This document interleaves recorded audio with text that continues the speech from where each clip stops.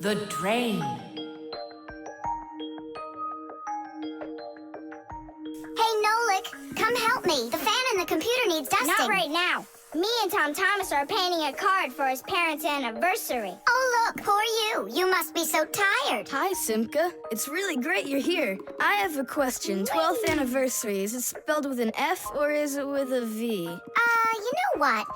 First put down the number 12, and then put a dash on there, and then a TH. Oh, right. But first I'll change the water. I'll be right back. Oh, Mama left her ring here. Whoa! No! Oh no, what have I done? I spoiled my mom and dad's special day. Where? In the bathroom? My mom's ring was lying there, and I dropped it into the sink, and now it's washed away. There goes the day. It didn't wash anywhere. Don't you know anything about how a drain trap works? About a what? A drain trap's a special curved pipe under the sink basin. Water flows out of the faucet and flows down into the drain trap, and after that it goes down to the sewer. But when you turn off the water, not all of it washes away. Some of it stays down in the drain trap. It's made that way so the smell from the sewer won't get back into the house. A ring is much heavier than water, so if you happen to drop it down the drain, it won't wash away. It will stay at the bottom of the drain trap. Well, that means we still got a chance. Yeah, but how in the world can we get it out of that trap? Who knows? I don't know how to swim. Don't worry, it's all under control. Do you have any thread? Plenty of it. Go get it, and I'll be back in a flash. I can't fix it like this. I need my welder. Papoose, I need to borrow your Packamat for a little while. Now that's a coincidence. I need to use it too. Marcia, then I need to use your Packamat. What? I'll bring it right back. Hey, where are you going? Just watch what you're doing, dear.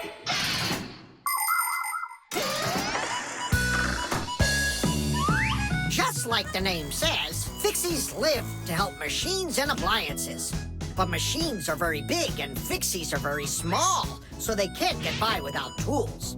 Long ago, Fixies worked with just about anything they could find.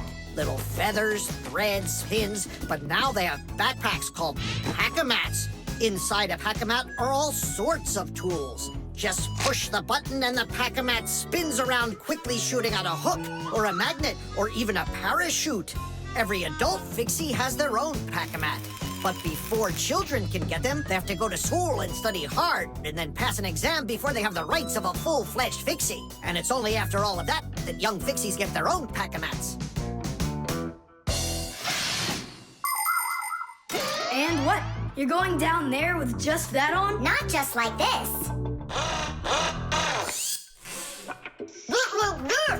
Yeah, like that. Huh? She was just saying, when I tug on the thread, you need to pull me up. I got it. He just said, I got it. I don't need you to repeat what he said. She said she doesn't need me to repeat what you say.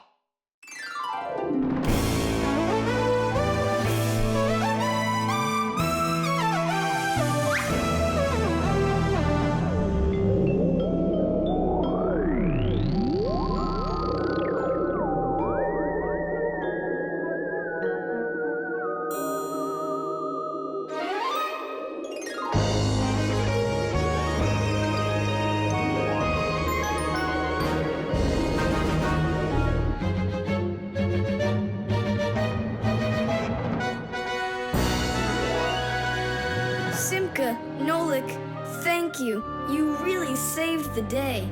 That's what Fixies are for. I said that's what Fixies are for. Tom Thomas, who are you talking with in there? Oh, your mom came back.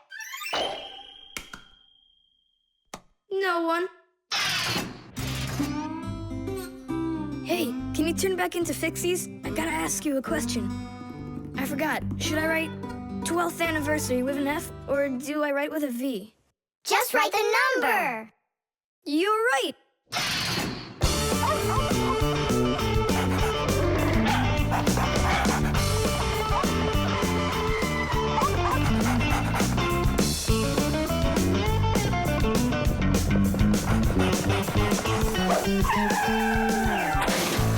Chusaka! Get away from here! So where did it go? Oh, here it is. Hey there, Tom Thomas. So what's on the disc? Hi there, Nolik. Hi there, Simka. It's a cartoon about Gulliver in the land of Lilliput.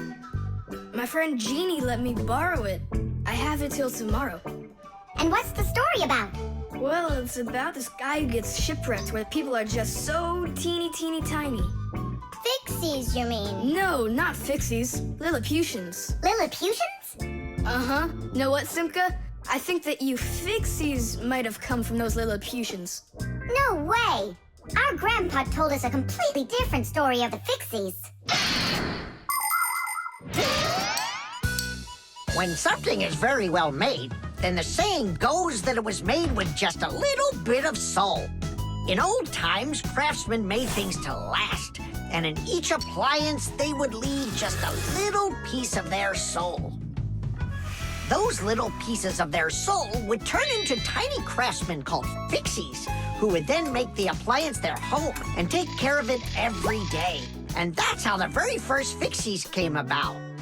But as the years have passed, fewer things are being made by hand, and more things are getting made by machines in factories. That means there are less and less new Fixies coming from human souls.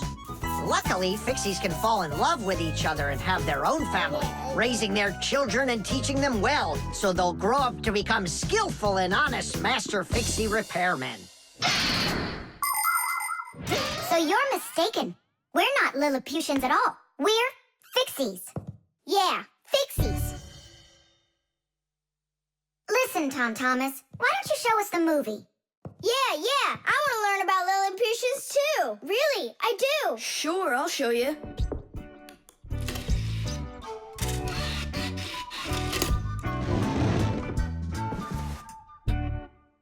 Oh no, what's going on? I broke it. I can't give her back a disc that's messed up. Don't panic. We'll take a look at it. Come lay it down over here.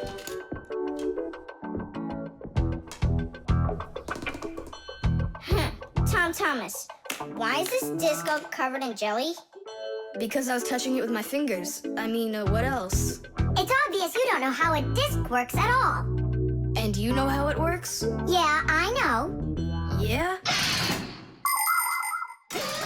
If we take a look at a digital disc through a powerful microscope, we can see rows of tiny valleys of different lengths. These valleys are actually a code for the cartoons, games, or music recorded onto the disc.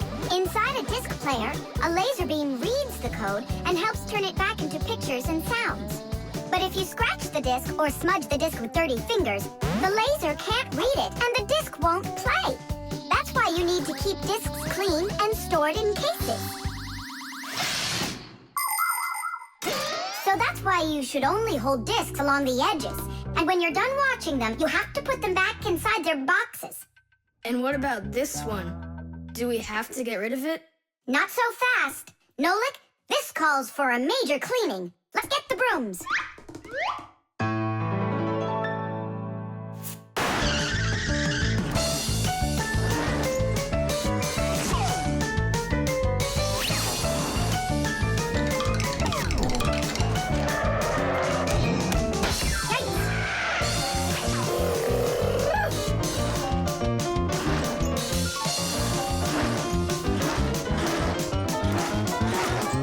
Okay, Tom Thomas, check the disc. There you go. Now you're holding it right. Hooray! The disc works fine. Hooray! Now we can watch the movie about the Lilliputians. Hey, Gulliver, why are you sitting there? You've seen this movie already. I know in what? What? Look at that pile of discs. Where do you need to put them? Huh. In their boxes. The alarm clock. It didn't ring again. Nolik, let's go fix the alarm clock. Simka, wake Tom Thomas up. Tom Thomas, get up! Tom Thomas! Hey, you'll be late for school! Tom Thomas, get up already! This is really something. And where's the battery in here? No, this is an old mechanical alarm clock. It doesn't work with a battery. It uses a spring. How's that work? People wind up the spring tightly, and then as it slowly unwinds, it turns the gears, which turn the hands of the clock. Achoo! Oh! What? The alarm clock broke. Let's hurry and get you washed up. Tom Thomas, are you just getting up? Dad, the alarm clock didn't go off. It's broken. Here's the problem. It won't turn, because the feather's stuck in the gears. Nolik, help me.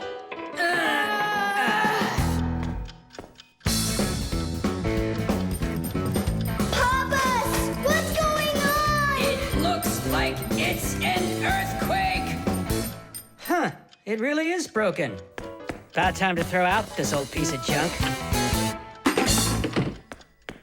Tom Thomas, I'm off to work. Don't be late for school. I won't. Where are we? In the trash can. And what's gonna happen to us? Well, you see, Nolik. People throw out broken things without a second thought. Even appliances that can still be fixed end up in the trash all the time. And the trash is taken to a horrible, deadly place called the dump. If a Fixie happens to be inside a broken appliance, he will come face to face with great danger. Once, my uncle got thrown into the dump buried inside an old TV.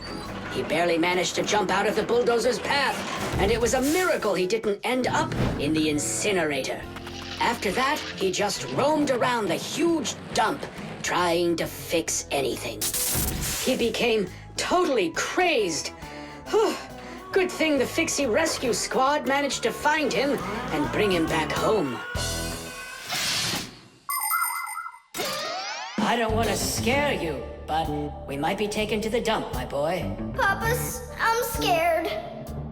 Huh? Where is the alarm clock? Maybe my dad took it to get fixed. But Nolik and Papoose are in there. Now just a little bit further. I don't want to go to the dump. No tears. There's only one way out of here. We need to fix the clock and make it ring. But how? Inside the clock, there is the main spring, and there's also a second spring. The second spring is held still by a brake, and so it waits. When the little hand reaches the time the alarm was set to go off, the spring jumps off the brake, and the gears are free to start turning. That makes a little hammer beat the cup of a bell very, very quickly. And that's how an alarm clock rings. So this feather is stopping the gears and not letting the hammer strike the bell. Exactly. I'll start rocking the gear back and forth, and you tug it. And 1, and 2, and 3. Tadish!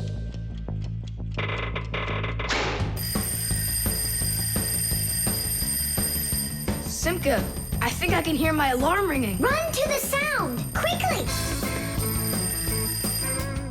Uh-huh. Someone turned the alarm off.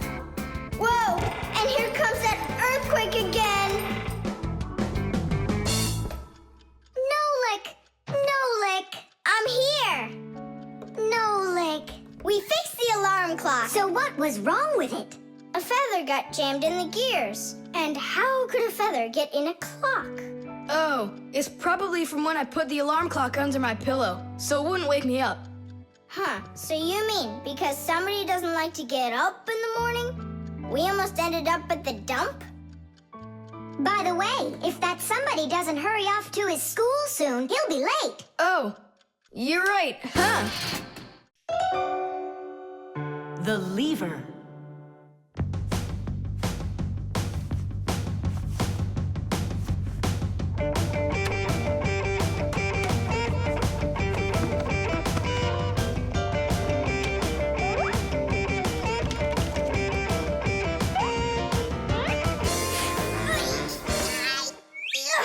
It's a new weightlifting record! You're so strong. That's so light, I could lift it up with my finger.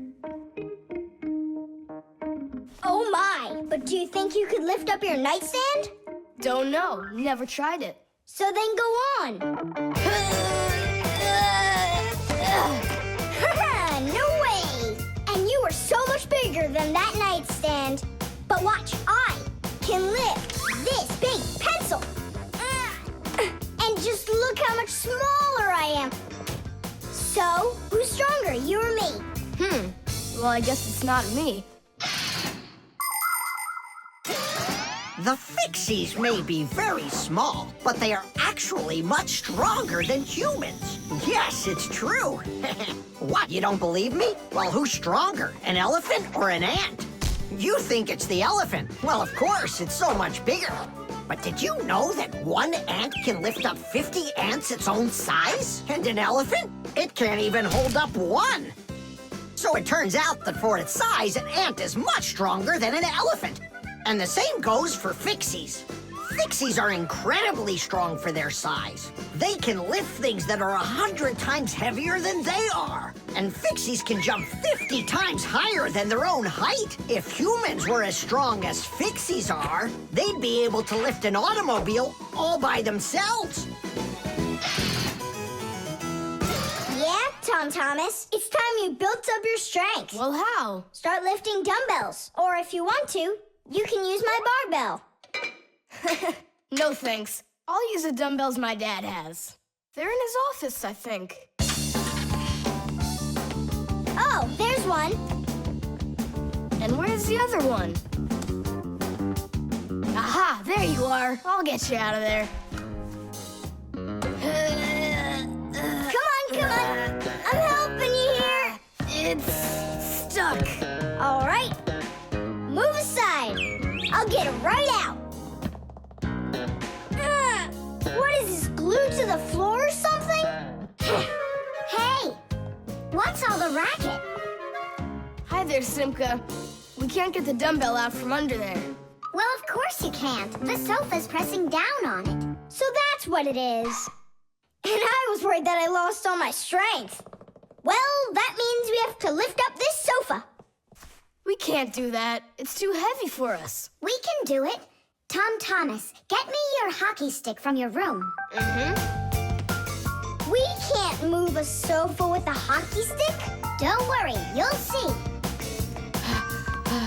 Here, I brought it. What is it for? We're gonna use it as a lever. A lever? Well, yeah. A lever works the same way that a seesaw does, with a board resting on top of a piece called the fulcrum. But with a lever, one side is longer than the other, and that's the secret to its power. With a lever's help, it's possible to lift any weight. All you need to do is get the short arm of the lever under the load and push down on the long arm. And the longer the arm, the more weight you can lift. And that's how a lever makes people stronger. Well, can we find a fulcrum in here? Maybe this dumbbell. Can that be our fulcrum? Great idea. Now you're thinking the right way. You ready to go? Let's go! Lean on it, Tom Thomas.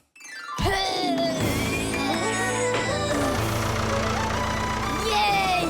It's working! Tadeish! I'm so strong, did you see? Now watch how I lift Dad's heavy weights for you. Look, I can do it. It's just like I told you. You'd be better off training with my weights. Didn't you just see me lift up the sofa? You didn't lift the sofa, the lever did. Did you ever hear the saying, knowledge is power? I've heard it. Although, some physical power won't hurt you either. So pick up your lever and go out and play some hockey. You know how built those hockey players are.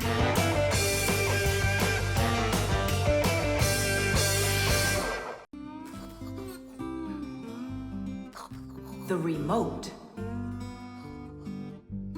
Hey, Simka, the button got stuck on the remote. How can we get it back out of there? Look and learn, Nolik. Please help. Oh, come on, come on, come on, come on, come on. Oh. Should I let it go now? Oops.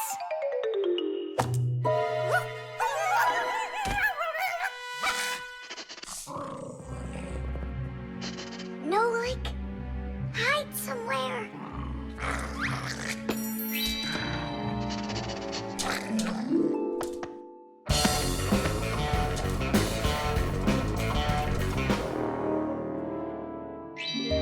Nolik, she stole the remote. Nolik? Where are you hiding? Nolik! Hello there, Fixies. Hey, where are you? Hey, Tom Thomas, you got here just in time. Chusaka ran off with the TV remote. And so what? I can turn it on without it. And my favorite cartoon is just about to start. Forget about the cartoons, will ya? Nolik is missing! I'm afraid Nolik hid inside of the remote. And Chusaka took it. Oh no, Nolik's in big time trouble. Tom Thomas, there must be something you can do! Chusaka, Chusaka, come here. Where is that dog hiding? I'm gonna go look in the other rooms. Simka! Tom Thomas, here I am. I'm over here. For now, I'll wait here. Chusaka's not out there. Where are you? Hey, Simka. I ran to get a Packamat. What are you gonna do with it? I'm gonna search for the infrared ray that comes out of the remote. That's so great. But what is it? I'll explain it to you. Inside of most remote controls, there's a special type of light bulb called a light-emitting diode, or LED for short.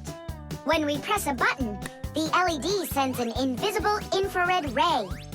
And in the TV, there is a receiver for these invisible rays. The TV understands the command that comes from the remote control and carries it out, like changing the channel or the volume.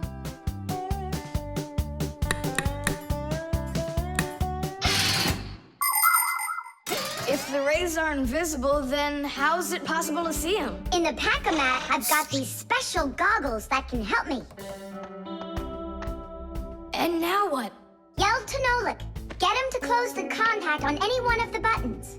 Nolik! You gotta push one of the buttons down on the remote. A button? But how am I gonna do that? Wait, 1 second. Chusaka Chusaks with a brain full of rocks. Meow. Meow. Oh, Mamma Mia. Now she'll eat me together with the remote. Nothing for you here. But here's something. There he is. He's over there. Chusaka, come here. Do you want a hot dog? So you want to play tough? All right then.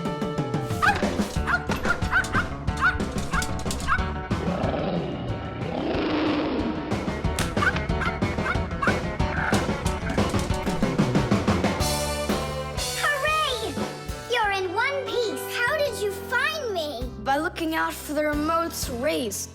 It's just a shame it's impossible for me to see him. What are you saying? You can! If you want to see infrared rays, all you have to do is look through a digital camera. Try it for yourself. Turn on the camera on a mobile telephone. Now go ahead and press any button on the remote control and point the camera toward the front of it. You'll see a bright dot on the screen of the camera. That's the light-emitting diode working. It's letting off a special light that can't be seen by the naked eye. It's also possible to point the remote control at a mirror. And then through the camera, you can see how the light-emitting diode turns itself on. So what that means is that invisible rays bounce off of a mirror in the same way that regular light does. So you can control the TV by bouncing the light from a remote control off of a mirror. You don't believe me? Then go ahead and try it yourself.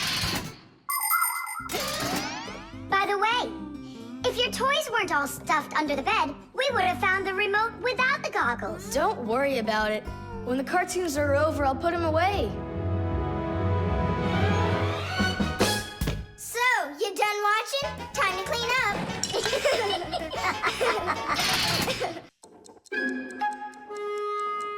The combination lock.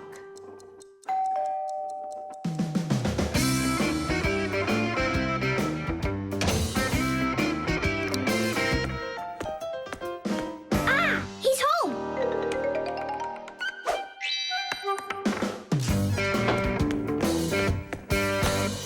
Nolik, are you here? Stop your hiding. I'll still find you. Nolik, is that you? Hey, come on! That's not fair! You saw! Let me go again! I don't want to. You want me to play hide and seek when I got a brand new game to play with? Where is it? I don't see it anywhere in the room. I took it to school with me For what reason? to show it off.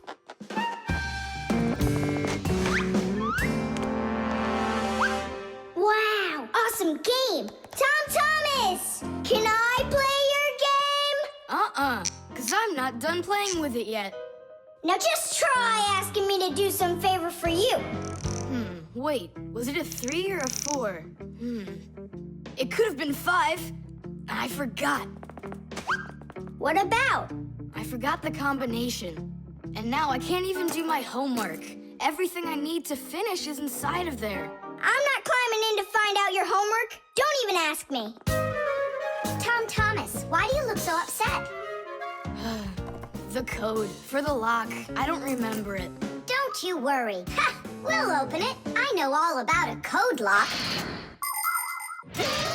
A simple code lock is built with a few discs that have numbers on them. In the center of each disc is a hole with a notch. When all of the discs are turned so their notches line up in a straight row, the lock's pin can slide out freely.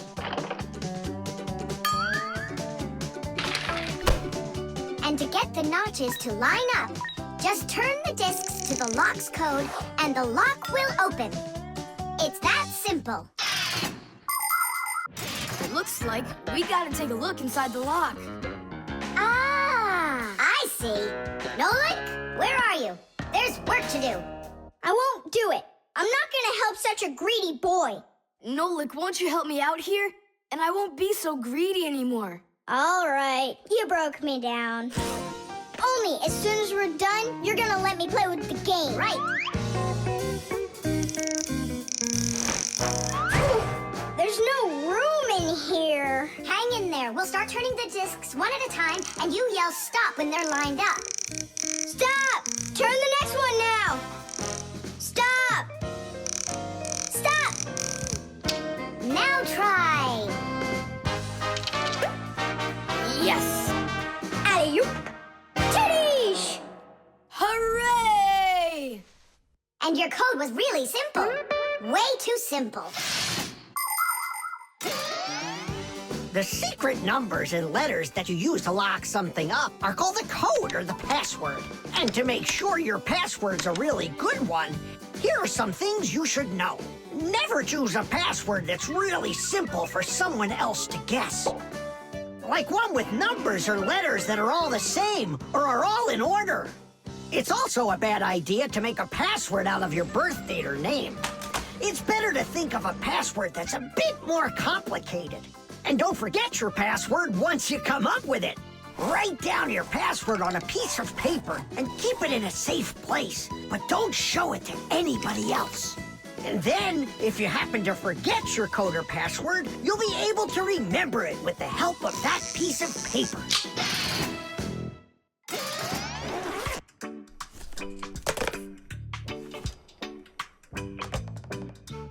And why did you ever put a lock on your backpack? I was hiding the game from the other kids. Then why did you take it to school today? I wanted to show it off to my class. And did you show it? No way. If they would have seen it, they'd be like, I want to use it. I want to play. And so you hid it and didn't show it to anybody. Not to anyone. Then why take it to school, silly? To show it off there. You're just some show-off. You're just some greedy... Oops, sorry. Once greedy boy. Will you let us play now? Play away.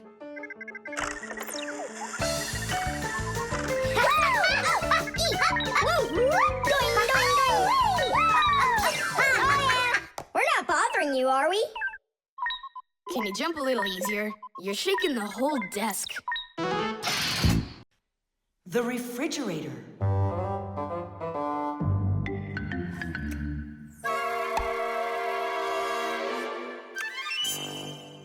Good job. My homework is all done.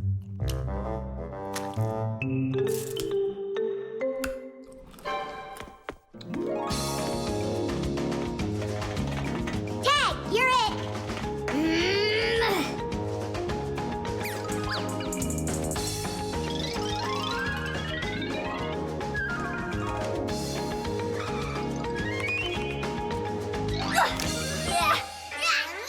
Haha, Tag, now you're it. Simka, I'm stuck. Help me. Just stay still. Oh, you're really stuck. Simka, we're not gonna leave me, right? We aren't. But I'm afraid, Nolik, you'll be stuck for a while. Tom Thomas! Help me!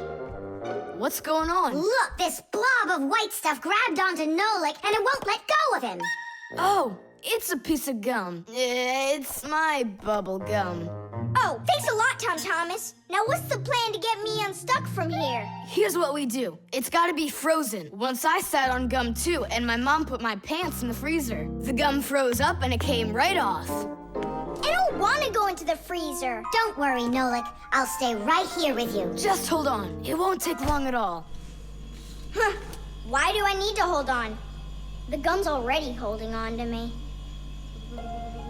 Simka, do you know why it's so cold in the freezer when outside it's warm? I'll explain it to you. A refrigerator has a pump that pushes a special liquid through a long tube. Inside the refrigerator, the liquid in the tube wants to turn into a gas. To do that, it takes the heat from everything inside, and that makes the refrigerator cool. Then the pump sucks in the gas and pushes it out as a hot liquid into the tubes on the back of the refrigerator. That lets all of the heat collected from the inside escape into the air outside. I wish I was somewhere warm. Hold on. I'll go get us some warm clothes to wear. I don't want to hold on. I want to go with you. Just hang in there. I'm hanging. Tom Thomas, open up!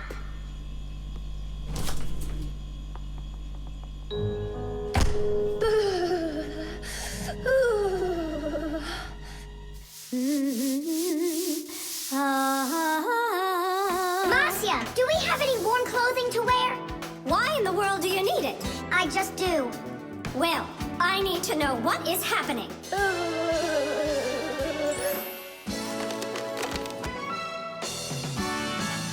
Hooray! Tom Thomas, Simka, open up the door! It looks like I'm gonna freeze up in here for good. A Fixie is constantly surrounded by all sorts of danger. Inside a dark freezer, a Fixie can lose his way and freeze to death. If he's not paying attention, he can drown inside of a washing machine or inside of a dishwasher. And a careless Fixie is always at risk of getting an electric shock. Or suppose there's a short circuit inside of an appliance that starts a fire.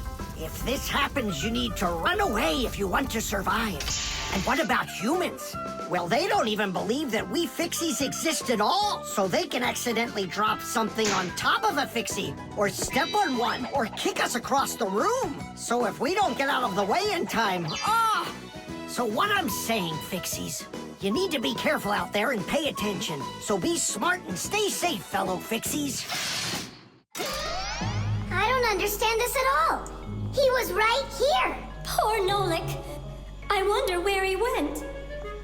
Look at this, footprints.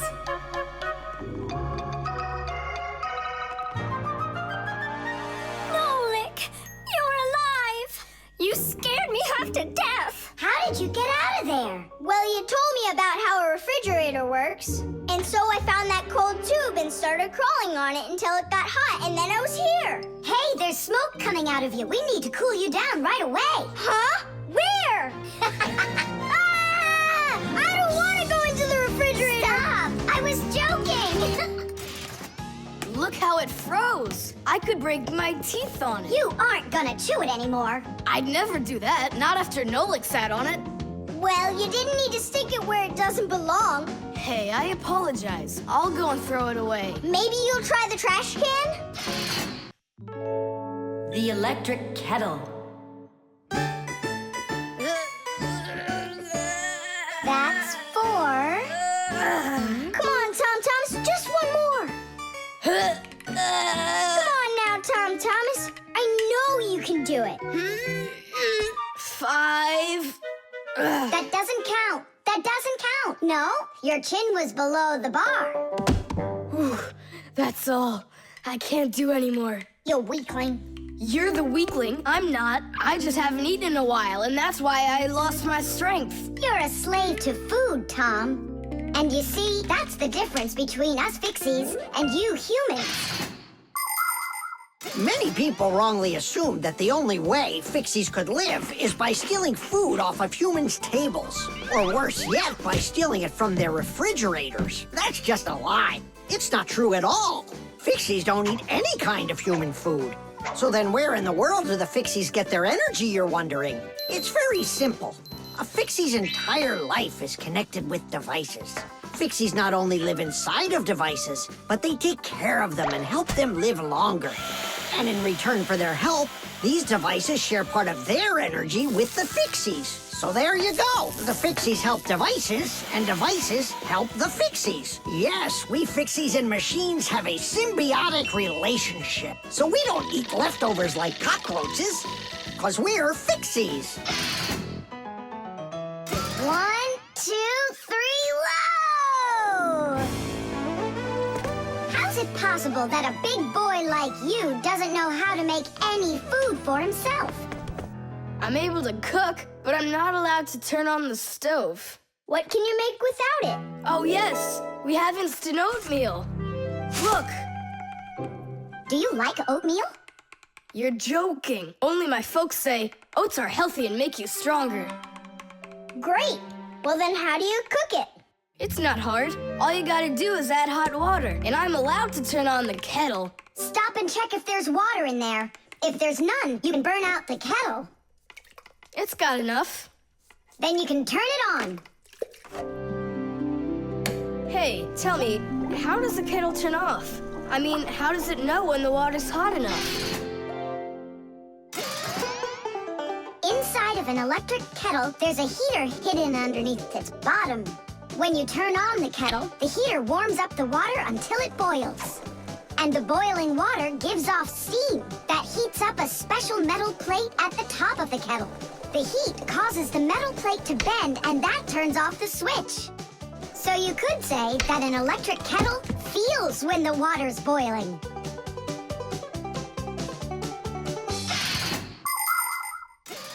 Okay, now I understand.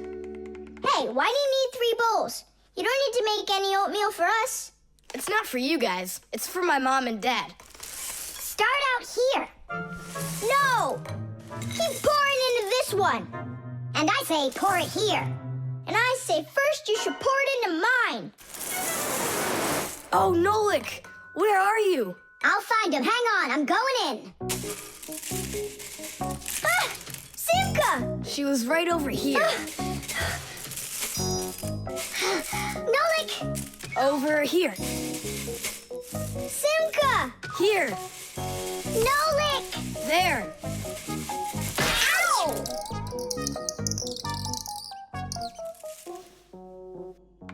Hey, where is your other boot? It got lost. Up there in the oatmeal.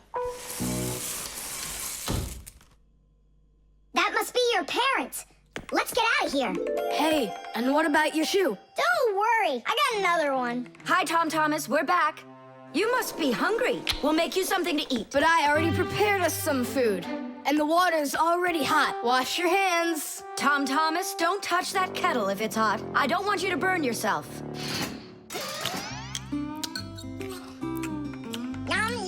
So today we're eating oatmeal for dinner. Delicious. Maybe you have something else? Why something else? You're the ones that say that oatmeal's great for you and that it makes us stronger. Well, yeah, that's what we say. I'm glad that our son pays such careful attention. Isn't it delicious? Really? Huh. What's that? Oh, look, you found the boot, Dad. What? It's nothing. Just eat your food and don't get distracted. I'd like to see that oatmeal all gone, okay? And whoever doesn't finish won't get any candy. SMS.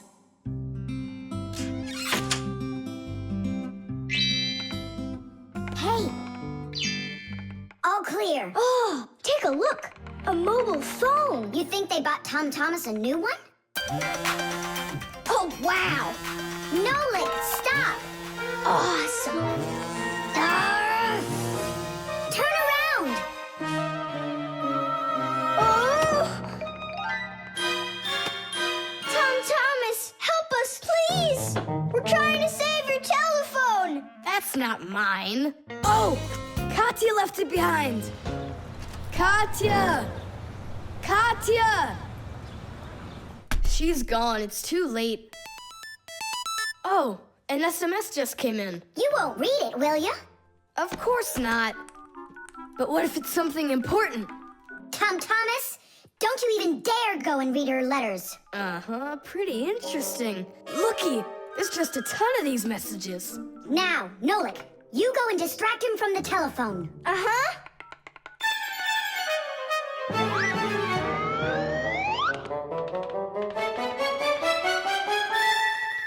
Chisaka, hey! It's me, your buddy Nolik.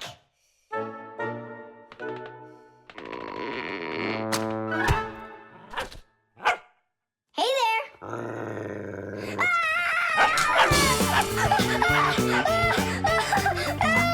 Chisaka, cut it out. Stop it. That's enough with the barking. Out of this room. Right now.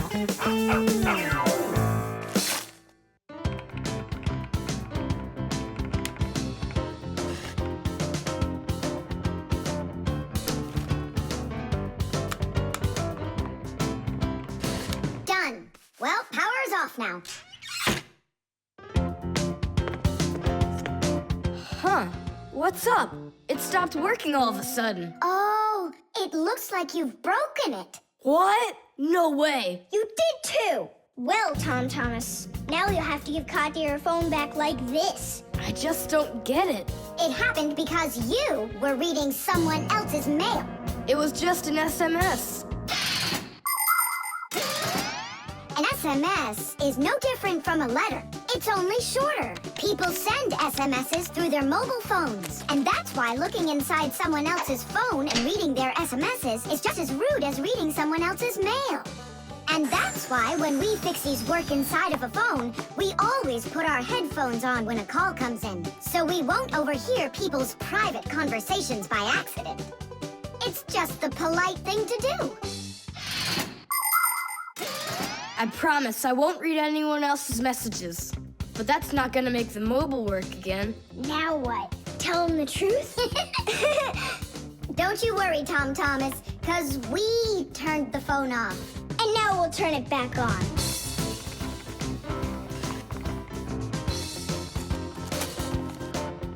See that? The contact's barely attached. We just need to write a note to the Fixies who work over at Katya's. I'm sure they'll fix it. There are Fixies living in every home, and the work they have to do can seem endless. The TV starts acting up, then the doorbell breaks, the washing machine stops running, and then the phone won't ring. And besides all of that, there is cleaning and there's oiling. Like the appliances in the kitchen or kids' toys and all those other things. Modern houses are literally stuffed with all sorts of devices. And that is why the Fixies keep working day in and day out. Unfortunately, this can make Fixies get carried away by their jobs. And they can forget about their Fixie relatives and close friends that live in the neighboring houses and apartments. And that's not right. Just like humans, Fixies have to remember to go and visit each other more often and write each other letters, or at least send their regards. That's all. It's working again. You're the best. Now I can give a call to Katya and tell her she left her phone over here. Thomas! Is that you calling? Yeah? And to who? Katya? And her phone is where?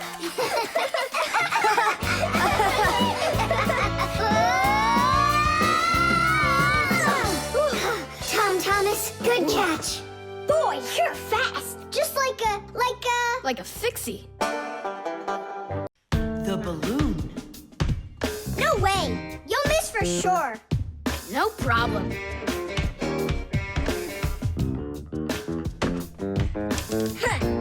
Anybody can do that.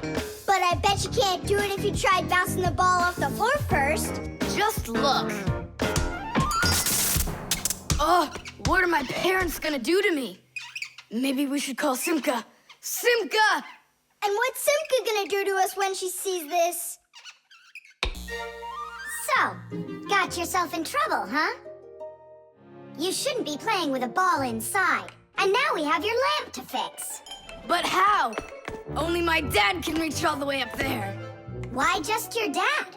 You have a hot air balloon over there. That doesn't fly. It's just a toy, see? Well, it might be just a toy to you, but for us Fixies, it's absolutely real. If an object is lighter than water, it floats up to the surface. And in the same way, if something is lighter than air, it floats upward. Did you know that hot air is lighter than cold air? Well, it is. And that means if you warm up the air in a balloon, it will float up. Hot air balloons use special gas burners to heat up the air inside of them so they will get lighter. And the bigger the balloon, the more people it can take up into the air. I know what you're saying, but where do we get a burner?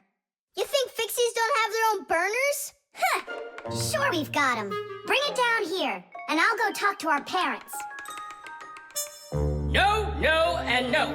The human child must never see us. Listen now, Simka. We already don't approve of him seeing you and Nolik. He won't look. Papas, please. You're the one who told us how you dreamed of flying since you trained to go into space. Yeah. For 2 years I waited on standby, but I never went up. And you've never flown in a hot air balloon either, honey. So let's call it a deal. I talked them into it. There's just one condition. You can't watch. Okay.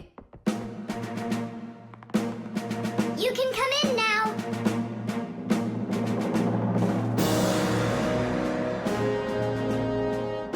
Now prepare the burner. Coming right up. Permission for takeoff? Permission is granted. And off we go! Hooray! It's flying! Don't you peek. Turn around. Oh, it was an accident.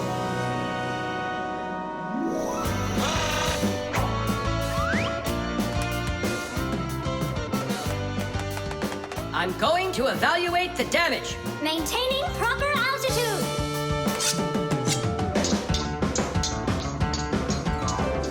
So, they've reached the spot. Air balloons are really awesome. I wonder, who figured out how to do that? It was the Montgolfiers. The hot air balloon was invented in the 18th century by the Montgolfier brothers from France. In those days, there were no gas burners, so they heated the air inside the balloon by burning straw. At First, there were no passengers on their balloon.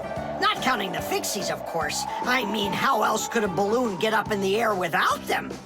Unfortunately, the names of the first Fixies who took that flight were not recorded in the annals of history. Following the Fixies' flight, the next passengers were animals: a ram, a rooster, and a duck. And it was not until those three safely landed after flying a full 4 kilometers that humans dared to fly in hot air balloons themselves. Ever since their invention, hot air balloons have also gone by another name: Montgolfiers.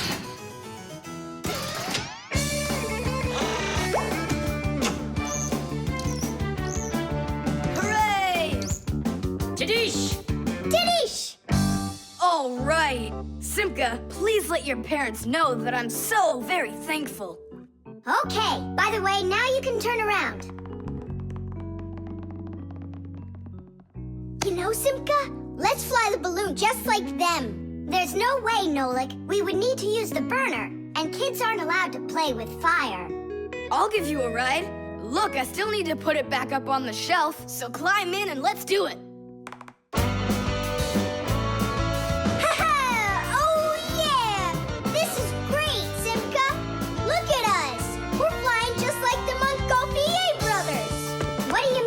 Brothers. Okay then, like brother and sister, Montgolfier. The microwave.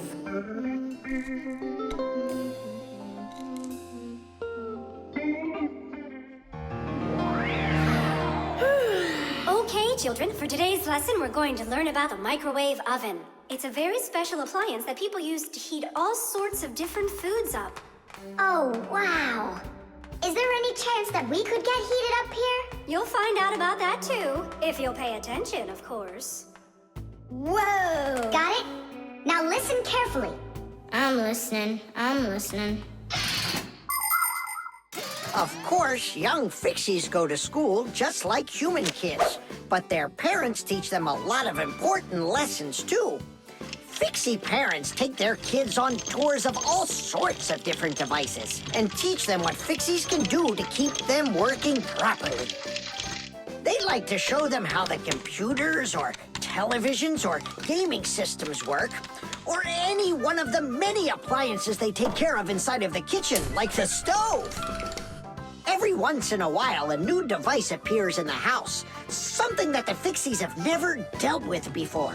To learn how this new thing works, the Fixies gather together and read the instructions that the humans keep printing up, but almost never seem to take the time to read for themselves. And so now it's time to look at the magnetron. That's what emits the microwaves. Oh, and so the food absorbs the microwaves, and that's what heats it up. That's right. And now, look carefully to your left. Hooray! Freedom! Oh, Tom Thomas. What do you say? Want to watch cartoons? I can't. I need to do my homework. Then just do it quickly. For some reason, whenever I start doing homework, I always get hungry for some food. Then just eat faster. No. The faster I eat, the sooner I'll have to start doing my homework. It already got cold. I need to go warm it up. 1 minute should be enough. These aren't just ordinary wires. These are for...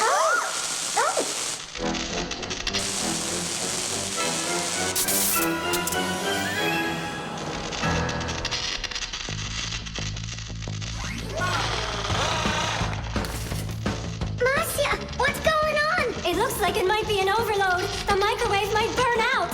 Then we better run out of here. What do you mean, run? We need to save this microwave.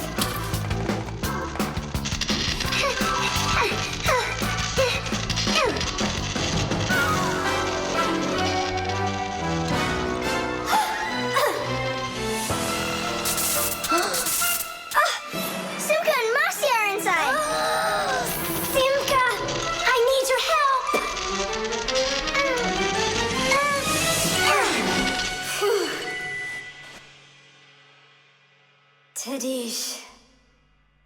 Oh, what's wrong with the microwave? It looks like it just broke. Who cares if it broke? What matters is that Simka and Masya aren't broken. Look, there's no one here. Of course not. We were behind the wall. You wouldn't believe what happened in there. Oh, there you go. Tom Thomas, why did you put that fork into the microwave? Why not? You mean I'm not allowed? Remember, never put any metal objects into a microwave. If you put forks or spoons in a microwave, you can burn it out. And then not even a Fixie will be able to fix it.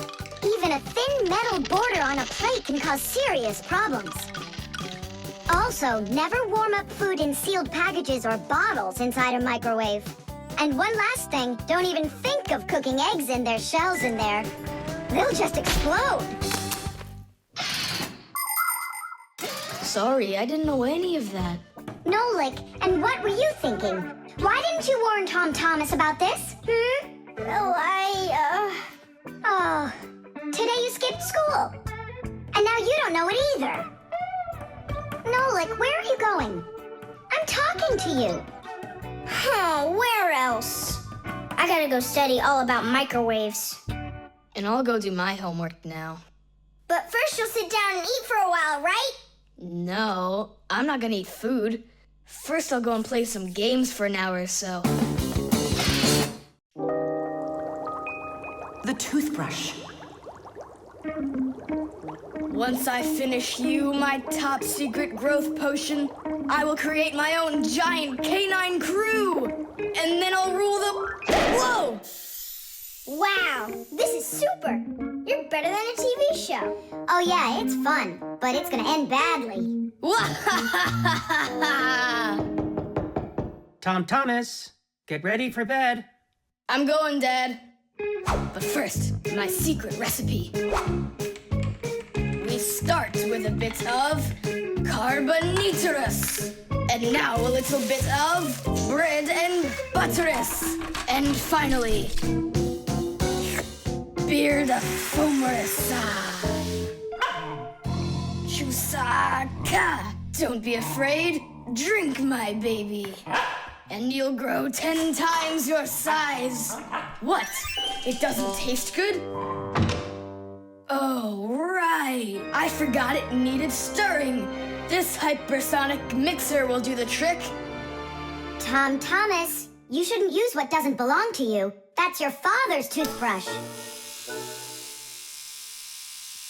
Ah! Hey, cut it out! You're acting crazy.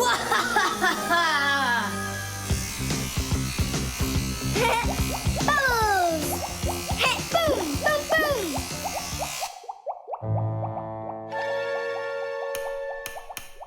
Uh-oh. You said it. Uh-oh. You, Tom Thomas, are a big boy, but your brain is smaller than Nolik's. Why, thank you. Just go put the toothbrush back in its place, like you never touched it. Nah, that's not right at all. Tom Thomas, what's up? I'm almost done, Dad. Simka and Nolik, please, I really need your help. No panicking. First, we need to understand what could have broken inside of there. An electric toothbrush is really simple, as long as you know these 3 parts. The battery, the motor, and a very clever mechanism that connects the motor with the bristles. The whole secret to the toothbrush is right in there. That mechanism uses the spinning of the motor to make the bristles move very fast back and forth, from left to right, from right to left. And that's how it brushes your teeth. So what can we do about it? Here's what we do. First, we take out the motor, then we take the gears out, and then the mechanism. How much time do we need to do that? 1 or 2 hours. What? No! Just listen here, Tom Thomas. You need to open up the battery compartment. Wait for me right here.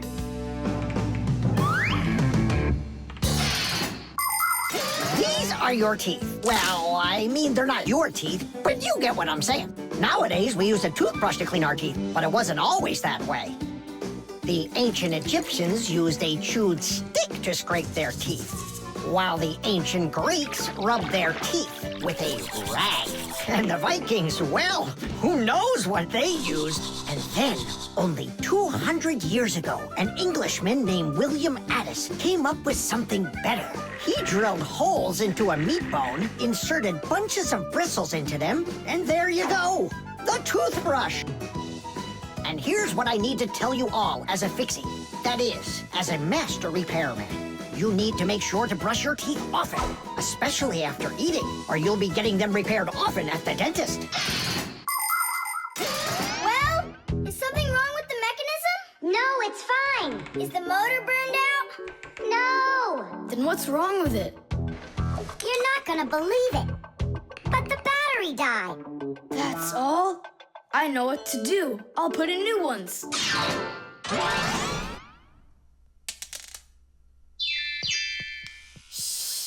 Your dad turned the toothbrush on. Looks like everything's fine. It's working. Ooh, way to go. Excellent. Your dad'll never find out what kind of slop you mixed up with his brush. What slop? How dare you, Nolik? How dare you refer to my mighty potion like this? Tom Thomas, somehow soap got all over my toothbrush. Can you explain that? Ay, ay, ay.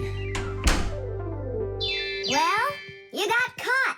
What do you say now?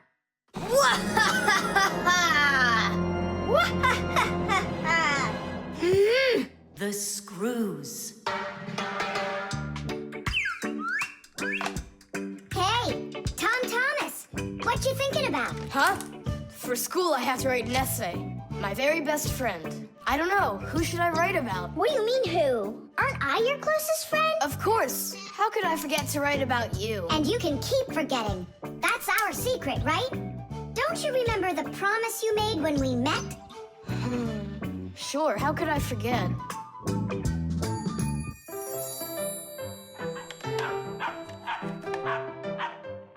What's wrong with Chusaka today?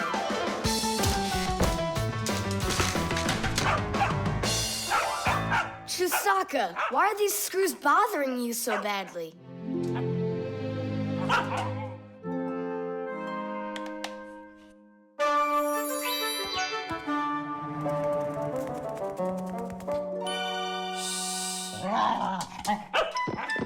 What's with you? Leave them alone already. Will you just calm down? You're gonna destroy my plane.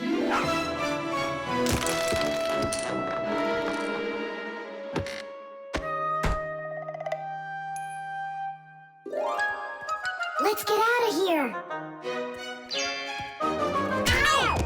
What's going on? What's going on? Hey, if you don't turn back again, I'm not letting you go. Oh, please, don't be afraid. I'm not gonna hurt you too. I'll just ask you one question and let you go. Nolik, we can't. Don't worry about it. Quit your staring. Ask your question, boy. No way you can talk. Just tell me, who are you? Fixies. That's all. We answered. Now you let us out. Oh, wait, but what's it mean that you're Fixies? That's already question number 2. You promised to let us out, didn't you? I'm sorry. You can leave now. Simka, it's fine. I can see from his look that we can trust him. All right. We'll tell him. You gotta swear that you don't tell anyone else. I swear it. Fixies. We're the little people that live inside of machines and appliances and take care of them, fixing them, cleaning them, and oiling them. Humans never suspect us. They think that if something breaks and then suddenly starts working again, that it happened all by itself. Well, nothing happens by itself. It happens because we, the Fixies, are living inside. Yes, without the Fixies, humans would have so many more problems with their machines. That's awesome. And so what are your names? That's already question number 3.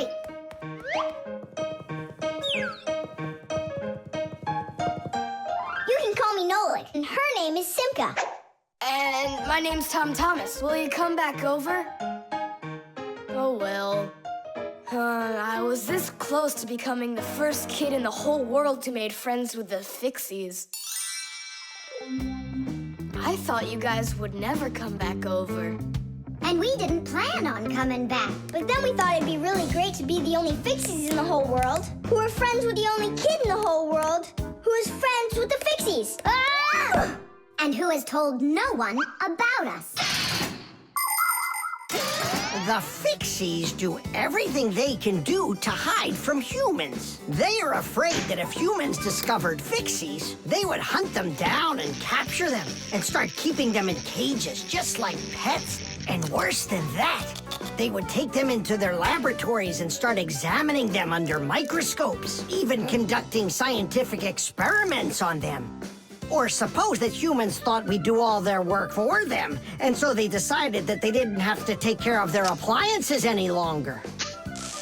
Well then, let me tell you this. If humans decided that they didn't have to clean or fix their own appliances, then not even the Fixies will be able to stop them from breaking no matter what they do. That's why the Fixies are very smart to hide from humans. Okay, then, I'll write about someone else. I have the very best friend ever. Period. When something's broken, he repairs it. He's the one and only the one and only Nolan. The stapler. Tom Thomas gets the ball. He makes an incredible move. He's wide open.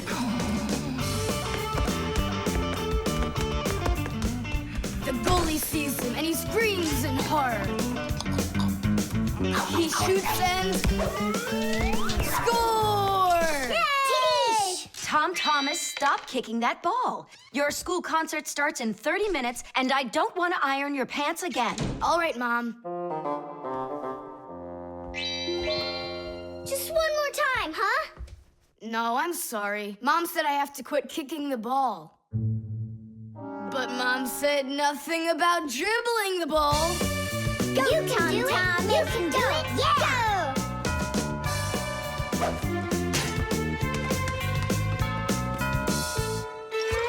Ah! Whoa!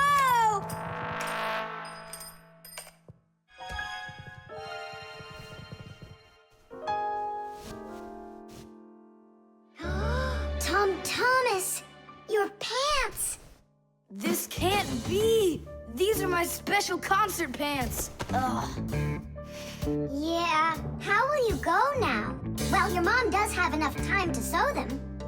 I'm scared to even tell her about it. She said that I had to stop playing. Hey, I've got it!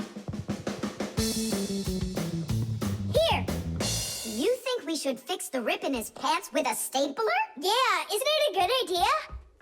I gotta try it out. You do. Like this? Stop! Why? What's wrong? My nose itches. That's all. Let's go. You're right, Nolik. It works. That is super! Yeah, the stapler's really great.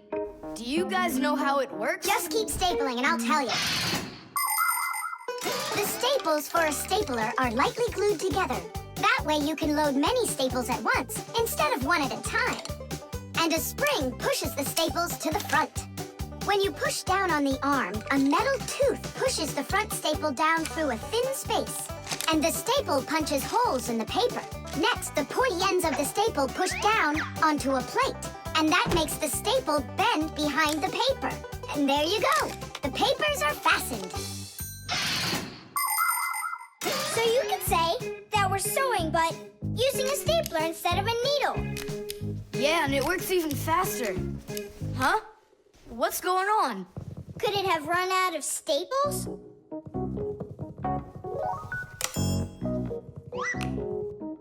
There's still a lot more staples, but one of them got jammed here in the slot. Thomas, we're leaving in 5 minutes. Okay, Mom. So, did you get it? No. Why don't we get Papa's to help us? Because he's really strong and he's got a Packamat. We can do this ourselves. Thomas, find something we can use to push that staple out.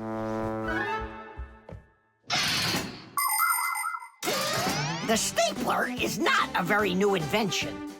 It's been said that the French king, King Louis XV, had a stapler made out of gold and precious gems. Unfortunately, it could only hold one staple at a time. Modern staplers are much more convenient, and people have come up with so many kinds for paper, for plywood, and even for skin.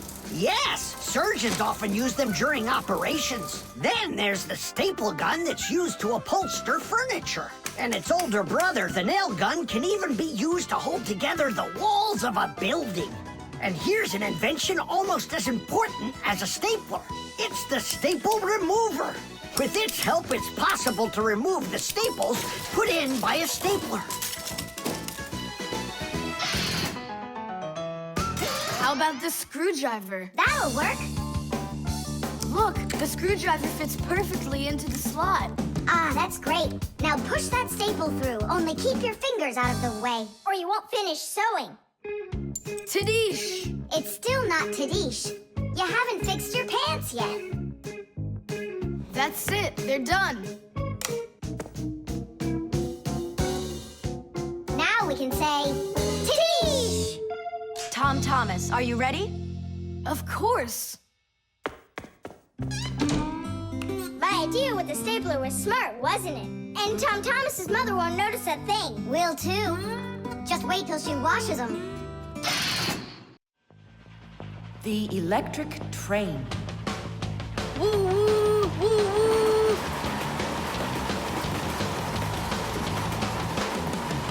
Zoom, zoom.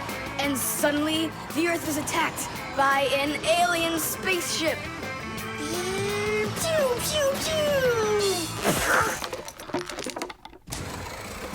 If help arrives here on time, we'll be saved.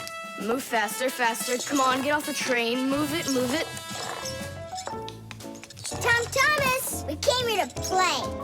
Oh, finally you're here. I need some aliens for this game.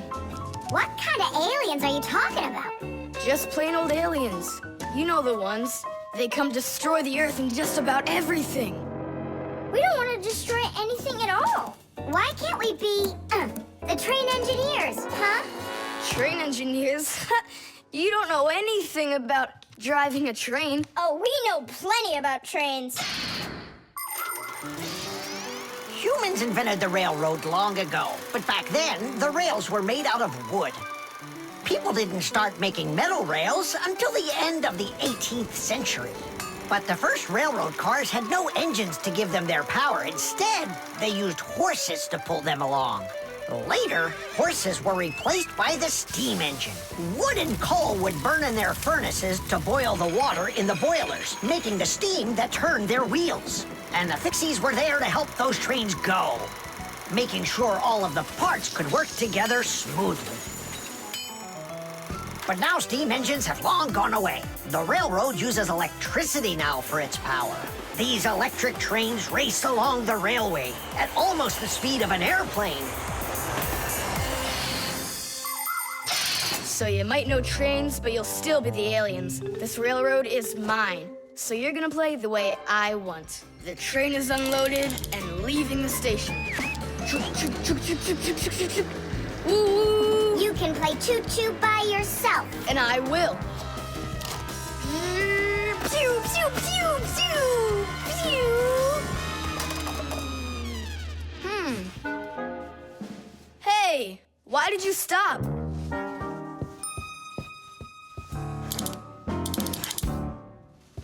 This doesn't help either. It's not going at all. Simka! Nolik! Where are you? Did I hurt your feelings or something? Mom, is Dad gonna be home soon? No, is something the matter? We've been attacked by evil aliens. The train has to be fixed right away, or we'll never escape them. You want some tea? I've got to think of something. Simka, Nolik, I know you're in there. Please forgive me if I hurt your feelings. I'm really sorry. There's nobody but you that can save the world from the evil aliens. All right, it talked us back into it. Well, let's go and check the rails. Nolik, follow me. I'm faster. Whoa! Well, so much for being faster. It looks like I found the brake. Tom Thomas, the rails are broken. I know, and so? You know, but that's why your train's not running. Just like a real train, model trains run on electricity. But there aren't any batteries inside the locomotive to pull the other cars. The engine gets its electricity from the rails. Each piece of the rail has a wire in it. If the rails come apart, the electricity can't flow through the track and get to the train. And without electricity, the train's engine just stops going. So reconnect the rails and your train will run again.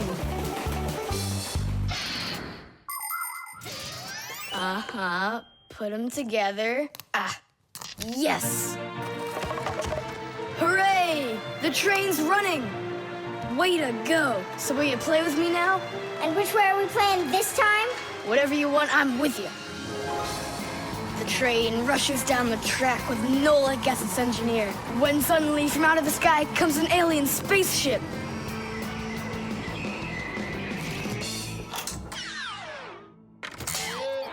Greetings to you, O people of planet Earth. I come from far away, from another galaxy. Have you come to destroy everything? No, I've come to fix it all. Oh!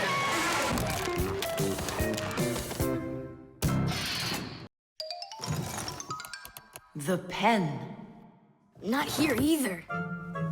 Tom Thomas, are you looking for me? No, for a red pen. I need it right now. What do you need it for? Here, look what my teacher wrote in my assignment book. Bad behavior during the lesson, fidgeting, and talking. What are you gonna do with the red pen? Your teacher left something out? I thought maybe, I could fix it a bit. I hope I find that pen.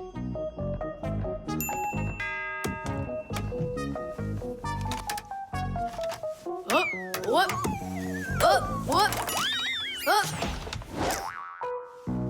Oh, wow. Good catch. So, what do you want to fix on it? I'll just add a couple of no's, and then it will say that I had no bad behavior during the lesson, no fidgeting, and no talking. See, no problem. Cool. And then add this at the end. Tom Thomas is a perfect student. Nah, then they would guess I did it. What, is it clogged up? A little scribble will do it. That's not a pen. It's more like a penknife.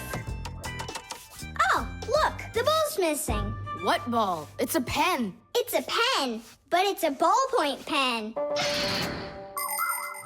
Old-fashioned pens work by dipping the pen into a jar of ink. But with a ballpoint pen, the ink is stored inside of a tube that has a metal tip on the end with a small steel ball. Well, small for humans, that is, but of course, for Fixies, it's quite large. When you drag the pen across the paper, the ball spins around and gets ink on it from inside the tube.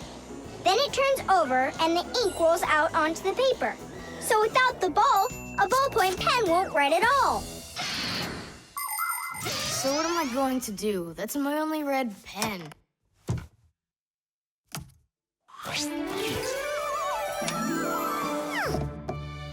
Hi, everybody. Why do you look so sad? We lost the ball from the tip of this pen. Where? It's here somewhere. Then you're in luck, boys. In the Packamat, there's a metal detector. You can use it to find different kinds of metal objects.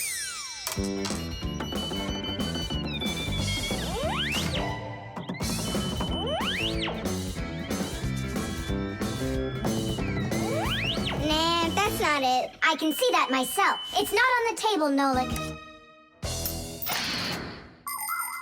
Until not that long ago, humans used pens that had to be dipped over and over again into an inkwell. This was quite inconvenient, and so to make writing easier, the fountain pen was invented. A fountain pen could be filled up with ink, so it could write for a much longer time. But fountain pens would often leak, leaving blots of ink on the paper. This problem was solved with the invention of the ballpoint pen. Ballpoint pens are simple, handy, and reliable, except that you can't write with them on a wall or upside down for a long time. That's because the ball uses up the ink on it, and the ink can't flow up to the tip. But even this problem has been solved. There are now special ballpoint pens that can be used by astronauts floating in space.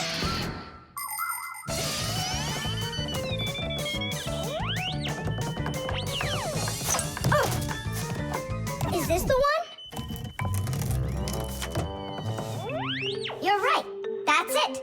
Don't you just see how awesome my metal detector is? Is that what you're calling me now?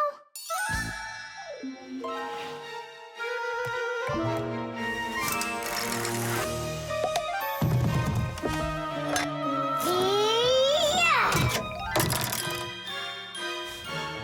Tom Thomas, help us.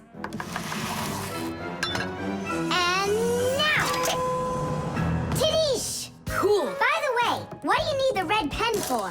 Well, Tom Thomas and I needed to fix something in his assignment book. What? If I knew that, I wouldn't have helped you out. So no fidgeting and no talking. And your teacher, she writes in your assignment book when you behave well? Uh-huh. Whenever we behave well, she writes a note in our books right away. Ah, Did you see, Simka? How Tom Thomas managed to outsmart everybody? Since I see nothing else here from your teacher, does that mean you behaved badly the other days? Uh-huh. What?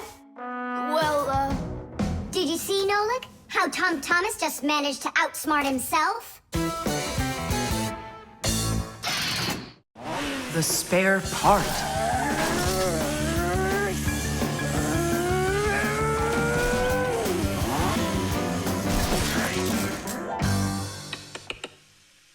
Hey, what's going on? It was just working.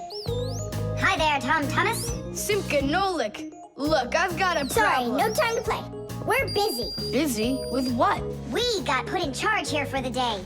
We even get to use one of the Packamats. Papoose and Marcia went out to visit our Fixie friends. Papoose used to be with them at the Space Center years ago. Ever since he was a boy, Papoose dreamed of going into space. And why not? Fixies work on rockets, too. He even got a job at the Astronaut Training Center. He was put in charge of the centrifuge, and he made sure it worked perfectly. The centrifuge is a sort of very fast carousel for training astronauts. And Papoose trained inside of it, too. Unfortunately, Papoose never knew the rocket was scheduled to fly on his day off. And when he found out, it was too late, and the rocket blasted off without him. Since then, Papoose hates his days off. But he still longs to fix something like that centrifuge. You know, something turning around like a washing machine. Too bad for Papoose that the one in his house seems to keep working perfectly fine. So that means today you fix everything? Uh-huh. Well then, it's your lucky day, because my car just broke down. Hooray! We've got work to do. Nolik, let's go!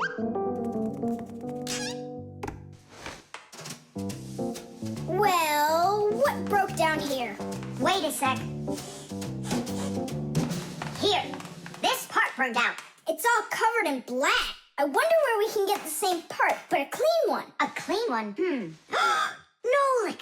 Genius! There's the same exact part inside the dishwasher. We can take it from there. Come on!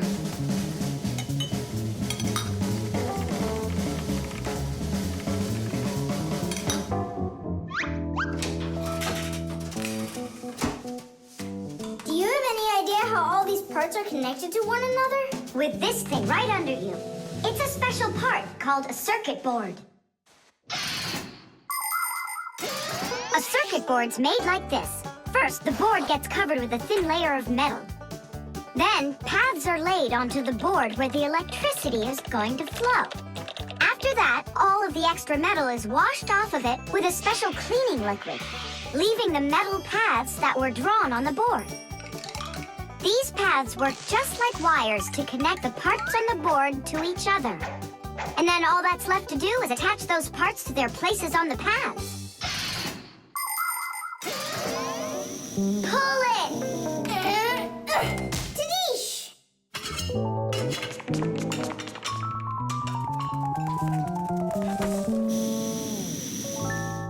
Tom Thomas, Tadish! Hooray! It works again. Tom Thomas, I'm about to start the dishwasher. Are there any dirty dishes in your room? Nah. Slow down! Slow what down? Slow down your mom. We took the new part out of the dishwasher, see? Mom, wait! Don't start it! You need to put in this one, dirty cup. Nolik, follow me. Inside the TV's the same part.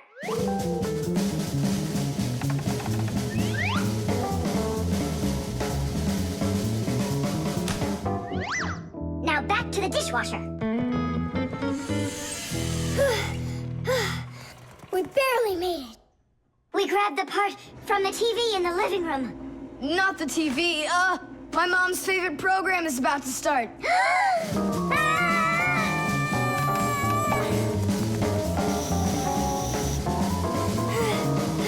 The television is working now. And where'd you get the part for it? From your dad's computer in his office. Hi, everybody. I'm home. Hi, hon. Are you ready for dinner? In a bit. I've got to finish a little work on the computer. Simka, hurry! Where else can we find that part? Stop. That's enough running. Here, take it back from the car. And then we put the part back into the computer and it started working again. Oh, that was really silly. Remember, you little experts, never repair any device at the cost of another one. I understand now. And I understand. If you were smart, you could have taken the part out of the old radio in the closet. Papus, but you know the radio wouldn't work then. That old thing hasn't been working for years. Marcia and I have pulled out half those parts already. The keyboard. 5, 4, 3, 2, 1. Ready or not, here we come. And where is he hiding this time?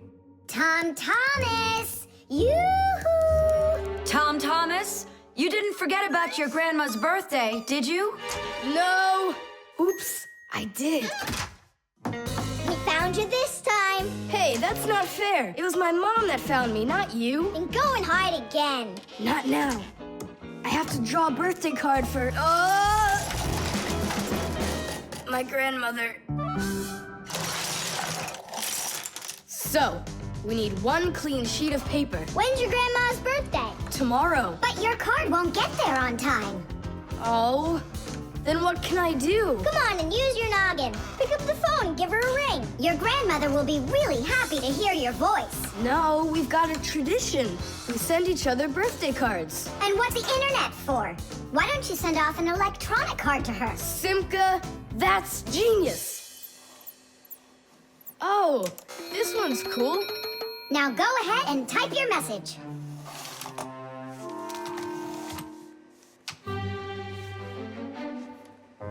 The letter D isn't working.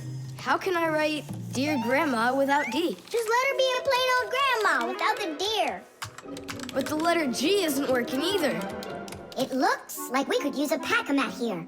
A Packamat? What for? To clean off the keyboard's contacts that got all dirty. What contacts?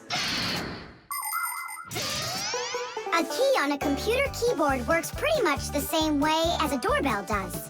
When we press on the button of a doorbell, the contacts inside touch, which lets the electricity flow that makes the bells ring. And when we press a letter on a computer keyboard, an electrical current runs from the keyboard to the computer, and that letter appears on the screen. But if there's dirt between the contacts that stops them from touching, then the current can't flow.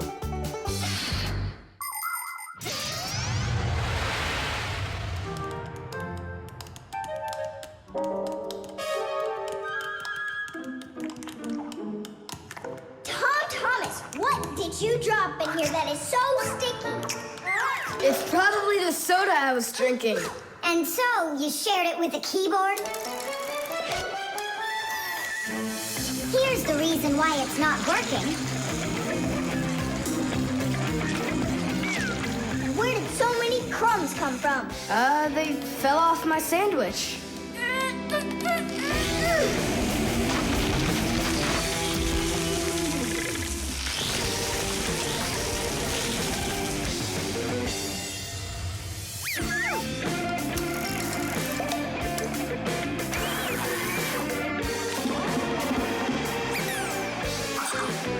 What in the world is this red stuff down here?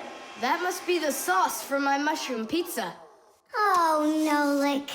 Well, now it looks like we're gonna be out picking mushrooms. The Fixies are always ready to help people out, but there are some people we really don't feel like helping. I remember when I was working as a Fixie back in one house. It was a disaster. One day, the owner spilled coffee on the remote for the TV. As I was running to clean the remote, he starts pounding the TV with his fist because the channels won't change. So now the TV is broken too. Well, with no TV, he decides to listen to some music, and he carelessly pulls the music center onto the floor. So he tries to fix that himself and manages to break it for good. And then he sits down on top of his telephone and breaks that to bits. Meanwhile, I'm still busy trying to clean the coffee off of the remote. There wasn't a minute of rest with this guy around. In the end, I couldn't take it any longer. So I got out of there, and now I'm here, teaching kids. Tom Thomas, why are you eating food at your computer? Yeah, they don't feed you in the kitchen or something? Now I know it. It's not allowed. You said it. Now write your message. And write the address on there, too. Uh-huh. Mom, do you know what the email address for Grandma is? Grandma doesn't have an email address. So what? We went ahead and fixed that keyboard for nothing? I still need it. Am I Grandma? I'll give her a ring on the phone. You said you had a tradition of writing each other cards. And what? Grandma will be happy to hear my voice. That's some original idea, huh? The aquarium. The coast is clear. The humans have left. Come on, let's go.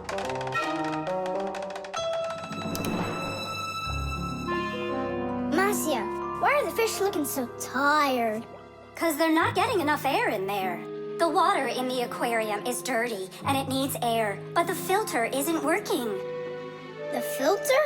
Yes, that device over there. These fish need our help, and if we don't do something right now, they could die. Right. First, I'll fix that light, while you and Marcia go over there and see what is wrong with the filter. But I want to go and look at the filter, too. You're too small for this. Oh, whoa, whoa, whoa. And you're a giant. I mean, you're like 6 feet tall, huh? That's enough arguing. Nolik, let's go.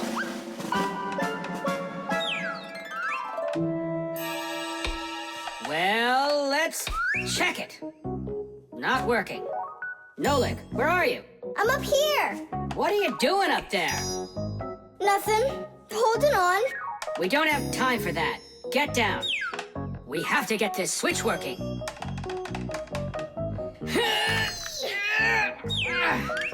Marcia, what's the matter with the filter? Well, probably something's caught inside and it's stopping the motor from turning. A filter is used to keep the aquarium water clean. A motor in the filter turns the pedals and pumps water through a fine net or a sponge. The dirt in the water gets trapped in there, and the cleaned water is put back into the aquarium. Many filters not only clean the water, but also add air to it, so there will be more oxygen in the water. You see, even though fish live their lives in water, they need oxygen just like all of us.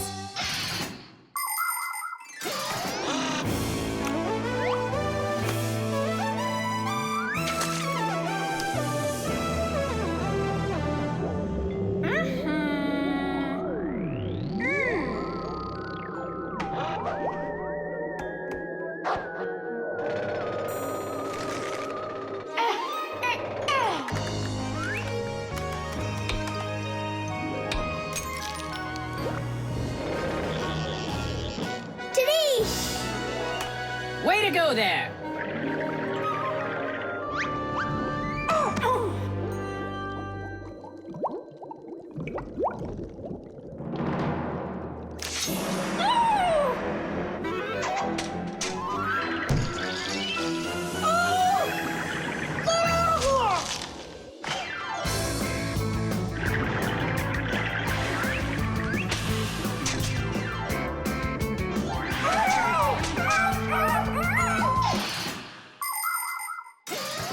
There are lots of ways for people to breathe underwater. As an experiment, try putting an empty glass upside down in water, and you'll see that some of the air stays in there. That's the idea behind the ancient diving bell. An empty bell was lowered under the water, and some of the air remained in there for the diver to breathe. And about 200 years ago, the first diving suits were invented. The diver got air from a hose that started above the water. This let the diver spend a long time under the water and even walk around on the bottom, but just not too far. Later on, people learned to squeeze a lot of air inside of metal tanks, and that's when scuba diving started. Scuba divers breathe the air stored in these tanks so they can swim freely and even dive deep down below the water. Our work is done. The light is on, and the filter is working. And the fish look so excited! As if they're not fish, but monsters. Thank goodness they're behind glass. Papoose! Just hang on. We'll be right there to save you. But I don't even have my Packamat. Ooh, look how they're chopping their teeth. They must be so hungry. You're right. They're hungry. Nolik, come on.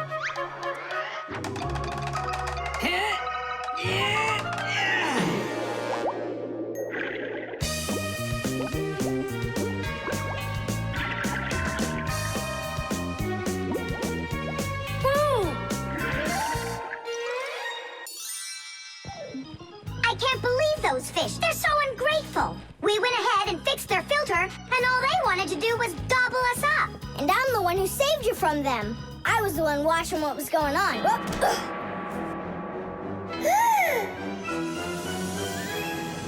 Oh, gee. Hold it. Do you think giving her some food will help? As long as you're not thinking that food is me. The fan. Pass him on the left. Step on it. Now pass him on the right. Look out for the wall. Hit the brakes. Why didn't you hit the brakes? He was just too scared. What do you mean too scared? Something got into my eyes. Those were your hands. My turn. Let me show you how it's really done. Oh, what's wrong with the computer? Oh, it's been really acting up for a while. It turns off by itself. It's no big deal. I just turn it back on. I don't like this at all. Come on, Nolik. Let's go inside and take a look. Just like people, machines can get sick too. They can get a very high temperature and even start coughing and sneezing. And if a machine or an appliance gets seriously sick, sometimes it can be too late to fix them at all. So wouldn't it be better if we could keep them from getting sick in the first place? Everybody knows that people who look after their health get sick less often and live longer. And the same goes for machines. Machines break less often and live longer if they're properly taken care of. That's why machines need to be checked from time to time and cleaned and oiled. And that's what's called preventive maintenance. And preventive maintenance is something that always should be kept in mind by humans and by Fixies.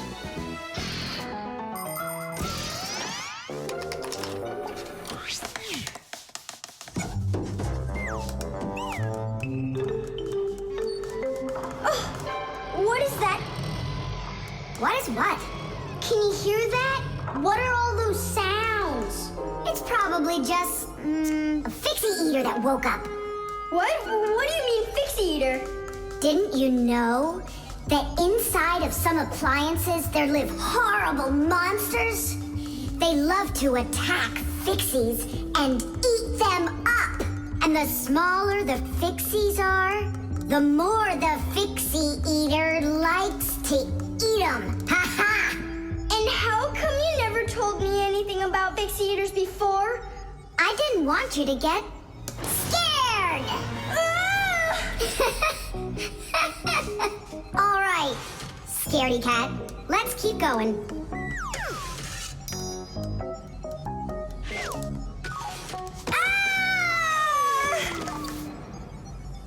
Simka, where are you?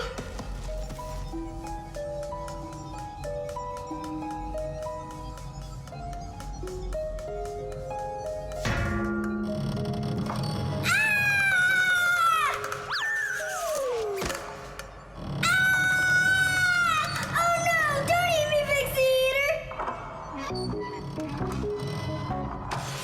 Oh, Simka! Come over here! The sound was coming from here. Take a look. It's not a Fixie Eater at all. It's just a fan. Not just, Nolik, it needs our help. See how sick that fan is? Let's go and get it working, right now. A computer can only run when all of its parts are working. And even though a fan looks like nothing more than a simple little engine with a propeller, the computer couldn't work without it.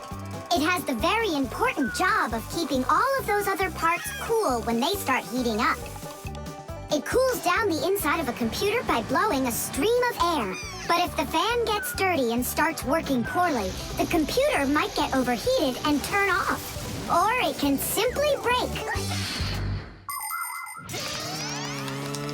You have to turn off your computer. How come? I'll tell you later.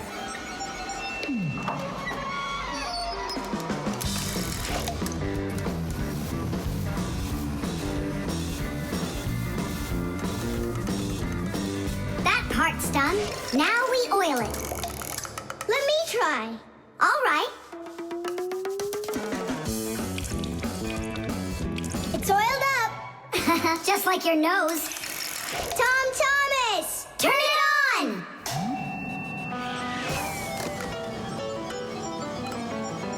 Tiddish! And then suddenly, I hear this terrible roar of a Fixie Eater. But I wasn't scared one little bit. And I just ran right into the battle. And Simka? Oh, she was hiding somewhere. You know, she's a girl, and they're all cowards. So I had to fight the monster all by myself. Ah! Oh, I guess that was an example of how girls hide like cowards when they're too scared. Well, yeah. The washing machine. Look at that, Simka. They're showing Titanic on the television. Hey, Nolik, that's not a television. That's a machine for washing laundry. No way. Yeah, it's just a plain old washing machine, Nolik, don't you know? Tell me about it. You're such a great explainer.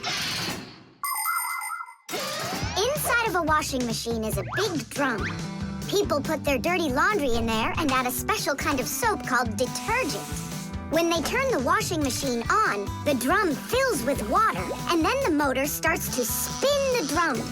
That makes the laundry rub together, forcing the soapy water in and the dirt out to make your clothes clean. After that, all that's left is to get out the water by spinning the drum really fast and sending the water down the drain. Oh, thanks a lot, Simka. I always wondered, why would you want to put laundry inside a television? Are you joking with me? Uh-huh. Oh, I'll show you a funny joke. Get over here. Shh, it's Tom Thomas's mother. She's got headphones on. We're safe. She doesn't hear anything except the music.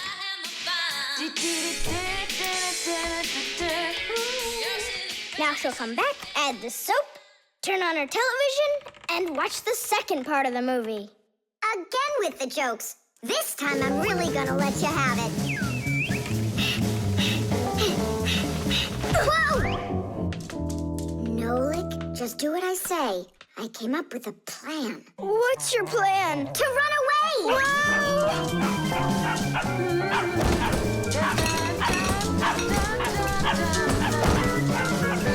Who's here? Hello? Huh.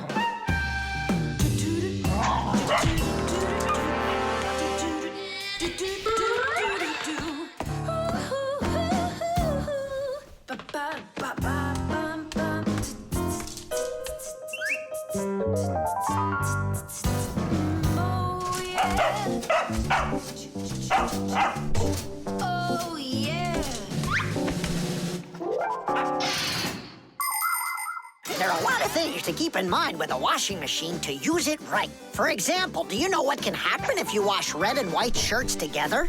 Well, the white one might just turn pink. No, it's not because it's embarrassed, but because some of the color from the red shirt happened to get onto the white one. Another important thing to remember is to empty your pockets before you wash your clothes. Things like keys, nails, and chewing gum might not only ruin your clothes, but they can destroy the washer, too. And this isn't only about little stuff. Big things like music players and mobile phones have managed to find their way into the washing machine. Oh, sure, these things look nice and clean after a good washing, but they certainly don't seem to want to work anymore. And never, ever put a pet inside of a washing machine. That's just no place for a living thing.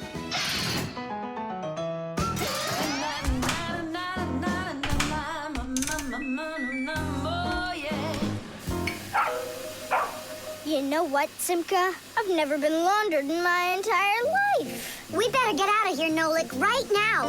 And the faster, the better.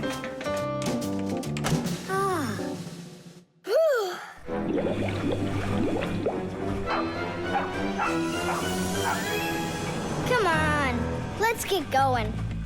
And what about Chusaka? What about Chusaka? Let her get washed up a little in there. Maybe it'll make her nicer. But she could drown, the poor thing.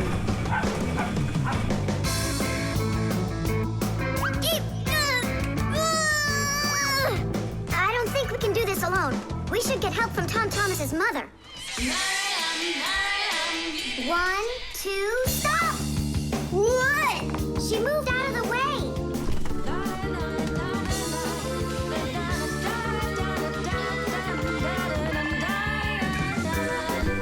And 3. Pull it! Huh? What is that? Oh, my goodness! Oh, my sweet little baby. How did you get in there? You wait right here in the tub and I'll go get you a towel.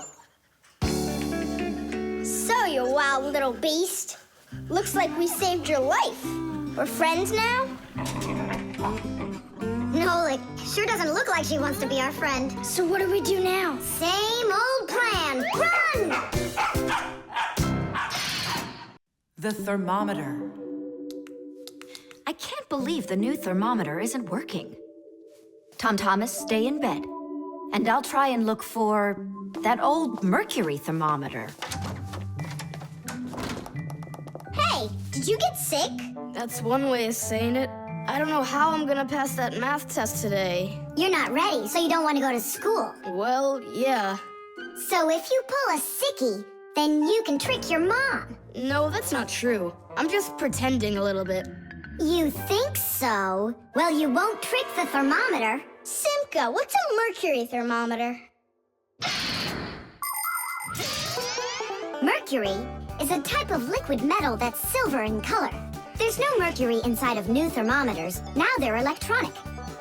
Old thermometers were made with a glass tube with markings and a bit of mercury inside them.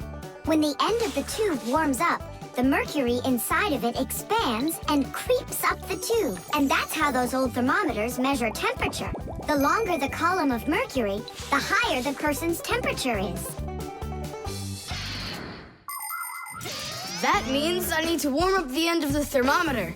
Thomas, you're a genius. But how will you warm it up? Finally, I found it. Well, let's see. Mom, can I eat something? Hang in there, sweetie. I'll make you something.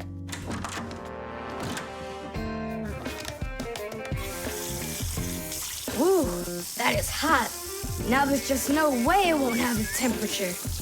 Hey, what are you doing in here? Well, how high did you get it? 108 is what it's showing. Oh, no. With a temperature that high, they'll send you straight to the hospital. And you don't need that. You'd better shake that thermometer. Yeah, that's what I'll do. That'll get the temperature down a little.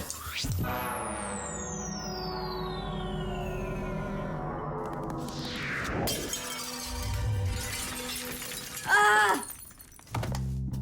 Well, so much for that. Cheaters never prosper. Thomas, did you see this? Nolik, don't touch the mercury. It's poisonous. Stop it right now. And you, Tom Thomas, you don't touch that mercury either. It's dangerous. Then how can we throw it out? Call your mom and she can help you. I can't. How could I call her? Then she'd find out that I wanted to trick her. Maybe it's better to tell the truth. I can't. I can't do it. All right, then. It looks like there's no other choice. Nolik, call Papoose and Masya. I'll get him. And you go back to your room and wait.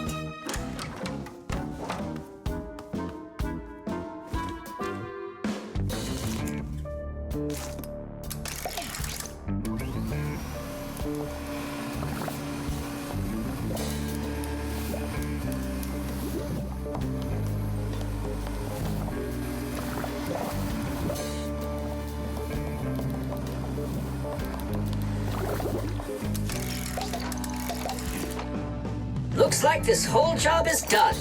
Not yet. We still need to neutralize this mercury.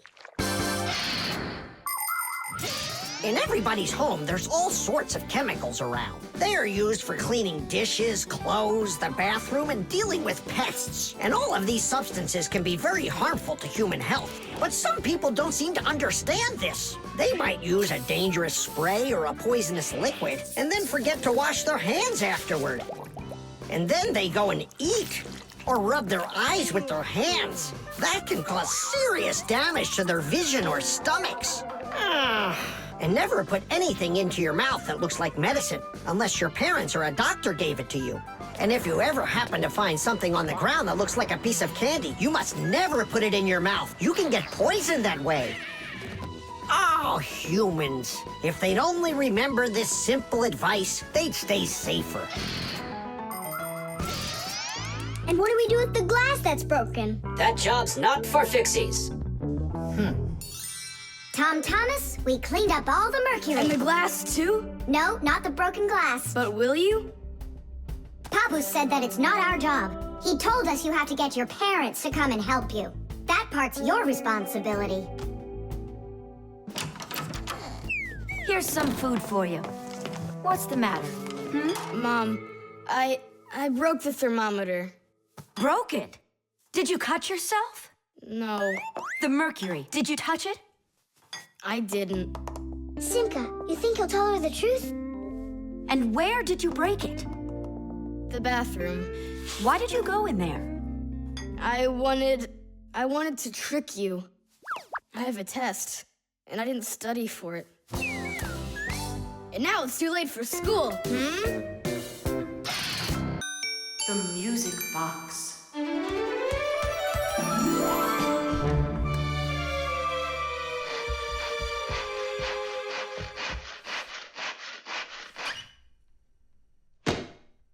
And when the Pied Piper began to play his magical flute, the rats came out of their holes and followed him. And they never would be seen in Hamlin ever again. Whew. And then what? Huh? I can't read anymore. My legs got tired. Whew. Simka, Nolik, something's rustling in there. In where? In Dad's office, it's on his desk. It's inside the wooden container. So maybe there's a mouse inside it. Tom Thomas, sit right here while Nolik and I go and check. And if there's a mouse in there for real, then how are we gonna get it out? Those rodents are really so big. And why was I reading that book to you, huh? Just grab a flute, give it a toot, and the mice will scoot. And where are the flutes gonna come from? We'll make them. Toot, toot, toot, toot, toot. You got it? Sure I did. Wait a second. Let's get a little closer.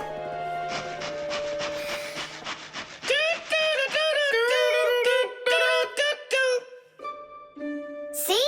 It's just like I told you. No more mice in there. So let's toot a little more so they won't go back in. All right. So you're the ones messing around out here. Oh, Grandpoos, it's you here. All day I can't work on what I need to do. Right from the start, someone's opening up the top, and then you two tooting. It was Simka. Simka who came up with the tooting. Just because you're afraid of mice. Wow, what kind of machine is this? Well, what do you think? A coffee grinder? No. A hole puncher. Is it a foot scratcher? What? Well, a machine for scratching your feet. You're joking all the time, you. It's a music box, and it's just wonderful. Music boxes were invented more than 200 years ago.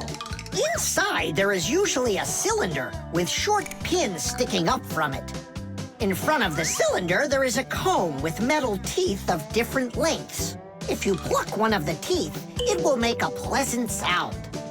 A short tooth makes a higher sound, and a long one, lower. When the cylinder spins around, the pins pluck the different teeth, and music plays. Awesome! So what's broken in here? The spring slipped off. It has to be pushed back into the right place. Will you help?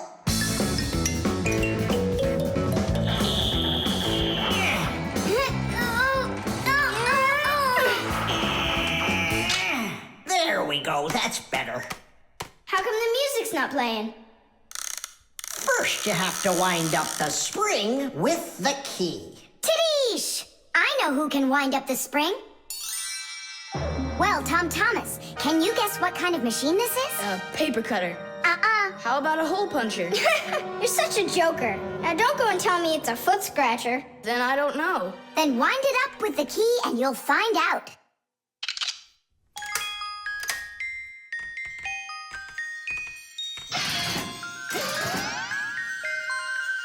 Do you want to know how the higher and lower sounds come out? Put a regular ruler over the edge of a table. Hold down one end of the ruler and pluck on the other. The shorter you make the end hanging off the table, the higher the sound will be. The teeth inside of a music box work the same way. And bells work the same way too. The smaller the bell, the higher it rings. The sound of a violin or a guitar depends on how thick the strings are. Fat strings make a lower sound, and thin strings, a higher one. How tight the string is also makes a difference. Take a piece of string or a rubber band. Tie one end to a doorknob and pull on the other end. With your free hand, pluck the string. The tighter the string gets stretched out, the higher the sound. If you want, you can even play a tune. I think I got it now. It's an old player for music. That's close, but not it. A music box is what they call it. I just said that. So, what was it in there, Just a broken spring. It's not the thing I'm dying to know. Who was moving around there? All I'll say is we, Tom Thomas, won't let that secret out. Shh. The magnet.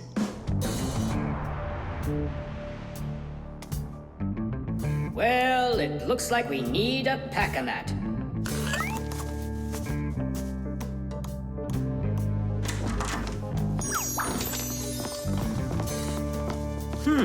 Where did this screw come from?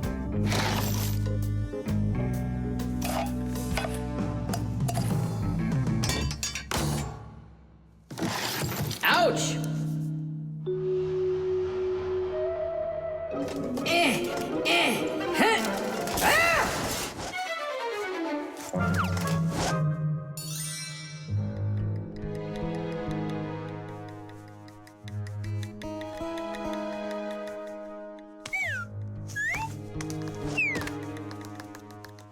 Papoose isn't in there either.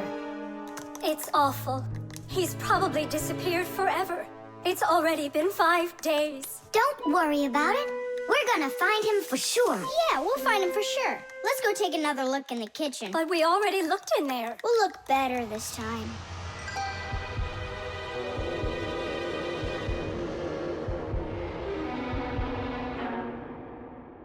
Let's go take a look in there. We looked so many times already. Simka, Nolik, what do you keep searching for in here? It's not a what, it's a who. Our Papoose is missing. We've been looking for him everywhere. Oh, no. He's probably already turned into a screw, because he doesn't have enough energy. Maybe I could help. Surely. Let's start with you picking us up. We're just exhausted from running.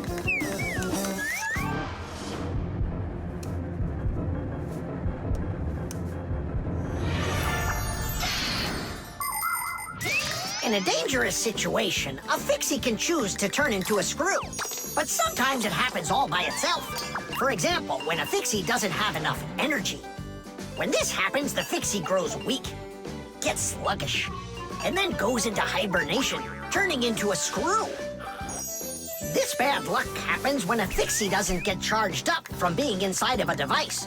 That's why Fixies always work inside of machines, so they can stay charged up with energy. Sometimes a Fixie that has grown weak and turned into a screw can get lucky. If a human happens to find him and screws him into an appliance, then the Fixie will be able to get energized and come back to life. Then he'll unscrew himself and run away, leaving the human wondering, where did that screw go? I know I screwed it in. So, where should we look first? What are you looking for in here, Tom Thomas? Well, And what do you have there in your hand? Just some screws of mine. Ah, I just found a screw not too long ago. Maybe it's one of yours. Probably. Where's it now? Here, take it, and don't leave them lying around. Should I turn myself around now so your papoose can turn back into himself? He's been lying in there for a week already. He doesn't have the energy to turn back into himself. Then what's next? We have to screw him into some device, you know, so he will get his energy back. Okay. But which one's papoose? All of these screws in here look like papoose. We'll use a magnet. How come? All of the screws will just get lifted up together. First of all, not every kind of metal is attracted by a magnet. It's an easy thing to see for yourself. Just get a magnet. You probably have one in your house on the refrigerator. Try moving it close to different metal objects you have around the house, like a spoon or nails or coins. You'll notice that some of the metal objects are pulled very strongly by the magnet, while some of the metals are pulled a bit less. And then there will be some metal things that aren't attracted to the magnet at all. Got it. And the second thing? Well, the second thing, we Fixies aren't attracted to that magnet one bit when we turn into screws. Let's give it a try. Here, I found him. And now we'll screw him in.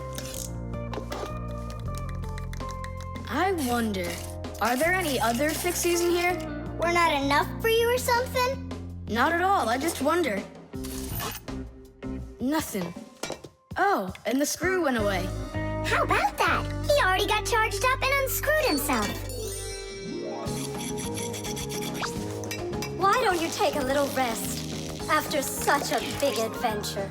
No thanks, I've had plenty of rest. Anyway, it's something I've wanted to do for a very long time already.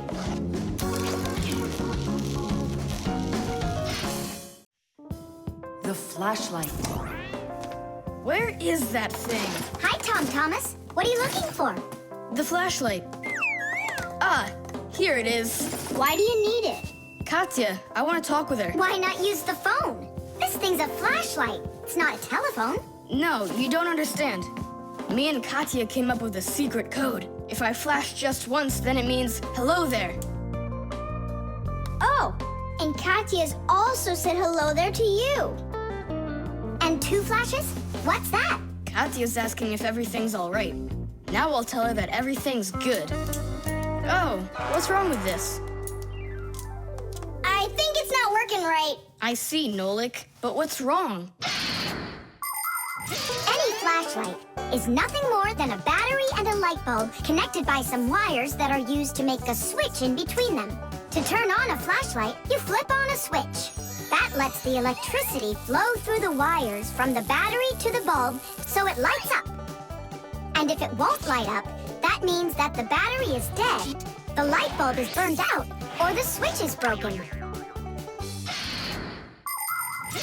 And now let's put all this theory into practice. I'm sorry, but I don't have time right now. Don't you get it? If I don't signal back, she'll think that I don't want to talk to her, and that would just be terrible. Just don't get all worked up. We'll help you. But first, we need to get the the Packamat and come right back.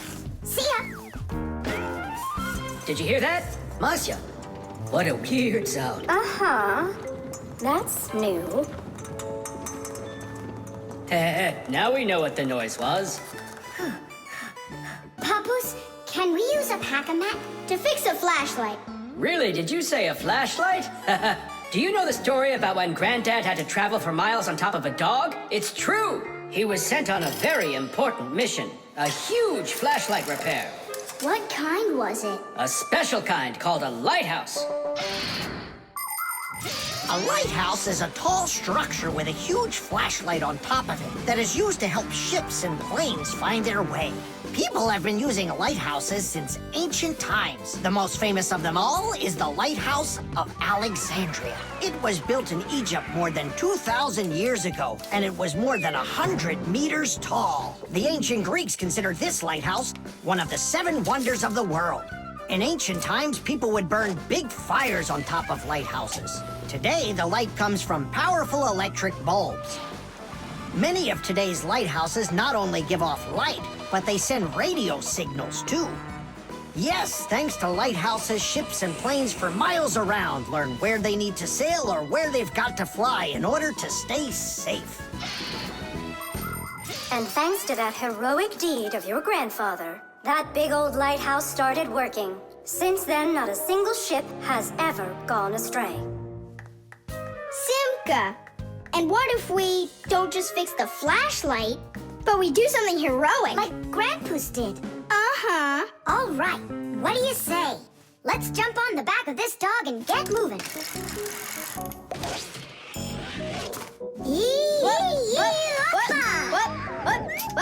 What? Stop ducking. Grab hold of my hand. Uh-oh.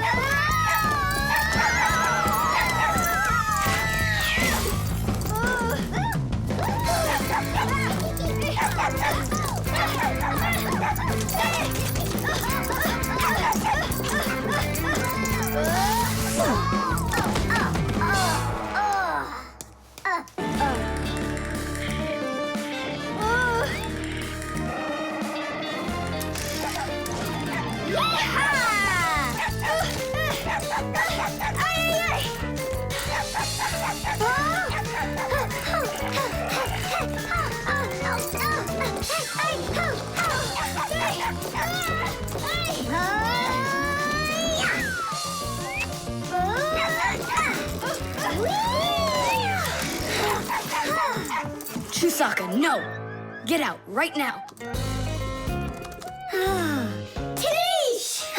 That was really some heroic deed. Now it's time to go get that lighthouse fixed. Tom Thomas, hand the lighthouse over. What kind of lighthouse? The one that's your flashlight. I have no use for it. What do you mean no use for it? But then how are you gonna tell Katya what she needs to know? I already told her. Watch this. No, that wasn't the deal. Yeah. You want to tell us our heroic deed was in vain? Well, if you need some heroic deed, then sure, fix it. Hooray! The short circuit. Are you sure we're allowed to play in your dad's office? We're not gonna play in here. We came here on a tour. I think this place is like a real museum. Just take a look at that. I have no idea what it is. And this thing is a complete mystery. Keep it down, this is a museum, you know? What a great museum guide you are. You know absolutely nothing. How can you say you don't know? I know. I'd like to run a test here, on the capacitor. On this one? Don't touch! Why can't I? It's not a museum. Because it's dangerous. If you touch it, the shock could be deadly. But you two are touching it all the time. I've seen it. The only time is when the device is turned off. And right now, the device is running. For many centuries, the Fixies only had to work on mechanical devices. But after the discovery of electricity, the Fixies had to master electrical devices as well. At first, Fixies were getting terrible shocks, and they really, really hurt. Over time, the Fixies figured out that you can't fix appliances when they're turned on, and bare wires should never, ever be touched. And Fixies also learned that electricity can travel not just through wires, but through plain old water. So that's why if a broken wire ever ends up in a puddle of water, you must never get close to it, or you could get a terrible shock. Fixies learn all these important rules, and they hope humans understand that they need to learn them as well. Look. Now here's one I know about. It's an old radio my dad got from my grandpa. More than 60 years old, can you believe it? Your grandpa? The old radio. That was a joke. Is it still working? I don't know. Let's check.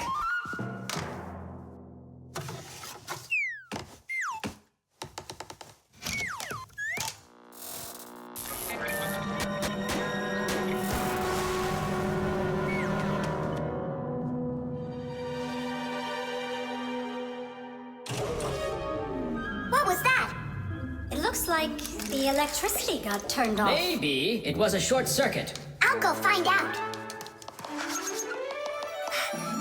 Oh, so it was you who caused the short circuit. I was in here showing all these things to Nolik, and we wanted to turn on the radio. We flipped the switch on, and then suddenly, kaboom, the lights go off. They're off everywhere in the apartment. So then how can I even warm up my pizza now? Soon it will warm up all by itself now that the refrigerator isn't working. Simka, what is that thing you said? A short circuit. Electricity goes back and forth from an appliance with two separate wires. For example, an iron uses the electricity it needs to get hot. But if those two wires start touching each other without the iron in the middle, then the wires will get hot instead. And this can cause the wires to burn out. When this happens, it's called a short circuit. Short circuits can happen when the coating around a wire is worn out, or when an appliance is broken on the inside of it. So when you tried turning on that old broken radio, the wires in the apartment started burning. Does that mean all of the wires got destroyed? Don't worry. In our apartment, there's an automatic switch to stop that. It turns off the electricity when the wires start getting too hot. Oof. And what about that, automatic switch? Is that something you need your mom and dad to turn on? No question. You definitely would. But you have us. Yeah. And we have Papus and Masya. I'll go tell them what happened here. And you guys, you turn off the radio. But we'll get electrocuted. What do you mean electrocuted? Thanks to you, there's no electricity.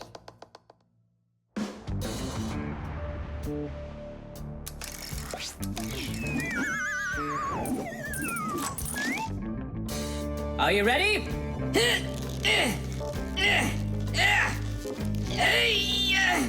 Pull it up.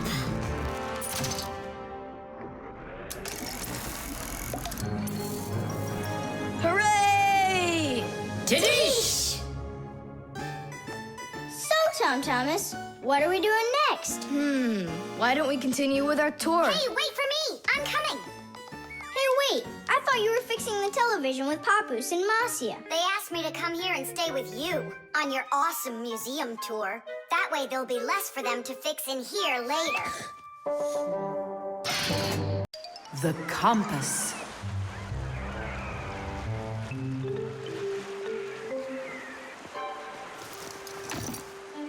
Pipe ball, hands on the deck. Aye, aye, mateys. Shiver me timbers. Simka and Nolik, what you doing here? We're not Simka and Nolik. We're courageous pirates. Yeah, pirates. And today we leave home for the sea. Are you with us? Yes, I am. Hooray! You mean no? No hooray? Oh, yeah. You can't join us without a test. Go and find a special thing. Something no sailor should ever sail the sea without. I can do it, but how? With a map. And it's over there. I've never seen a map that's this puny.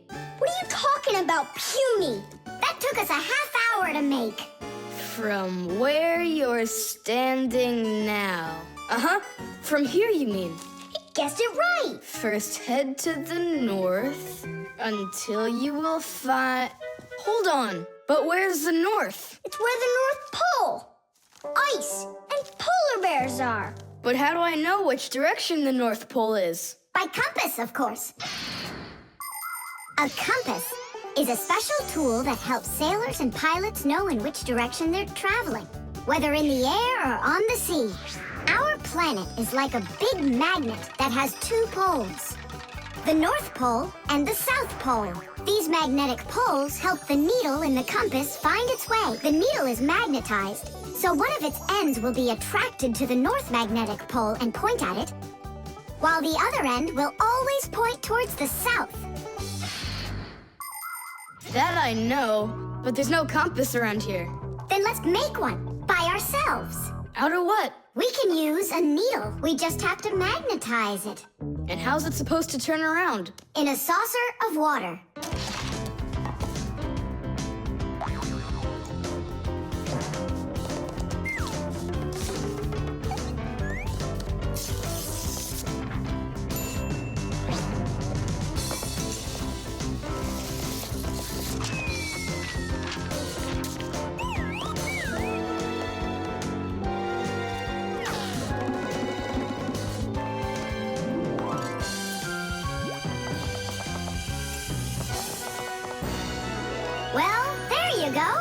Now one end is pointing in the direction of north and the other to the south. But which points where? Well, there's the window, so that can't be the right way. The north is there. I'm really liking this sharp little fella we've got here. You calling me a little fella? No, it's just the way us pirates talk. All right then, north we go. First head to the north until you see a sleeping monster. Mateys ahoy! Monster on the horizon! Let him do it himself. Now turn to the left and go 300 paces more. 300? Exactly. I counted on myself. Uh-huh. Okay, then that means I'll go 1, 2, 3. Now straight ahead until you get right up to the giant tree. You call that a tree? Wow, amazing!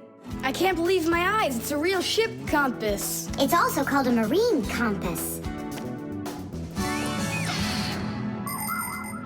The first compass was invented more than 1,000 years ago in ancient China.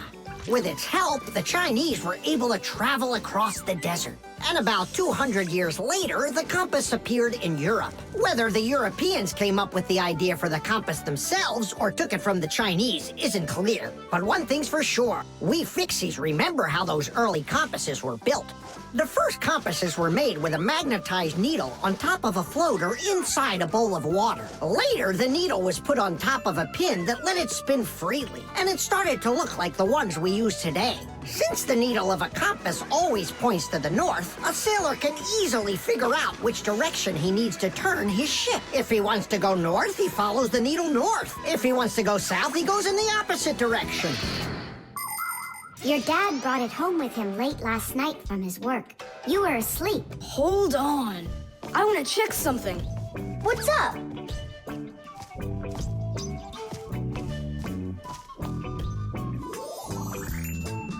Yeah, they line up together. Of course they line up. If not, how else would you have gotten here? We're done with the needle. It has to go back. First, head south 600 paces. 6 for you, matey. The hairdryer. Nolik, are you here? Yep, I'm here. I got a cool trick to show you. What? Oh! That was real magic, dude. Took long to learn it? No, that's not the trick. It's a trick with helium. Oh, what is helium? Well, helium's a very light gas they fill balloons with so they float in the air. That's not magic at all, you silly. Who's never watched a flying balloon? The trick's not about the balloon flying. I need to get its gas. Ugh. How can I get it down from there? Get a hairdryer. That's the way to do it. Yeah, what for? So I can show you a trick. All right. Mom, can I use the hairdryer for a minute? A hairdryer is a great, simple invention. Inside a hairdryer is a fan that sucks in the air from behind it and pushes it out the front to blow your hair around and make it dry. To heat up the air, there's an electric coil inside of there. When the coil heats up, it warms up the passing air. And the hot air helps your hair dry faster. Of course, you don't have to turn on the heat setting, but then you better like that cold wind.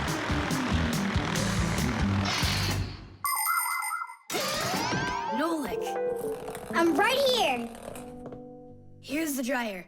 I want to see your trick. All right, flip the switch. Now you lay the ball right into the airstream. Oh, great! The ball's flying. And now it's my turn to fly. Really? Whoa! Yeah! I'll shoot right up to the ceiling so I can grab the string and pull the balloon down. So turn off the heat and away I go.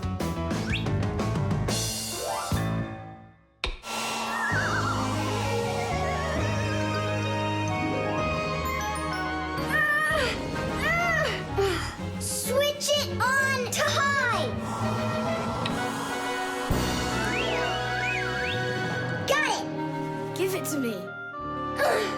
I can't get it down. It's probably because you're little and weigh like nothing. And what? Do I have to wait till I'm heavier and older to get down? I don't know. Then you'd better get my sister. She'll tell us what to do. Simka, come on out. Well, what's going on? Look. Hi there. How'd you end up on the ceiling? I was just showing off that funny hairdryer trick. I'm laughing out loud. Ha, ha, ha. I can try flipping on the hairdryer and lifting you up to Nolik. So both of us can get caught hanging up there? Well, thanks, but I don't need it. Then what do you need? Just a broom or a mop. You know how to do a trick with a mop? Uh-huh. Just make it fast.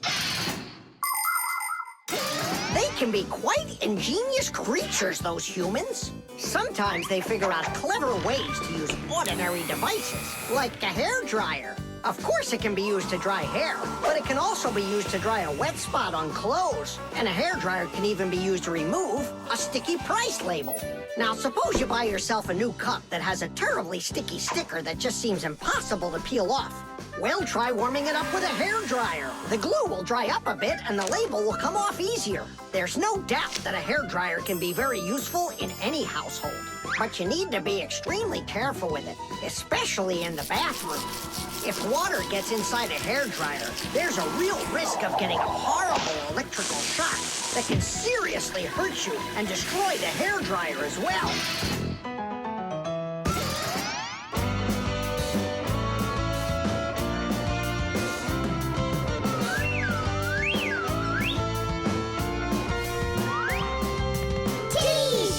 Pull it down!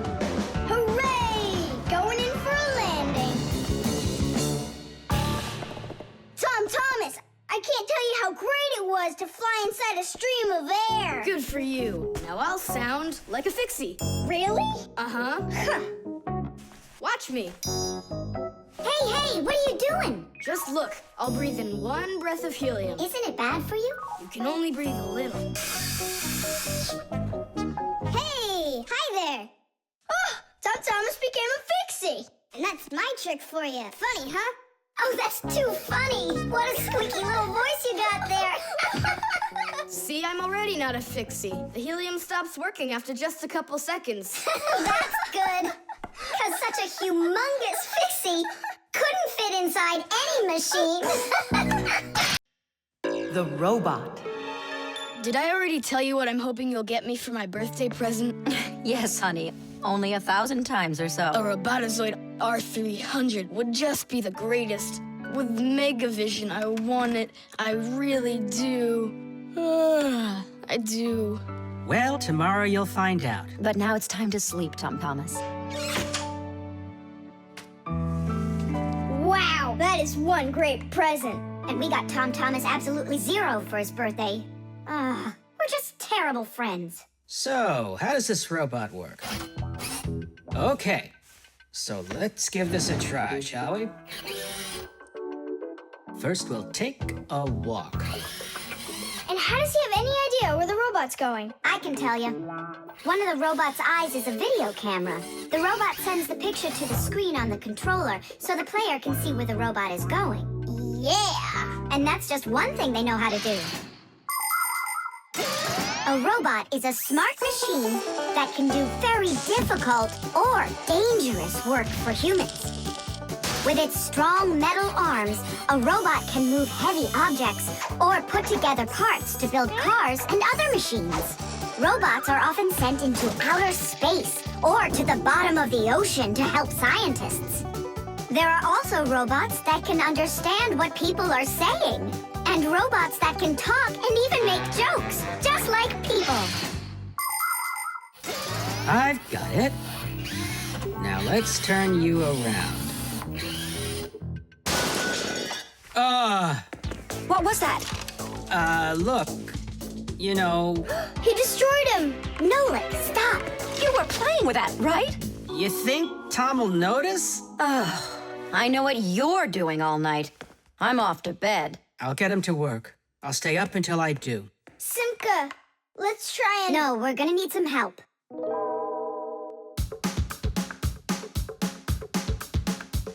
When your TV has broken, when your cell phone has croaked, your laptop's barely working, the kettle's had a stroke.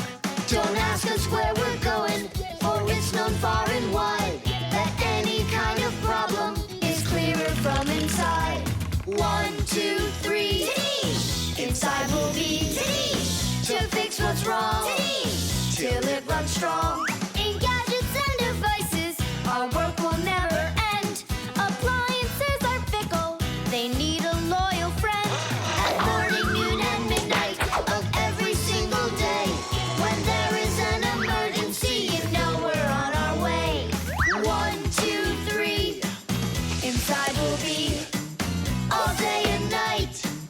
We fix things right. 1, 2, 3, inside will be all day and night. We fix things right. We live to keep on working, and work for us is fun. So we'll just keep on working, 'cause our work's never done. And deep inside of gadgets, if you look when it's dark, you might just see us race around like multicolored sparks. 1, 2, 3, inside will be to fix what's wrong, till it runs strong. 1, 2, 3, inside will be all day and night. We fix things right. 1, 2, 3, inside will be to fix what's wrong, till it runs strong. 1, 2, 3, inside will be all day and night. We fix things right. Wow, you got it! We need to hide. A robotizoided R300, I can't believe it!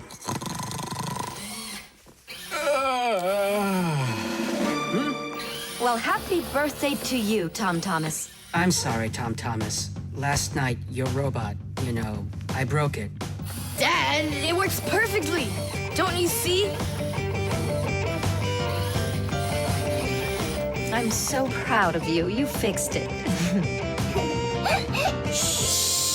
I couldn't fix it at all. I tried everything. Oh, you want to tell me that the robot fixed itself? What a joker.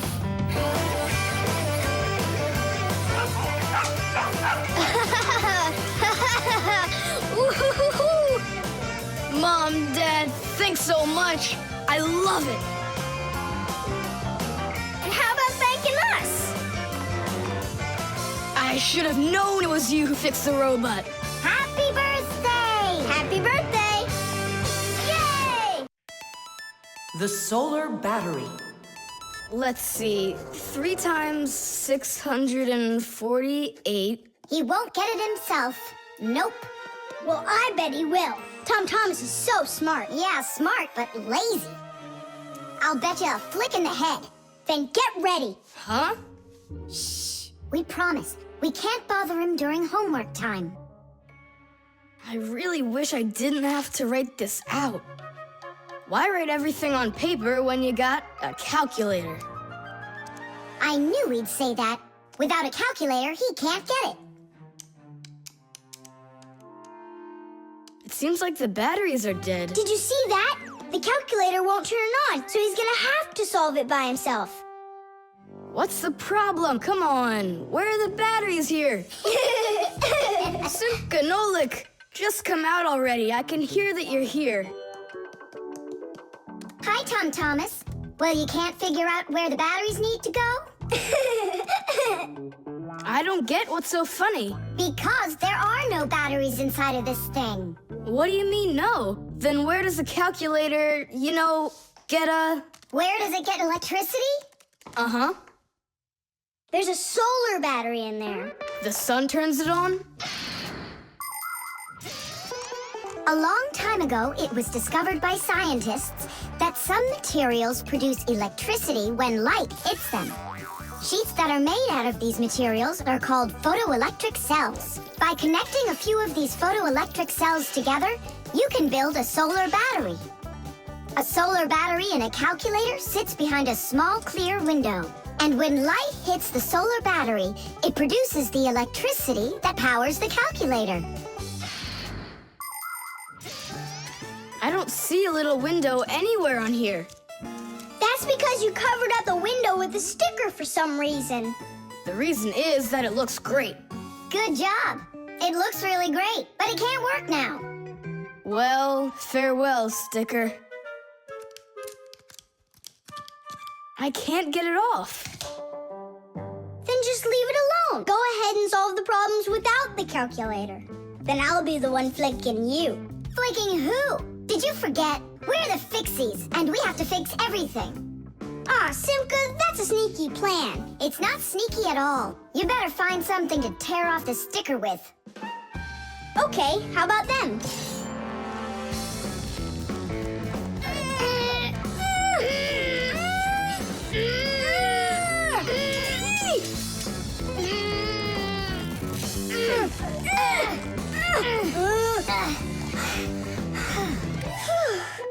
It'll take forever doing it this way.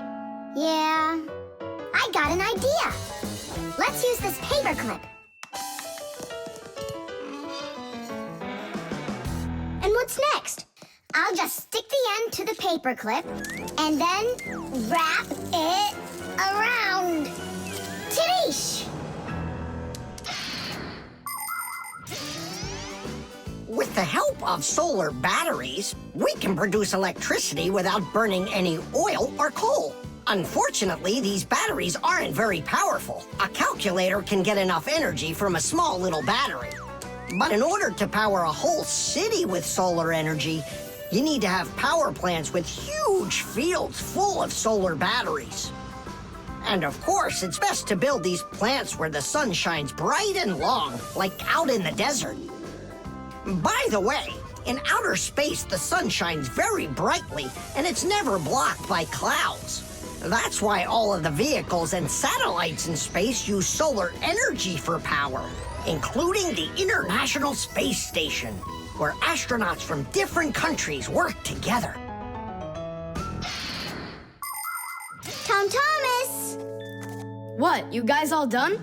Uh-huh. Now you can go solve your problems on the calculator. But I already solved them on paper before you peeled off the sticker. Hooray! I'm the winner! Ow! That's totally unfair. If it wasn't for the sticker, you would have lost. What's going on? Nothing. Never mind. That's nothing to you? Well done, Tom Thomas. You got them all right. Now it's working. Look, a picture of our Nolik. Where? Right there on the calculator. Oh, I got it. 0 means null, Nolik.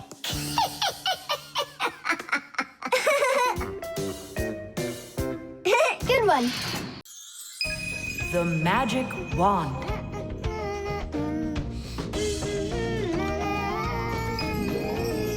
Oh, Tom Thomas, how did you get here? It was a piece of cake. I just got this cool magic wand as a gift, see? Wow! There's no such thing as a magic wand. I don't believe you. You just wait. Any wish is the wand's command. Check it out. Today I want my school to be closed. Golden wish, Tadish!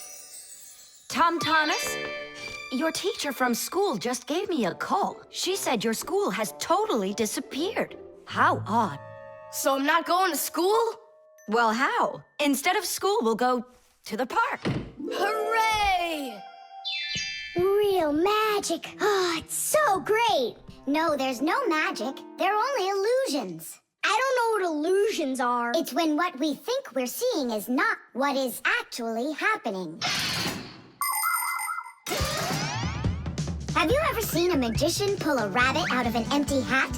Do you think it's magic? No, it is only an illusion. In reality, the rabbit's hidden inside the table that the magician puts his hat on. The lid of the hat is made with a secret hatch. And when the magician puts his arm inside the hat, he grabs the rabbit from the table below and ta-da! How every magic trick works may be a secret, but every illusion does have an explanation. I'm telling you, this wand's totally magical. Right now, I can make a rabbit appear out of this trash can for you. Golden wish, Tadish! Oh, that wasn't the idea. Looks like a dog to me. Wait, one more time. Golden wish, Tadish! Golden wish, Tadish! Tom Thomas, will you cut it out? One Chusaka was already enough for us, and now there's 3.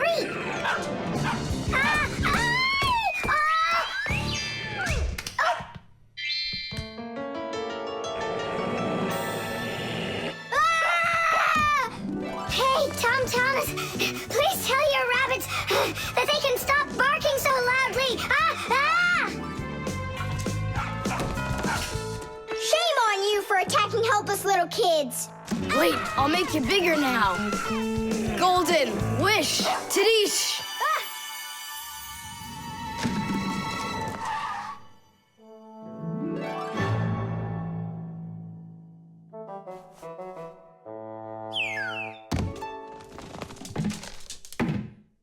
What? You scared? So you're only brave enough to chase little kids around?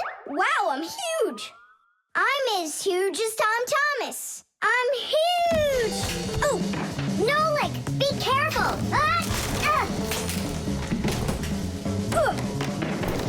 How can you live being this tall? It's so inconvenient. And I thought it was tough when you were so tiny. Tom Thomas, are you ready? Hey, why do we have 3 dogs all of a sudden?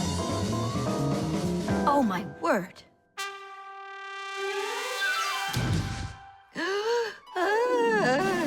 No! Why are you screaming? I was dreaming that someone had given me a magic wand. And then I had to make it big, see? And my mom saw you. That's awful. That would have made me scream. I wish I had a magic wand of my very own. We Fixies aren't ones to believe in magic, but we do believe in what humans can do, because humans often work wonders. For ages, flying in the sky seemed to be an impossible dream. But today, anyone can take off to the sky in an airplane. It used to be that humans thought that only magic could take them to the moon. But now astronauts have already walked on its surface. In fairy tales, people were able to see and talk to each other through a magic mirror. But today we have the internet and telephones we can use. Refrigerators, televisions, automobiles, computers. There are so many things that humans have created. Wondrous things that they used to only be able to dream about. Like a miracle from a fairy tale.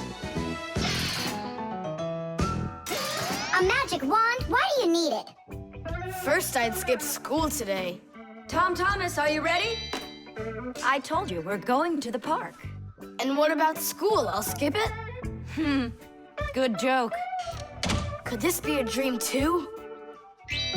No, it's just that today is Sunday. And that's the magic of The ship in a bottle.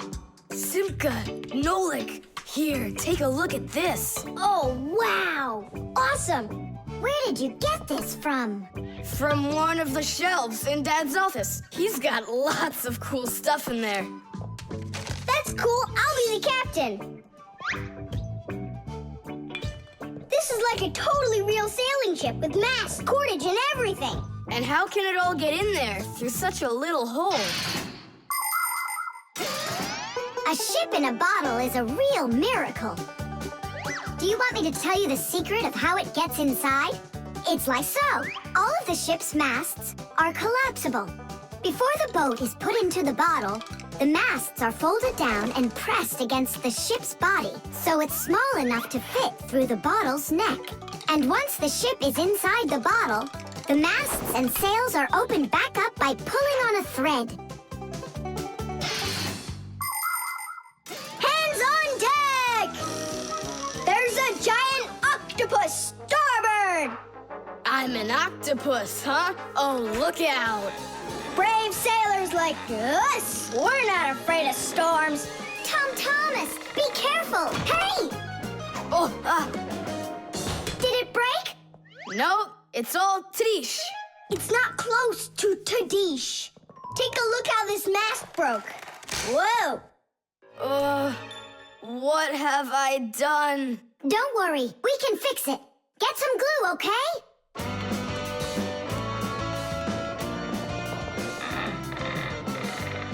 Here's some super glue I found. This is the kind that'll keep things stuck forever. Nolik, come and help! Achoo! Phew! This stuff is so stinky. Danish! Ooh, that's better, thank you, guys. We sailors, never let a friend down. Nolik, you gotta get out! You'll get sick from that stinky air. I can't get loose. I got stuck. Hello there, Tom Thomas. What are you doing with the ship from my collection in here? I just wanted to give it some air. Tom Thomas, you know that taking things out of my office is just not allowed. Hey, look, what an interesting cabin boy. I never noticed him before. I'll take it, Dad, and put it back on the shelf, okay? Who just sneezed? I did. Achoo! Well, all right then. Do your homework and please don't set foot in my office again. Simka, where are you going? To save Nolik. I'll come with you. You're not allowed inside that office. Your father said no. Sweetheart, your soup's getting cold. I'm coming. Nolik, where are ya? Simka, why is everything turning? Because you inhaled the fumes from that stinky glue. Oh, phew. Everybody knows how strong the smell of paints, cleaning fluids, and glues can be. But the nasty smell is not where the real danger lies. Breathing in the fumes from paint or glue can give you a terrible headache. Or even worse, it can make you faint. That's why when the Fixies need to paint or glue something, they're supposed to put on a safety mask called a respirator. And humans need to remember to wear masks just like Fixies when they're working with fumes. And never forget that the fumes from glue and paint can be flammable. It only takes one spark and kaboom! There can be an explosion. So always remember to have plenty of clean air moving through any room where you are gluing or painting anything. Simka, hurry up. Hang in there, Nolik. I'll get you out of there.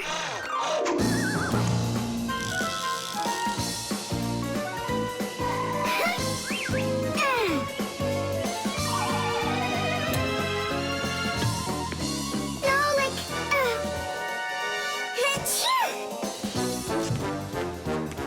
Oh no, is he okay? Nolik! Nolik! Oh, you're alive. Turning starboard. Turning port. Piasters! Piasters! Oh, whatever. He's gonna be fine. Nolik, do you know who I am? A giant octopus?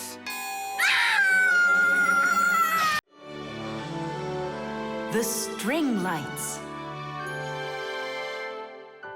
We're almost all done. Yeah. Now Santa Claus is gonna come over.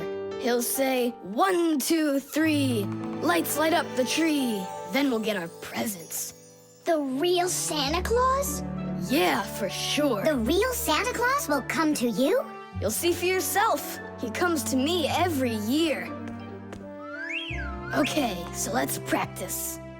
1, 2, 3, lights light up the tree. Huh? Oh, the string light's burned out. And we don't have another one. Tom Thomas, Santa Claus is almost here. Is the tree ready? No, not quite yet. Oh no. What are we gonna do? I'll be right back. Tom Thomas, what do you think? Will Santa Claus give you any presents if there aren't any lights on the tree? No way. It's not right without the light. It just wouldn't be magical. Papus, Marcia, Santa Claus is about to come to Tom Thomas, but the string lights on the tree, they all burned out. They all burned out? Really? The bulbs in a string light are connected together like a chain with a piece of wire between each bulb. When you turn on a string light, electricity flows through the wire, lighting up each of the bulbs along its way. But if any of the bulbs gets burned out, the circuit will be broken, and the electricity will stop flowing. That means one bad bulb will make all of the lights go out. So if you want to fix a string light with a bad bulb, the answer is really simple. Just find the bad one and put a new one in. So, do we have a spare bulb around here? I'll get it for you. I know where it is. Tom Thomas, hold up Santa Claus for a while. We need a little time to find and replace that bad light for you. I'll try to. Tom Thomas, Santa Claus is already here. Ho, ho, ho! I got one thing to do. So, let's find the bad bulb. Okay, Papoose, let's go. This one's working. Maybe this one burned out. Nope. And that? It lights fine. Santa Claus is getting very hot out here. Hold on. Simka, what's up? We checked all the bulbs, but couldn't find a bad one. I guess this year won't be magical. Okay, Mom, just come on in. Ho, ho, ho! Hello there, Tom Thomas. So tell me now, have you been good all year? Huh, why aren't the lights on the tree burning? So then let's say it together. 1, 2, 3. Ow! Papoose, I found one more bulb. Here's the one that's not working. 1, 2, 3. Light up the tree. Huh! Now we need to replace this bulb with a new one. So where's Marcia? Show your light, O tree. Hooray! Ho, ho, ho, ho. Whew, that was really hard. I see you already got it shining. But where did you manage to find a new bulb? We got Papoose to act as the bulb. Tidish! Tidish! Ah, what a hero. Pull me up so we can put this bulb in. On Christmas Eve, on Christmas Eve, on Christmas Eve, our spirits light up. Whoa! And on the tree, Yeah! on Christmas Eve, Nice box. the lights burn brighter. Every year when no one is expecting, from some place that no one could conceive, appears a little miracle before us. Every year on Christmas Eve, on Christmas Eve, on Christmas Eve, on Christmas Eve, on Christmas Eve, the clock it seems on Christmas Eve is ticking slower. And suddenly, on Christmas Eve, a miracle on Christmas Eve, no one believes on Christmas Eve comes out of nowhere. Every year when no one is expecting, from some place that no one could conceive, a little miracle before us. Every year on Christmas Eve,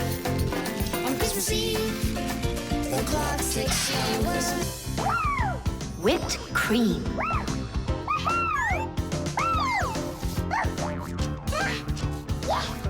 Nolik, please stop your jumping. Your head's gonna fall off. Don't worry, it won't fall off. That sounds good. Okay, I'll see you in a bit. Are you going somewhere, Tom Thomas? Me? Nowhere. Katya's coming over, so we can do our homework. I need some strawberries. Is she gonna bring the strawberries with her? You got it. And my job's to supply the whipped cream. They're so good together. Whipped cream, do you have any? I'll go and check. Wait, for me! Ugh. Simka, what do they make cream from? It's made from milk, and the milk you can get from a cow. And what about whipped cream?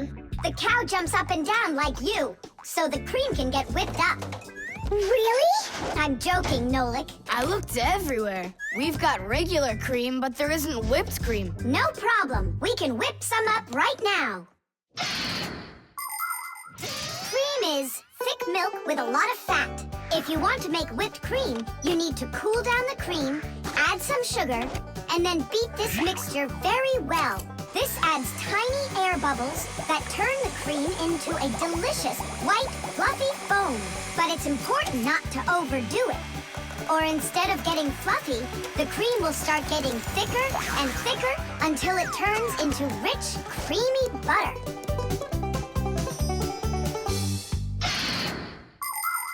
How are we gonna whip it up? Look, there's a whisk.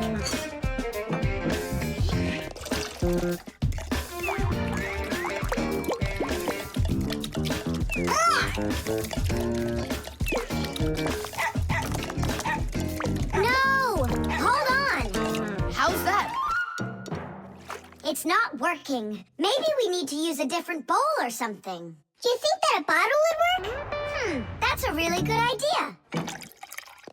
Now I don't have to worry about spilling this cream anymore.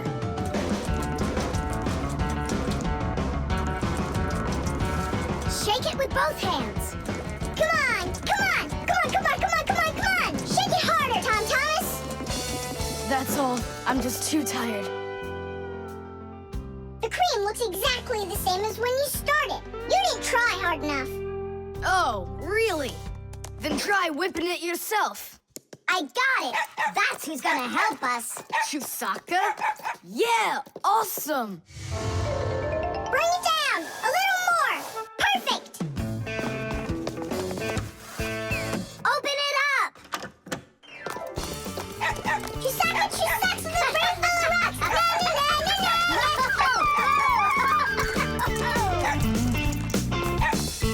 Telephone. This is even cooler than jumping on the trampoline! Yahoo! Yeah? But why can't you? What a shame. It's fine. Come on over anyway. You can't reach us. You can't reach us.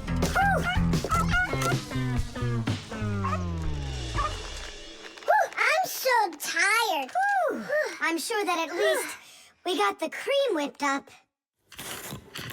Oh, see that, Simka? There's no cream left. Just some yellow stuff. It's butter, I'm sure.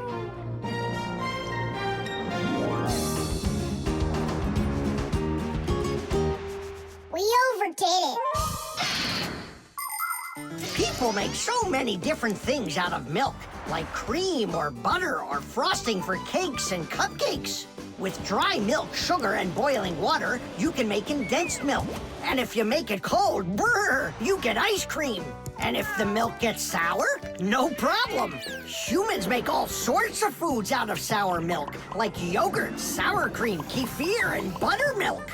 If you drain off the extra liquid from sour milk, you'll have cottage cheese. And by boiling milk a special way, you can make all sorts of different cheeses. There are so many kinds of cheeses made throughout the world that it's hard to even count them all. And even certain kinds of chocolate can't be made without milk. You must agree that plain old ordinary milk is just one super magical, extraordinary thing. It's just awful, guys. What, Katya's not coming over? She's coming over, just without the strawberries. She didn't know that her grandmother had already used up all of them to make some jam. So you're telling us that we don't need any whipped cream? Right.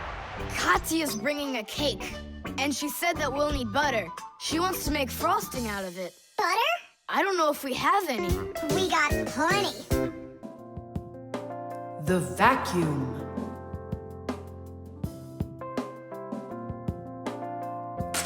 What's the point of cleaning up toys? You're just gonna go take them out again later. You said it.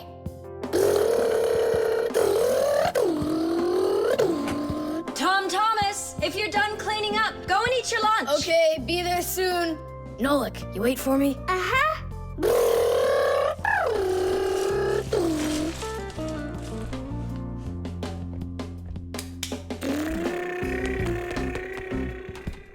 Oh. He calls this cleaning up.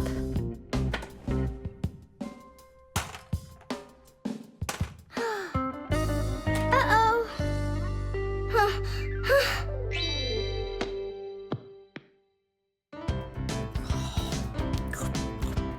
As we say, bon appetit. Thank you. You're not gonna eat me up, are ya? How? Fixies, I don't eat them. Well, that's my mom. She started vacuuming.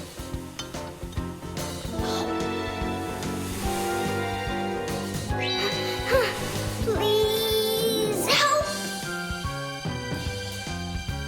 Help me! Help! Help!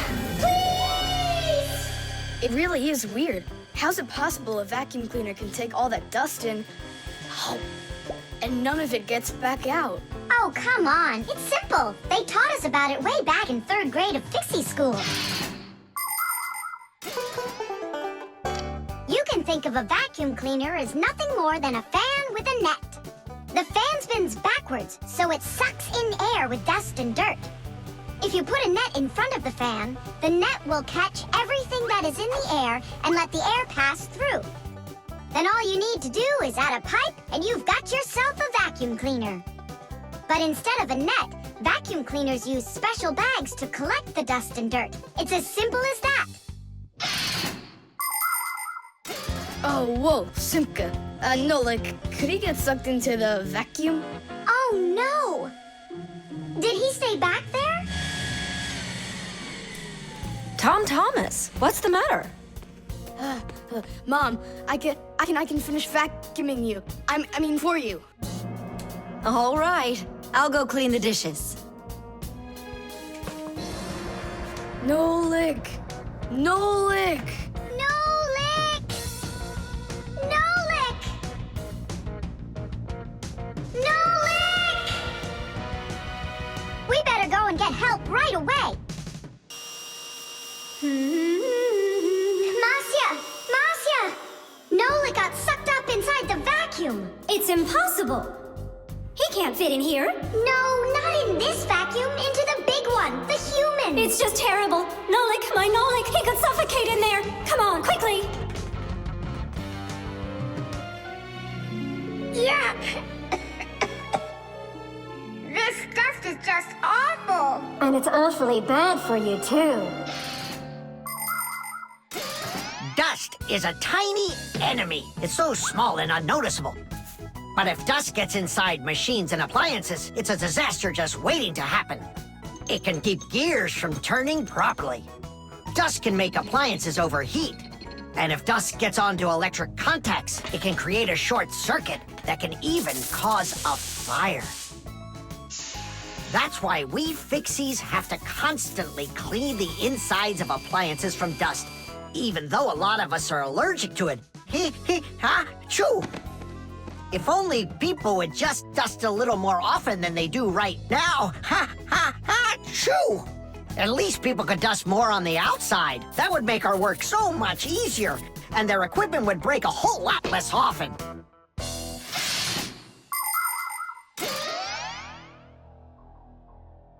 Well, did you find him?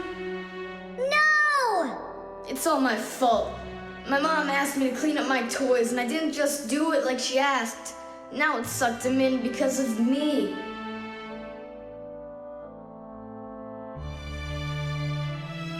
Nolik! Nolik!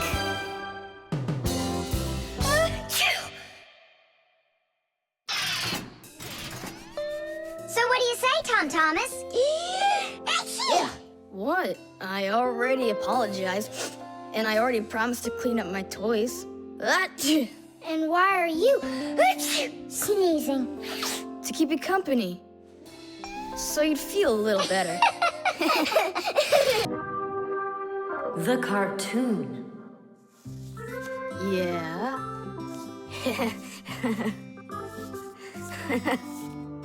Like that. Yeah. Tom Thomas, aren't you done yet? Yeah, show us your surprise and quit drawing.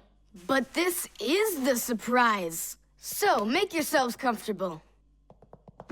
Quiet on the set and action. Great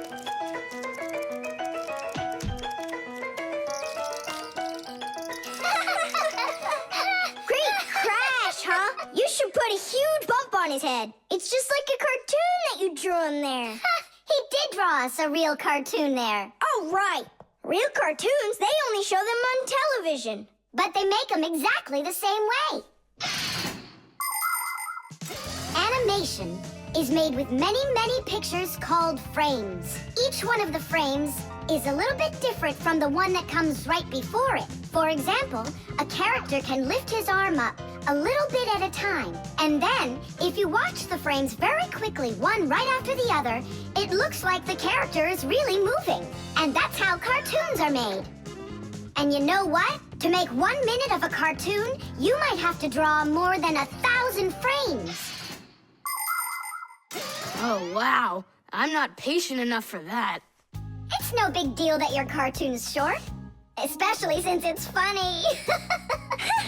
Yeah, it's so funny. Tom Thomas, who's this kooky guy you drew here?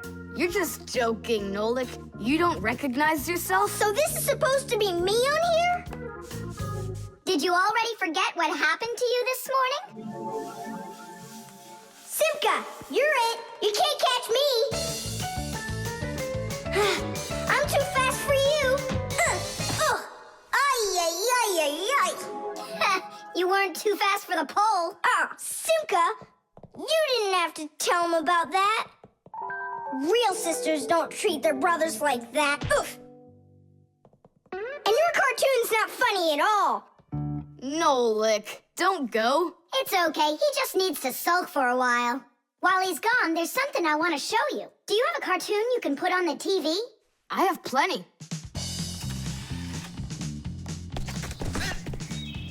What should I do? Let's watch it again. But now I want to show you the same cartoon a frame at a time. Here, take a look. This is a frame, and here's another and another. Isn't that cool? Uh-huh. So cool. And then back at regular speed, there's 25 frames every second. What should I do? It's magical. Simka, you know, I feel awful for Nolik. Yeah, I feel awful too. There are many different ways of making animation.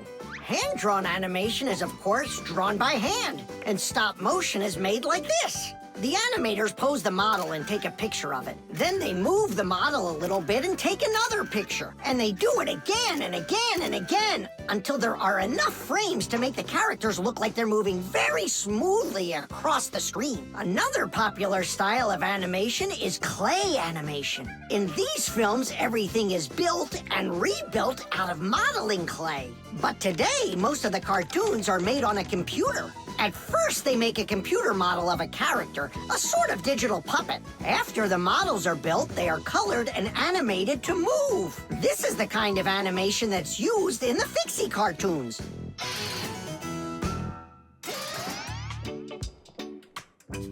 Tom Thomas, what are you doing? Are you drawing a new cartoon?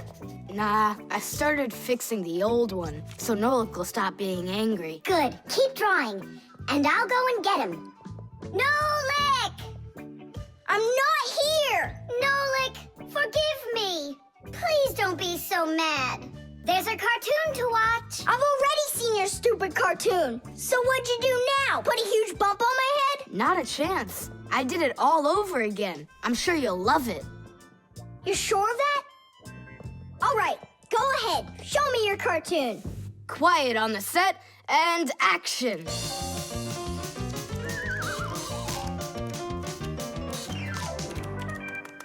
There you go.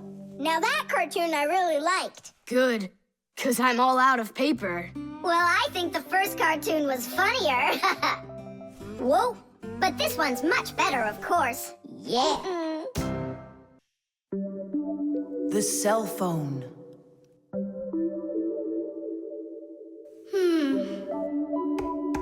Hey, Nolik, come on out and play. He's not allowed. He was punished. Can you tell me what you did? I grabbed a Packamat and I forgot to ask.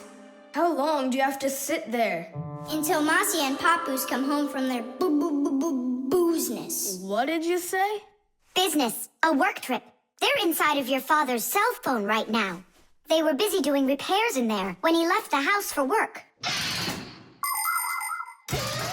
Do you know the reason why a mobile phone is also called a cell phone?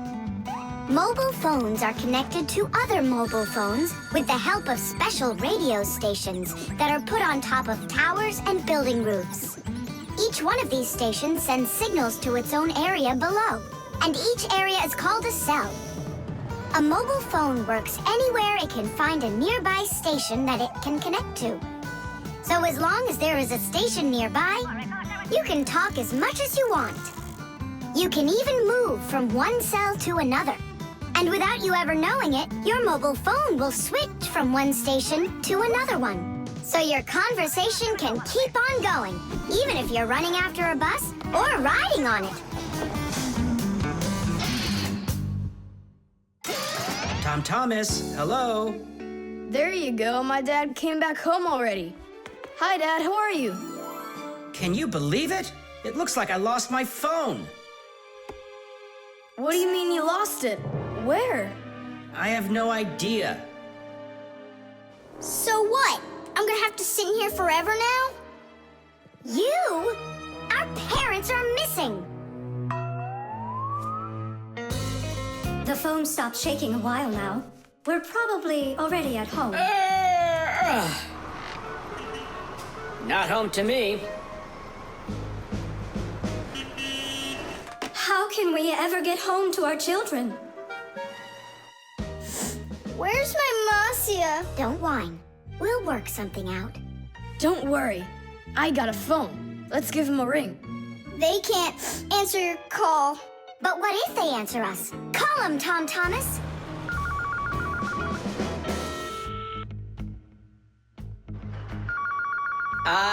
Don't even think it. We're not allowed to talk to humans. We're not gonna talk to them. We're just gonna listen. We need to close the contacts.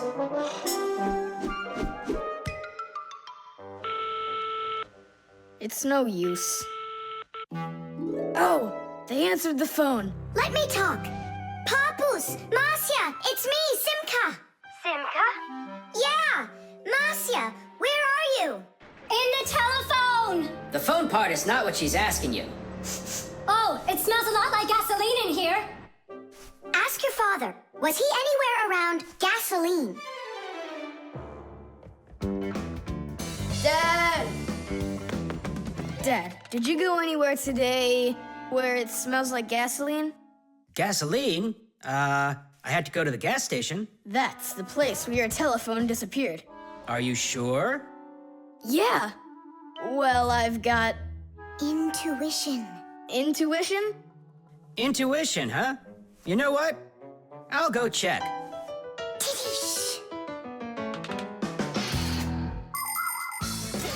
Come and check out our Fixie ringtone.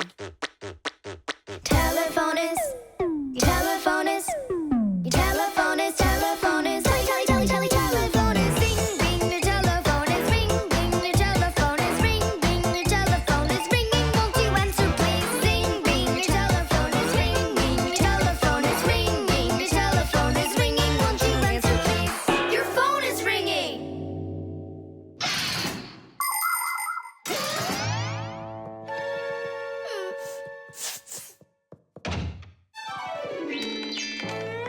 It's just incredible. You see? I found it. Son, you're one clairvoyant. I didn't notice when it fell out of my pocket back at the gas station. My children! Oh, my Marcia. Papoose. Ah, my sweeties. So, just by any chance, you think you might happen to know where I can find that nice watch I lost? No. Don't worry, there's no rush. Just use that intuition you've got.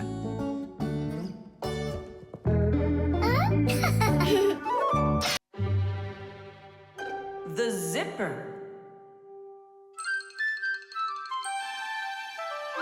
Hey, Nolik, look. Why did Tom Thomas go to sleep like that? Maybe it was some kind of homework for one of his classes. Uh-huh, gym class homework.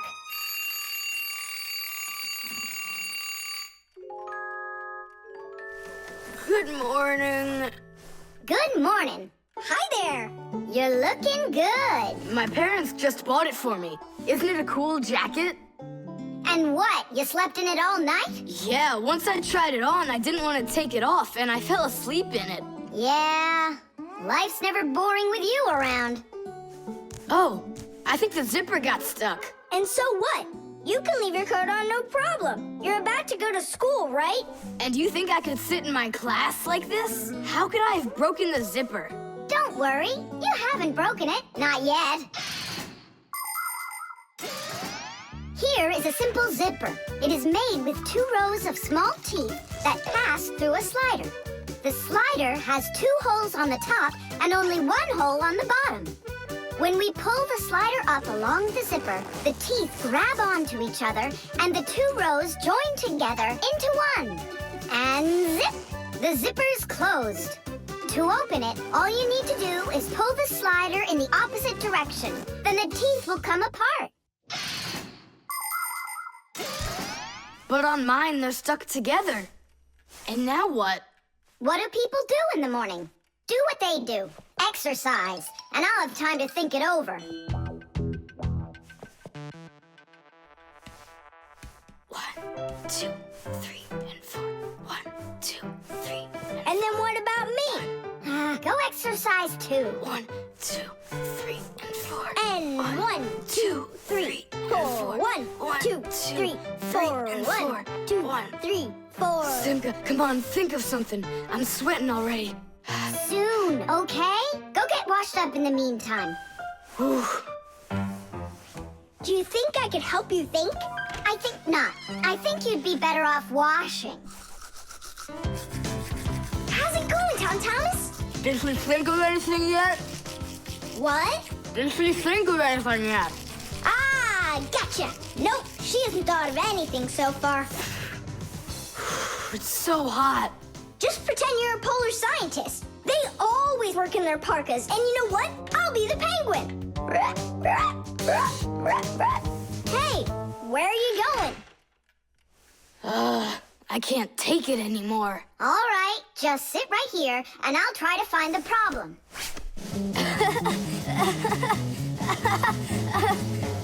You see? That polar scientist game's funny, huh?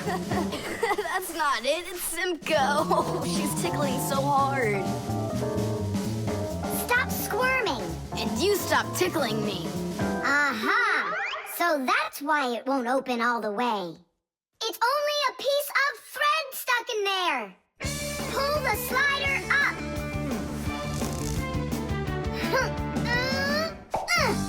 Titties!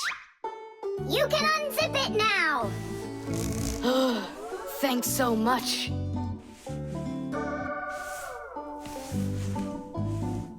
Here it is, a thread.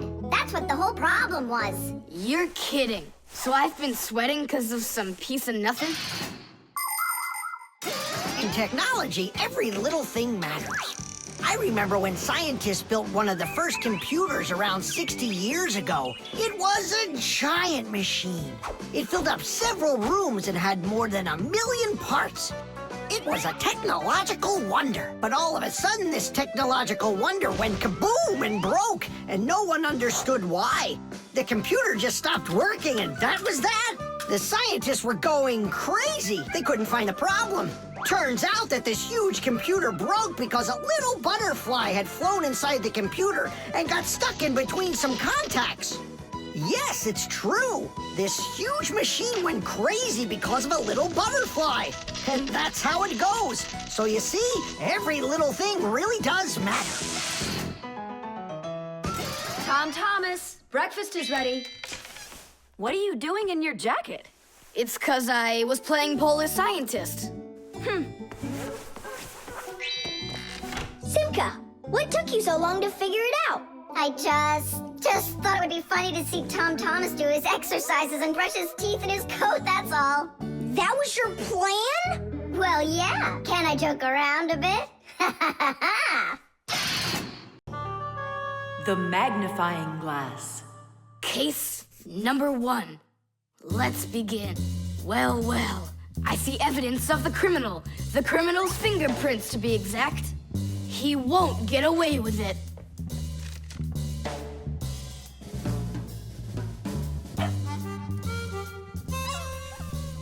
Why do you think she's just looking at us instead of chasing us? Oh, maybe she can't see us and we're invisible. Then how come I see you?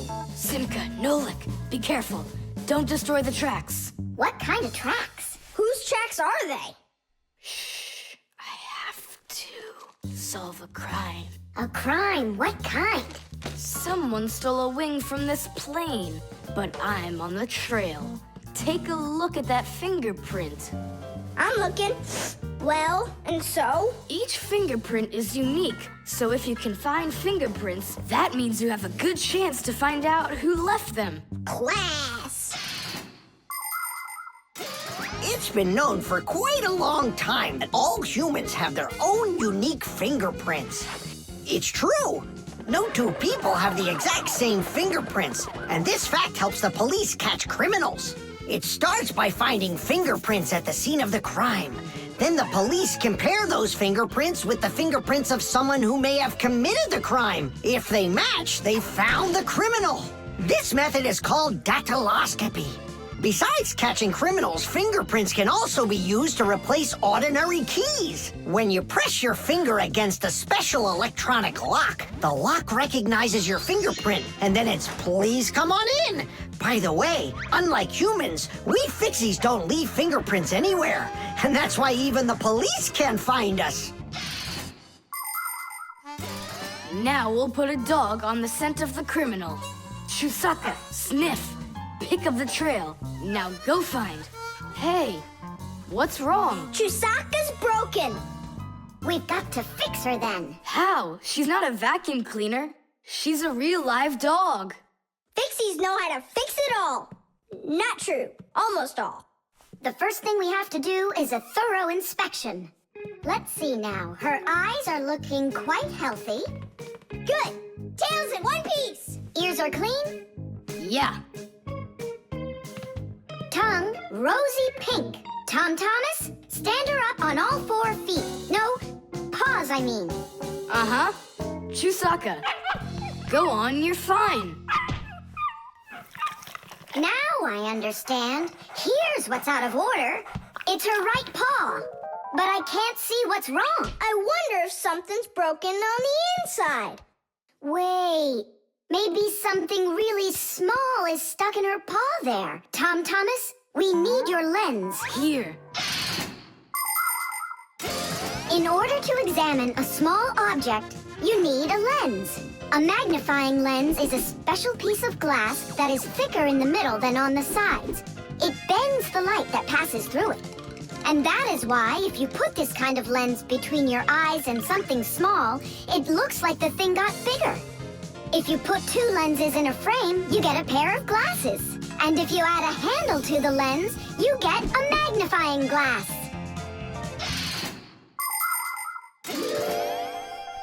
There it is, a splinter.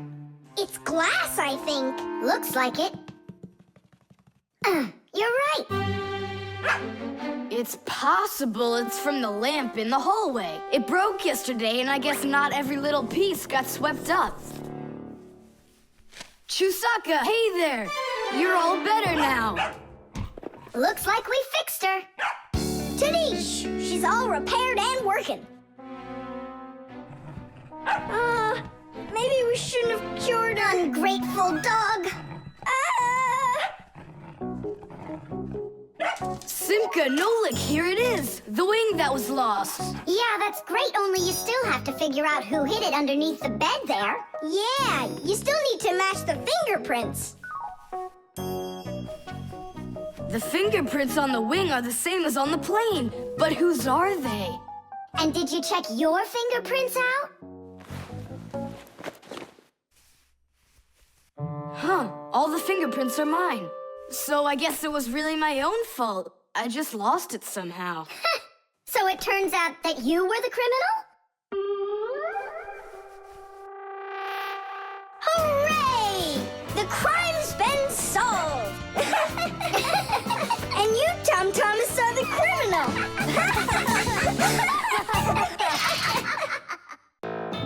The nightlight. They're very close. I can feel them. Help me! Help me! Help me! That's all. You've had enough monsters. It's not good to watch these kinds of movies before bed. Mom, really, I'm not scared. Let me watch the end, would you? I told you, that's all. Well, good night, honey.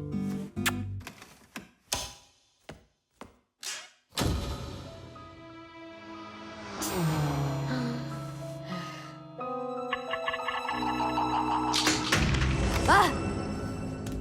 Who's there? Ah, they're very close. I feel them. Ah.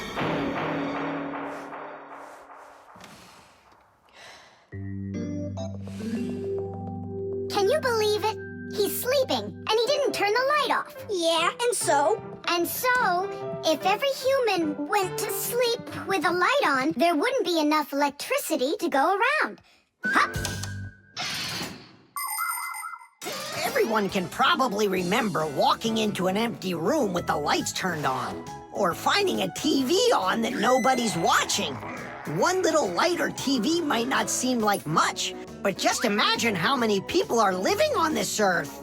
Well, if everybody forgot to turn off the lights or TV when they weren't being used, the amount of wasted electricity would equal the amount of energy produced by 100 power plants.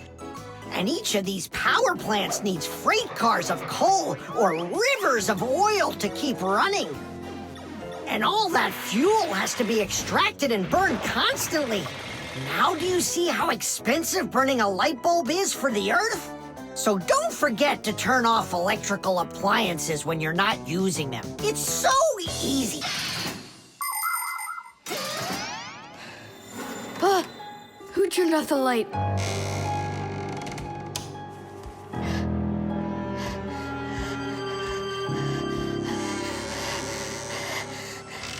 Ah. Ah!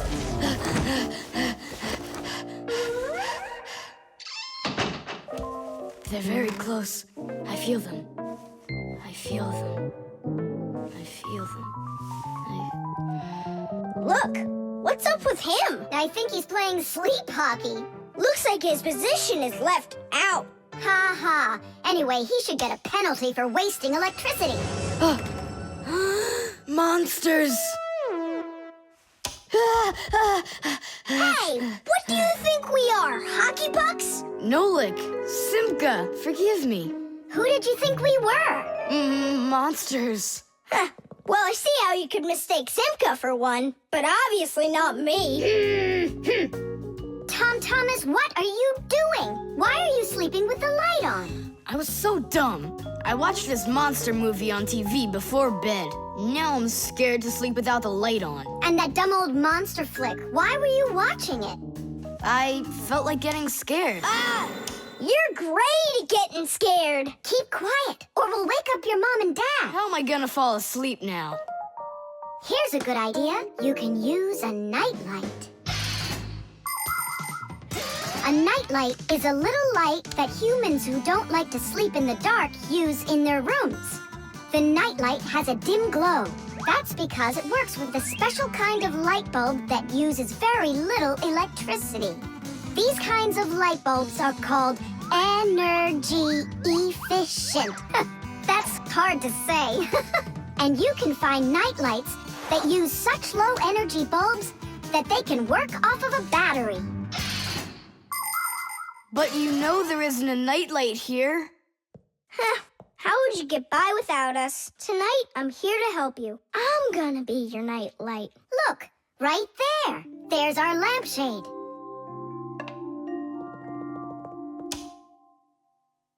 Thanks so much. You really are a friend indeed, Nolik. It was easy. Just go to sleep. Nolik, do you know any good stories? I know one about a big meat grinder. Nah, no way. You'd better tell me a story about a nice, kind Fixie. Ah, I know a good one. And here's how it goes. Grandpoos was working inside of a very big clock. Actually, the clock wasn't that big. And I'm not sure if it was Grandpoos, but it was a clock. I think. Paper. Hey, Tom Thomas!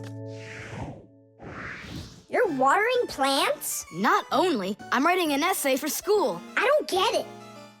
I have to write an essay that's called How I Take Care of Nature. Only I have to write what's true, so I'm writing what's true.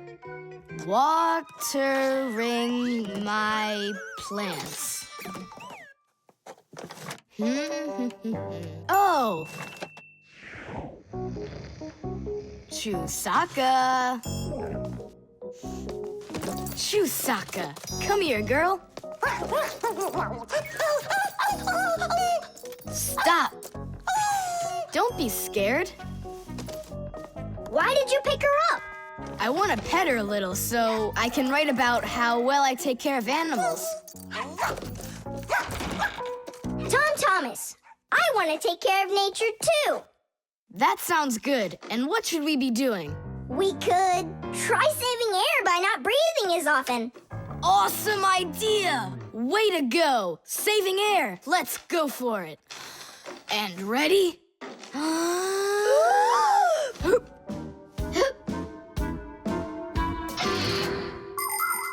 Humans invade nature and destroy more and more of her riches with each passing year. They extract her minerals and oil, cut down her trees, and pollute her air and water. They do all of this to produce food and all sorts of other things. It's a shame that people don't really need all these things that they produce. They often buy something and then just toss it away when it's still almost new. And then there's all the food that humans buy and just throw away. So if you want to help nature, try not to buy anything that you really don't need. And take good care of the things that you do buy. And you can be sure that we Fixies will do everything we can to make your things last as long as possible.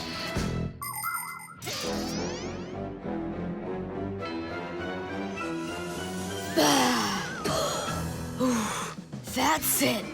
Now we can write it. Write this. I also do my duty by saving air. A whole 20 seconds worth. You got it? What's that noise? Huh. I must have left it running when I needed some water for my plants. Tom Thomas, I think you should write that you're saving water too. It really matters because there's not enough of it. Nolik, that's a good idea. Let's add that.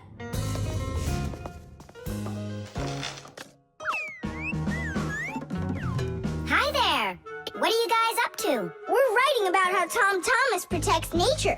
It's a homework assignment for school. Uh-huh. I've already written how I'm watering the plants, I'm good to living creatures, how I'm saving air and water, and how I'm conserving carrots, too. I never want to eat them, especially in soup. Not eating your vegetables? No way. Doesn't count. You sure that? Mm-hmm.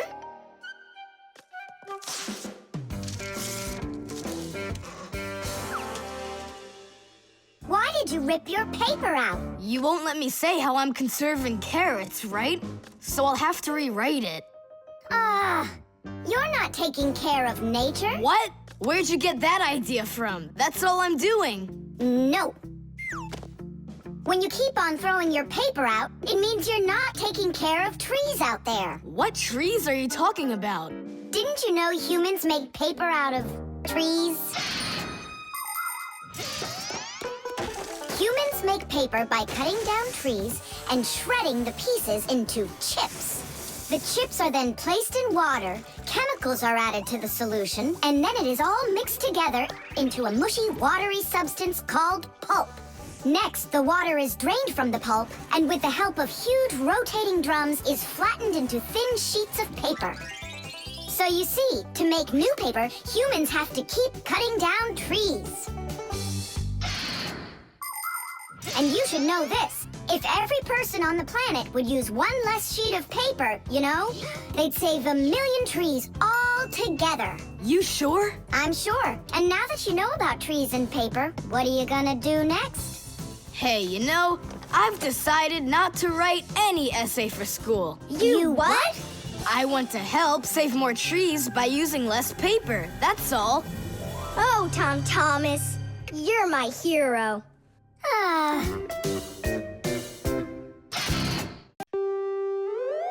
The alarm. Hey there! I'm back! Yoo-hoo! Wait, my chocolate bunny! It was standing right here! What's this, a dog? Not that one, another one! I had 2 bunnies. I just got them as a present. You had 2 bunnies? Are you sure of that? Of course! You think I don't know my 1s from my 2s? Huh. Then someone stole one. Unless. You went and ate it yourself! Me? How come I don't remember anything about it? Maybe you're a sleepwalker. What is a sleepwalker? Someone who gets up from his bed at night without waking up. He crosses the room, eats one of his chocolate bunnies, and doesn't remember a thing in the morning. But in the morning, the bunny was still there. Yeah? Huh. How about your mother? Could she have taken it? She doesn't like when you're eating too much candy. No, she doesn't. She says that candy's terrible for my teeth. And so, to save your teeth from these sweets, she snuck quietly into your room, snatched one of the rabbits, and ate it. But Mom's the one who gave them to me as a present. And so why would she take it? Yeah? Then I just don't know. Well, I do.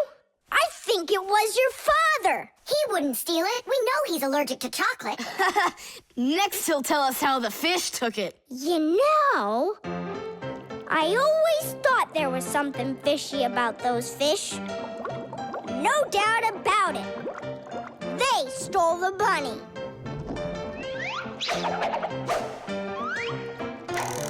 Uh-huh. And then they hid it in their aquarium. Oh, Nolik, that's funny.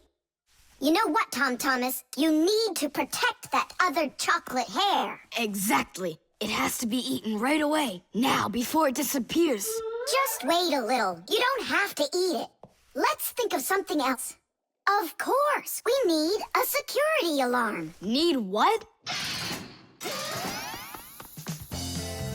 The alarm was invented to keep houses, cars, and other valuable things safe and secure.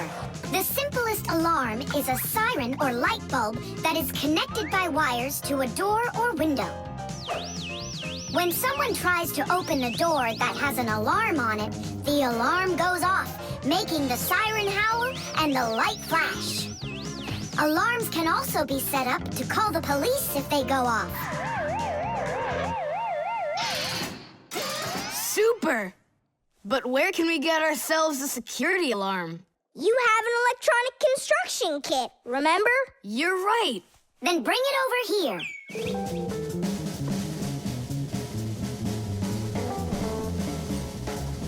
Nolik, help me!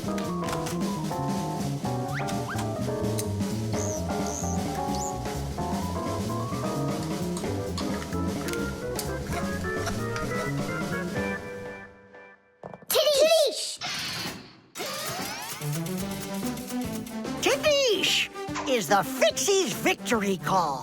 When a job is well done and we Fixies are proud of our work, we exclaim, "Tadish!" and raise up our hand with our thumb and first two fingers sticking out. You want to know what it means? It's very simple. Fixies love solving problems and fixing things that are broken. And do you know what you need to do to solve a problem? First, you need to find out what's broken. Second, understand why it broke. And third, repair what's broken so it works again. So do what the Fixies do and first, find it. Second, understand it. And third, fix it. Tadish! It really is a great word, and it sounds funny, but we Fixies surely like it a lot. Well, Tom Thomas, turn on the alarm. You sure the alarm will work? I'm sure, without a doubt.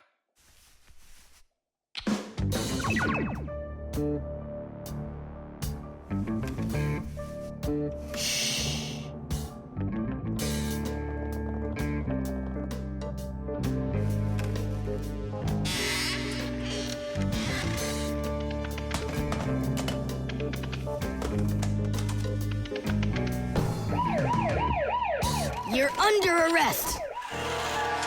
Freeze!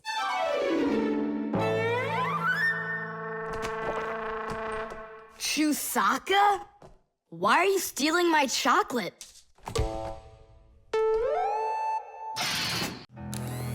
The mixer. Marcia, why are we going to the dishwasher again? We have a busy day ahead of us, and we all need to be charged up with energy. I don't like charging myself up in the dishwasher. Then how about the microwave, Nolik? Or the kettle? No thanks. I don't like it when we go inside anything at all in that kitchen. There's not one interesting thing in there. And where's it interesting, huh? In the computer. Marcia, will you let me get charged up in the computer? The energy there is sweeter. Our diet has to be nutritious, Nolik, not just delicious. People don't eat just candy, do they? Humans get energy from food, while the Fixies get their energy from appliances. Humans eat all sorts of foods, and so do Fixies. They need the energy that comes from different devices. Getting charged up in a car makes a Fixie faster. In a computer, smarter. And in a clock, more accurate. To get a balanced energy diet, Fixies mustn't stay inside of one place all the time like a television. It's healthier for us to move from one device to another.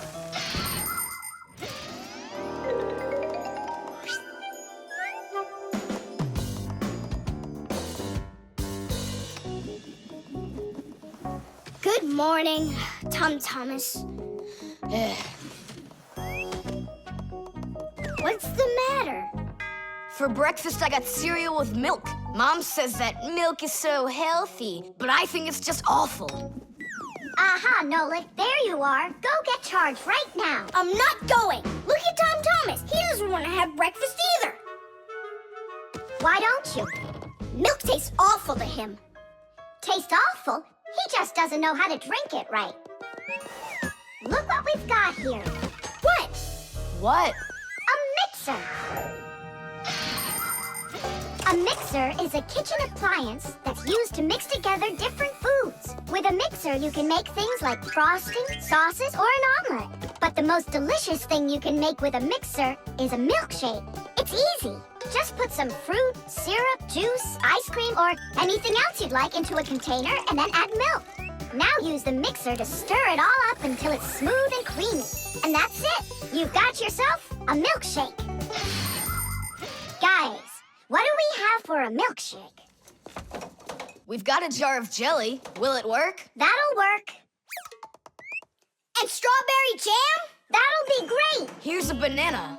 I found some chocolate, too. And I found strawberry ice cream. Start up the mixer. When you get up from your bed, yo. When you get up from your bed, open your favorite cereal. When your day is ahead, open your favorite cereal. When your day is ahead, there is still something you need, yo. There is still something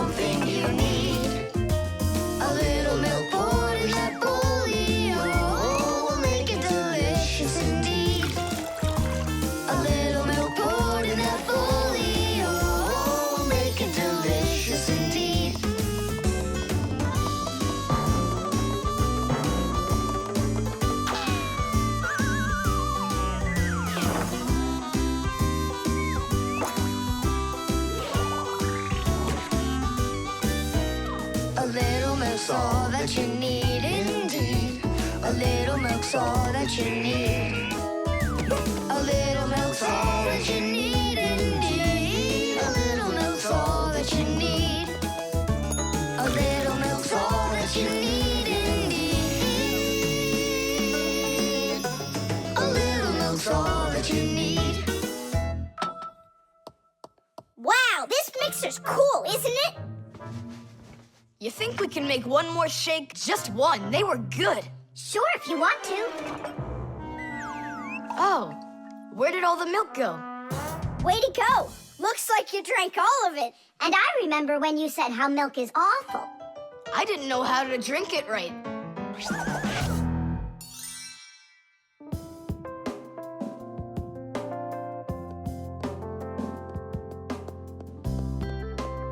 Simka, what in the world were you up to? And what happened to Nolik? Shh. Just come, I'll show you.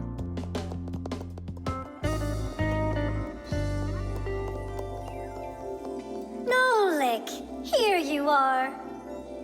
Didn't you say that charging up in the kitchen is boring for you?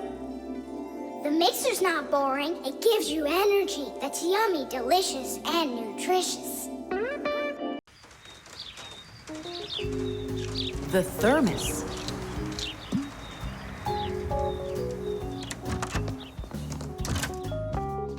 Where should I put it? Put what, Tom Thomas? Oh, it's you. My ice cream. Are you joking? Eat it! I can't. Tom Thomas, are you all right? I'm fine. It's just that it's a present for my mom. Today is Mother's Day. Then you need to go give it to her. I can't. Dad and I are going to congratulate her together. What's your dad gonna give her? I don't know. But when he gets back home, the ice cream will have melted. Then put it in the freezer. And what if Mom looks in there and finds it? The surprise will be ruined. So where won't she find it? I'll tell you where. Inside of your dad's office. I don't see any place to hide it here. There's no freezer or anything. Why don't you take a look inside the box?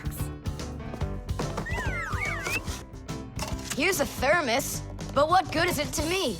Thermoses are for keeping things hot. The ice cream will melt in there. It will not. A thermos is made by putting one bottle inside of another. Between the bottles is an empty space, and that's the secret of a thermos. That space stops heat from getting out or in. So if there's hot tea inside, the empty space doesn't let the heat from the tea get out. And if there's ice cream in the thermos, the space stops the heat that's outside from getting in. And that's how a thermos keeps hot things hot and cold things cold.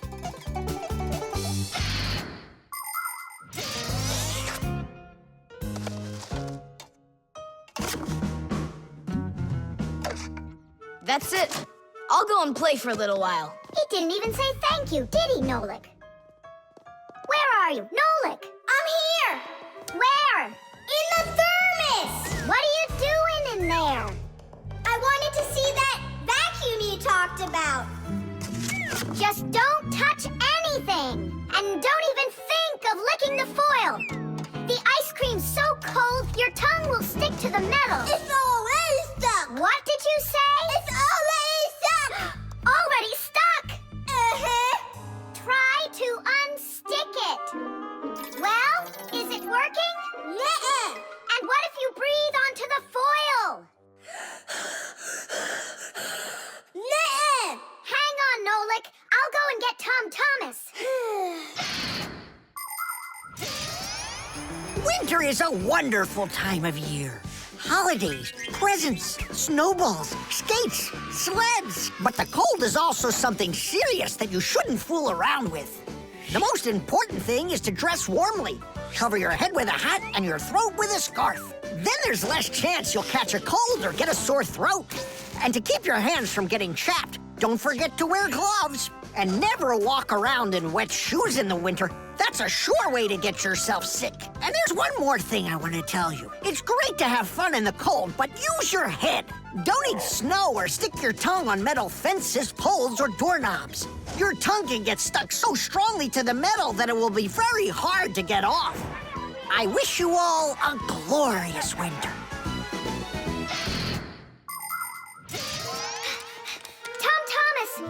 Nolik's tongue got stuck. Where? In the thermos. Hurry! I'll explain everything later. Dad, you're already home? Mm-hmm. Dad, why are you taking my present? What do you mean, your present? I mean this one. Since when did it become yours? Oh, hi there. What's the fuss all about? Oh, it's nothing at all. I have a surprise for you. I want to wish you a happy Mother's Day. A thermos. How wonderful. Thanks so much. Is there something in here? I don't think so. Inside there's a present from me. Vanilla ice cream. My favorite. And how did that end up in there? Thank you so much, my sweeties.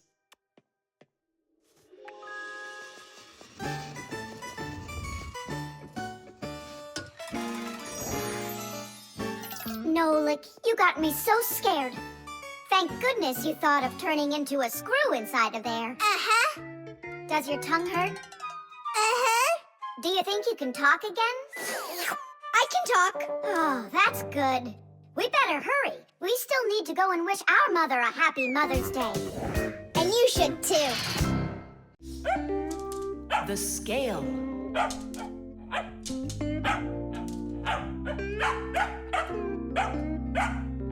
Chusaka, that's enough already. But what if it's something important? Come on, she's just a dog. They say that cats and dogs have a sixth sense that we don't have. What's that?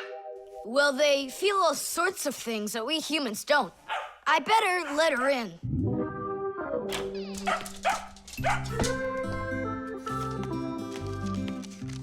Mom and I will be home before dinner. Please remember to give Chusaka her food.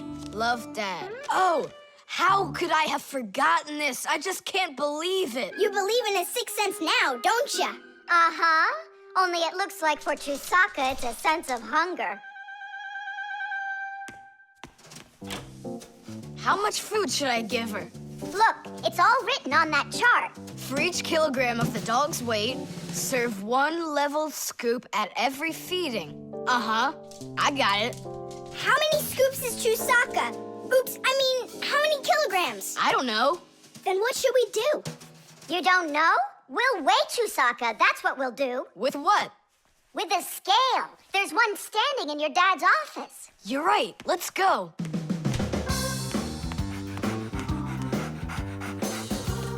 I was wondering, does it bother your mom that only your dad has his own office and not her? Nah, Mom says she's got her own office. It's called the kitchen. Hey, look, there's the scale. Did you know that humans have had scales like this for more than 7,000 years? If we want to find out how much something weighs, we need to compare it with something that we already know the weight of. Let's say you need to weigh a watermelon. You put it on the scales pan and it drops down. Now you keep adding weights to the other side until the two sides balance. Well, this one is too heavy, but this one is just right. Since the weight is 10 kilograms, it means that the watermelon weighs 10 kilos. And that's just how simply a scale works. Well, should we start? Chusaka! Right, like she's gonna come running. How are you gonna get her away from that bag? Huh, I know how to get her.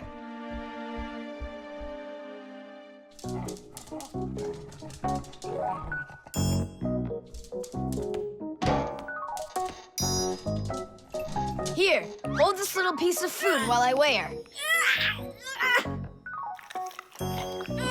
This may be literal, but it's way too heavy. Just hang on. Please, hurry up!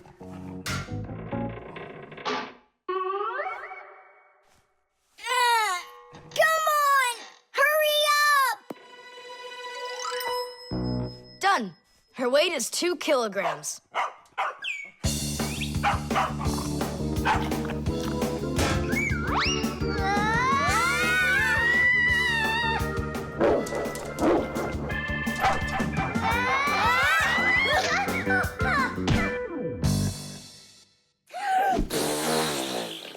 Okay, now we can feed Chusaka. Chusaka weighs 2 kilograms, so 2 cups will be just right then. Do you think that you can feed your pets any kind of food at all? Oh, no! For them to be healthy, pets just like humans need to have a nutritious diet. Today, there are special pet foods for birds, fish, dogs, cats, and all sorts of other pets. These foods are made with everything your pets need to stay healthy, like meat, fish, fruits, grains, vegetables, and vitamins. These kinds of foods give pets a well-balanced diet, and there's no need to cook them. They're ready to eat. Just pour them in a bowl and your dog will be happy. And so will your cat, and your bird, and your fish, too.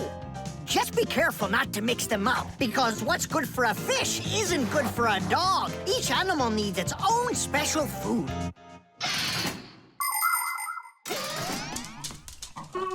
Stop! What's wrong? What's wrong? You have to take out a piece. She ate one already. All right.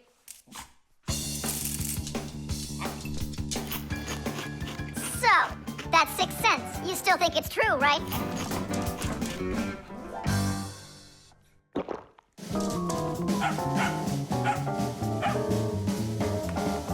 What did you bring that for?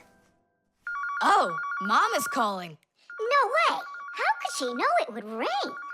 I knew that Chusaka had it. Hello? It was a 6 cents, wasn't it? The internet.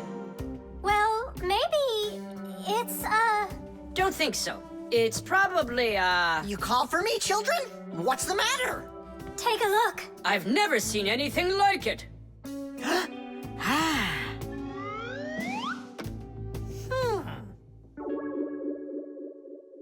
What in the world could it be? Hit!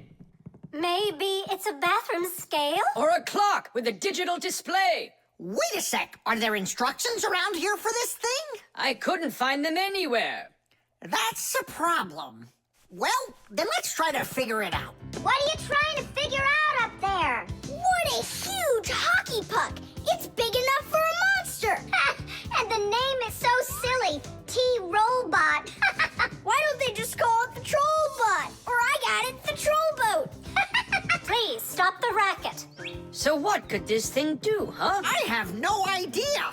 We could try finding it on the internet.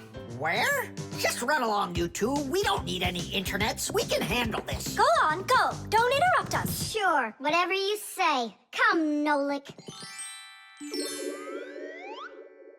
We'll find it out by ourselves. Yeah! How? So, you remember what it was called? A Trollboat. Nah, a Trollbot. You're right. Hop to it.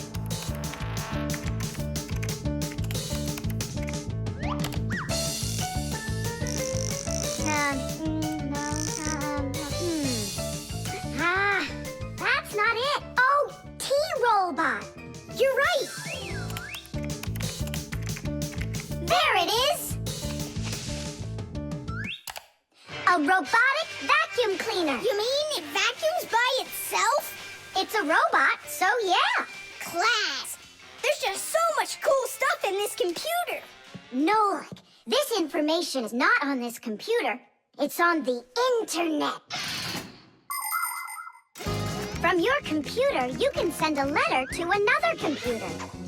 You can also download a song or a photo from another computer. That's all possible because most of the computers in the world are connected to one another as part of a huge web. And this World Wide Web is what we call the Internet. Thanks to the Internet, we can take a peek at just about anywhere in the world and find information we need about anything.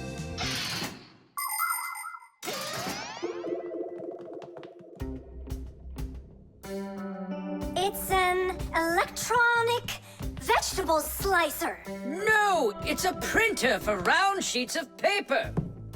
There's no way. Grandpoos, we found out what they do with it. You're back again? You mustn't interrupt the adult. Just wait a second. Nolik, turn it on. Turn what on? Don't you turn on anything. Ready, set, jump!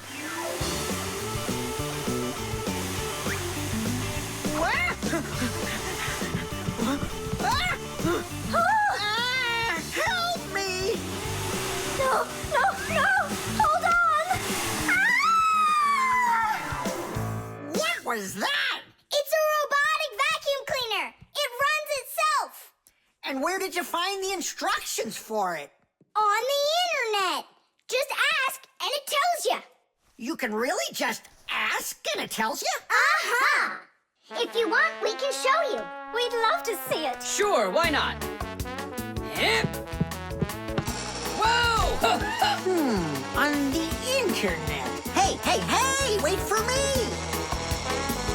What's an elephant weigh? What's an elephant weigh? What's an elephant weigh? The answer's easy to get. It says it weighs 5 tons. It says it weighs 5 tons. It says it weighs 5 tons here on the internet. It says it weighs 5 tons. It says it weighs 5 tons. It says it weighs 5 tons here on the internet. You send a letter to me. I send a letter to you. You send a letter to me. It's just so easy to do. We're writing letters now. They're fun to send and to get. We're writing letters now through the internet. We're writing letters now. They're fun to send and to get. We're writing letters now through the internet.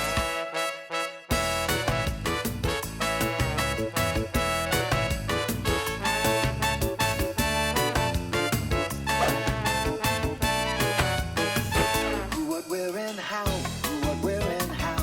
Who, what, where, and how. The answer's simple to get. Every fact you need, every fact you need, every fact you need is on the internet. Every fact you need, every fact you need, every fact you need is on the internet. The piggy bank. Mwah! Tom Thomas, why are you throwing away your money? That's not what I'm doing. I'm storing it. This is a piggy bank. Oh, here's another coin. I don't like its snout. That's one very suspicious looking pig. Are you positive your money's safe with her? Don't worry. Whatever I put into my bank here is not getting back out.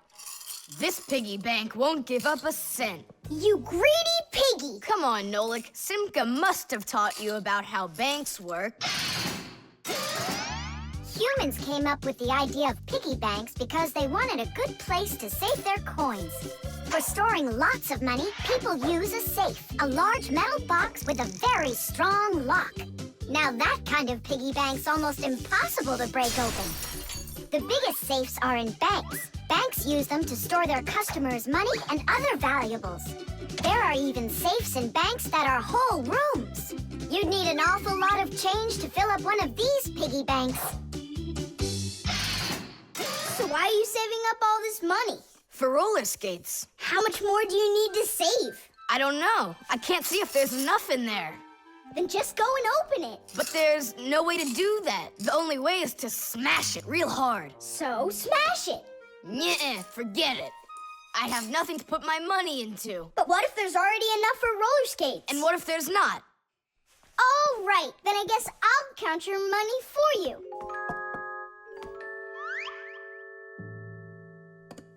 Tadish!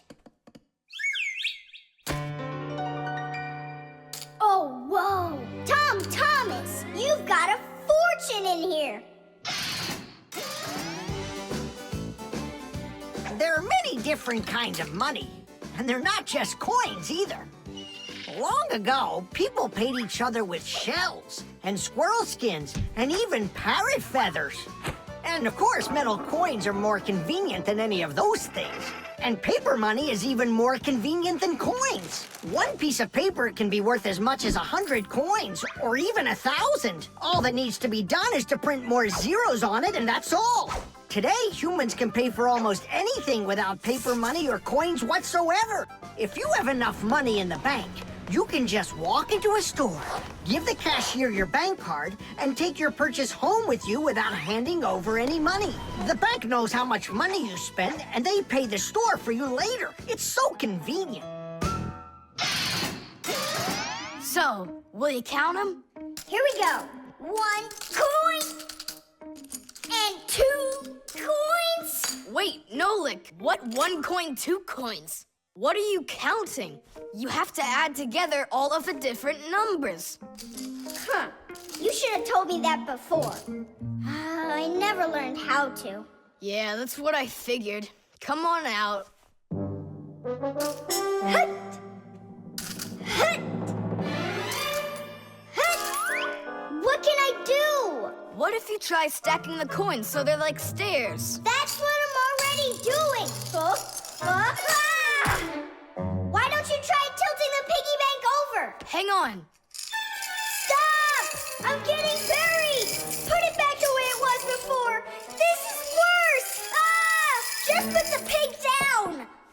Nolik, hang in there, please. I'll get some thread and lower it down to you. I can't get a hold of it. It's too far away. Hey, Tom Thomas, smash the piggy bank. What? Just smash your piggy bank.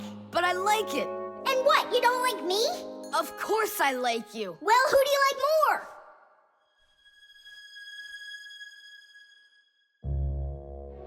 You're my friend, aren't you?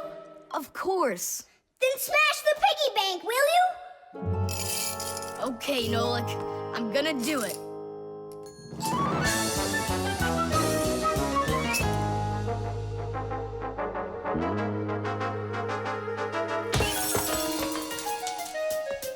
Nolik, are you okay? I'm okay. Thank you, Tom Thomas. Thank you, my friend. No problem. At least now you can count up how much money you have. Nah, there's no reason to do it. There's no way it's enough for roller skates. You sure? What a shame. But now you've got all of this money here to buy a piggy bank that's totally brand new. The tin can. Well, what else goes? A flashlight. It's good to have when you're camping. Listen, Tom Thomas, just leave a little room for me in there. I'm good to have when you're camping, too. I'll leave you some room. Just hide in there so Dad won't see you. And you can't tell Simka anything about me going with you. All right. And last on the list, a few cans of meat. Hi, Tom Thomas. Have you seen Nolik? No. Then who did I just hear you talking with? I was just reading the label. Huh. Where did Nolik run off to?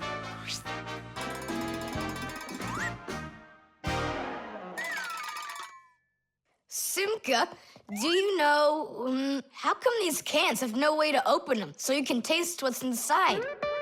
What do you mean? Don't you know what makes canned food special? It comes in a can.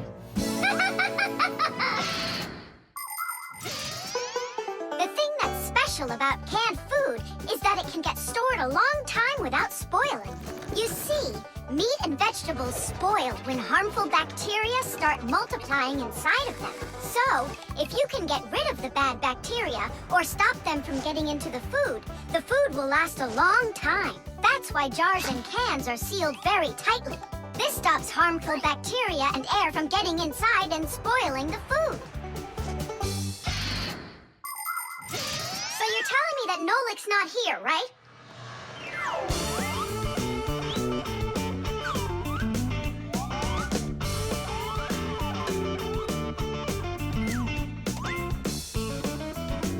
Huh.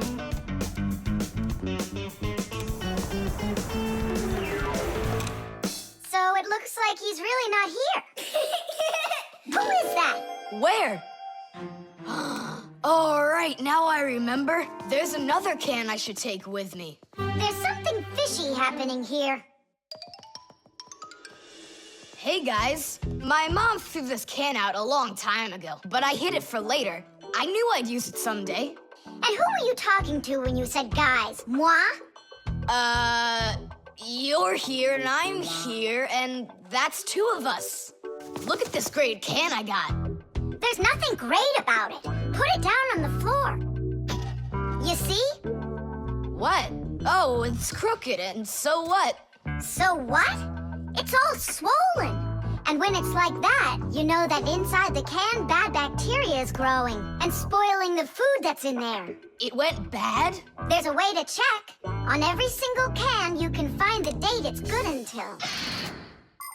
Sooner or later, even canned food will go bad. And of course, dairy foods like yogurt or milk can spoil in just a few days. When you buy food in the store, it's very important to always check the expiration date. The expiration date's the last day that it's safe to eat that food without worrying that it may have gone bad. You can find the expiration date on each box, jar, or can of food, so pay attention. And be very careful not to buy or eat any food after its expiration date has passed. And if you see that a can is swollen, throw it away immediately. If you eat it, your belly can swell up too. Unfortunately, when food spoils, it's impossible to unspoil it, and then even the Fixies won't be able to help. Oh, my mom probably saw that this can went bad over a year ago. That's why she threw it into the trash. Right, shame on you for picking it out of there. You could have poisoned yourself and poisoned your dad as well. Yeah. And the other cans, are they swollen too? They're fine. Goodbye then. It's a shame I couldn't find Nolik around here. Papoose wants to give him a brand new Packamat as a present. To me? Aha, I gotcha. Ha-ha. I had a feeling you would try to sneak away in Tom Thomas's bag. You lied. That's not fair. And hiding. That's fair, right? Tom Thomas, are you ready? I'm ready. Great, then let's get going. Hooray! We're going camping. I wanted to go camping too. Don't worry, I'll go camping with you. Really? Really, really, really. To that house outside our window. See how huge it is? The microphone. And what do you think? Should we go and see a movie?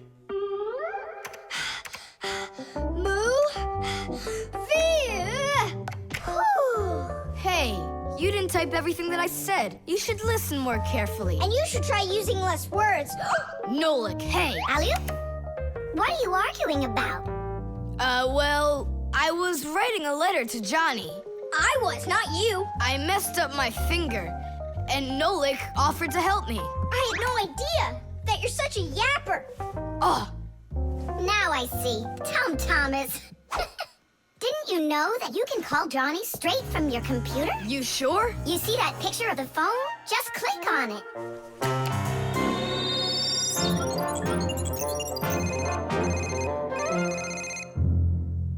Hi. So what movie do you want to go see? Hey there.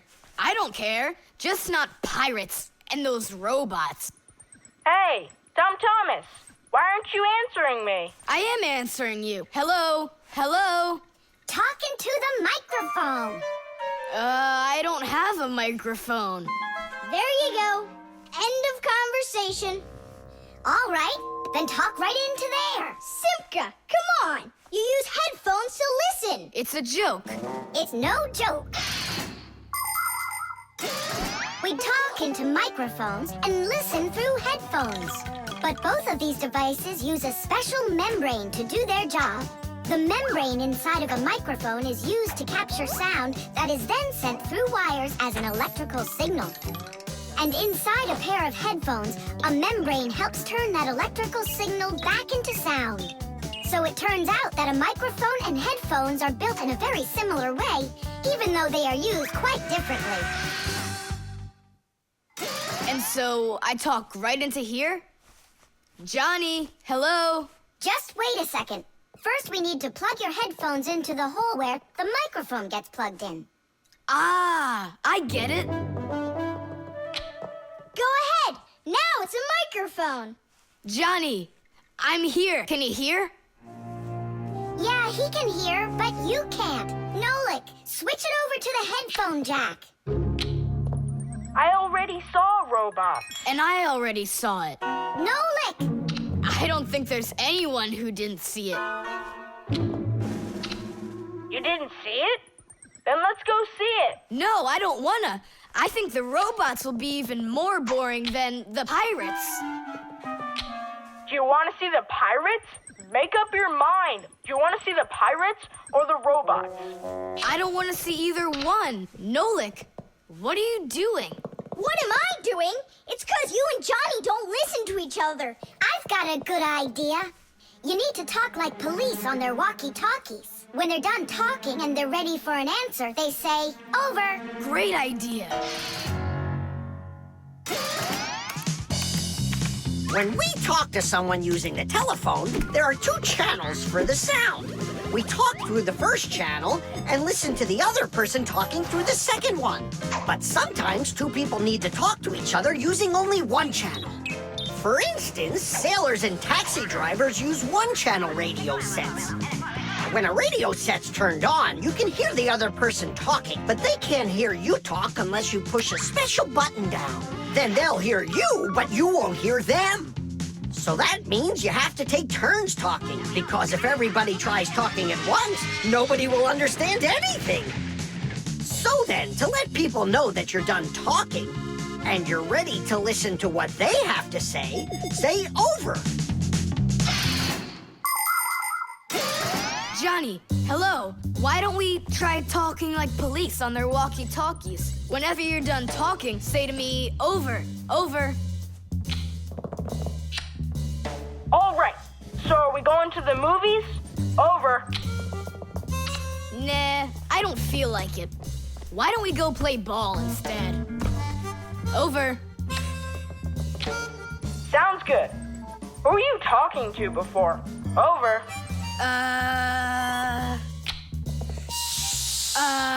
I can't tell you that. It's classified. And we policemen, we follow the rules. Wow, that worked out great. You 2 are the best. Over. Oops. We try our best. Over. We do. Especially me. I'm completely over. Candy.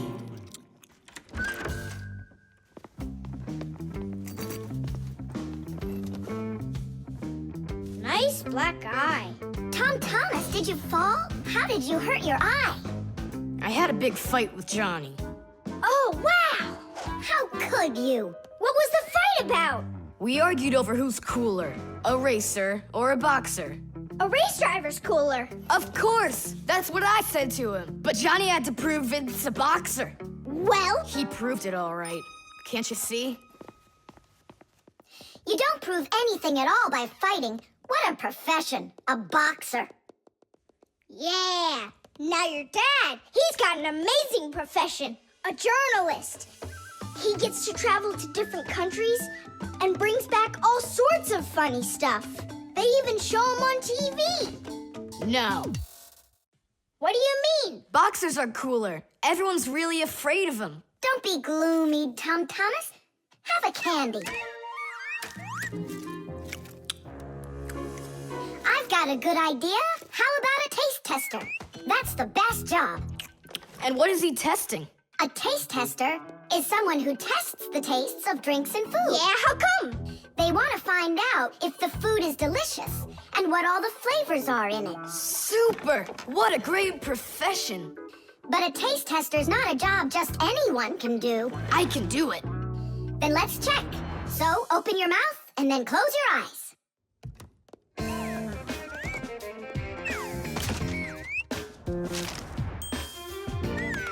Try to figure out what the flavor is inside of this piece of candy.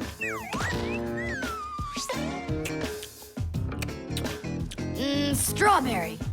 That's right. Good job, Tom Thomas. And this?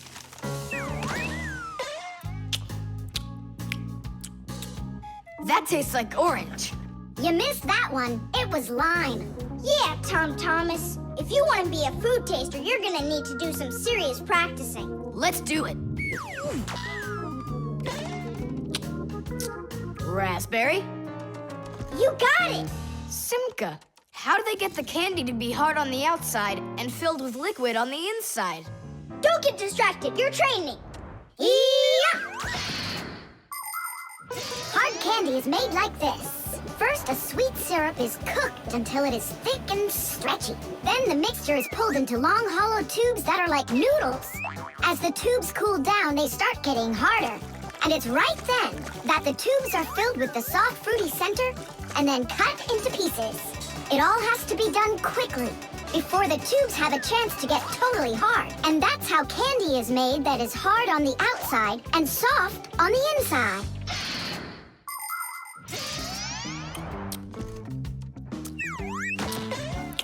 It could be strawberry, only I just can't tell anymore. Ouch! What's wrong? My tooth. Was I hearing things? Or did someone yell? Oh, I got it. Come on, let's take a look at your tooth.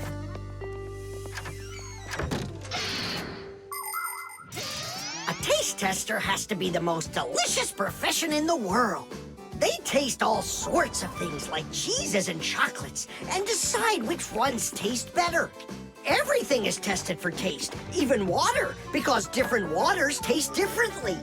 There are also testers who don't test food and drinks, but rather they test the smells of things like deodorants or perfumes. Not everybody can become a really great tester. First, you have to be able to tell apart all the different tastes and smells. You also need to know when it's time to stop, or you can make yourself sick and lose your ability to tell things apart. That's the reason why taste testers only take very small bites of food and very, very little sips. If you're gonna have a bad tooth, it's good to have a mom who's a dentist. That's true. She's a good dentist. She'll fix it in no time. She'll pull that tooth right out.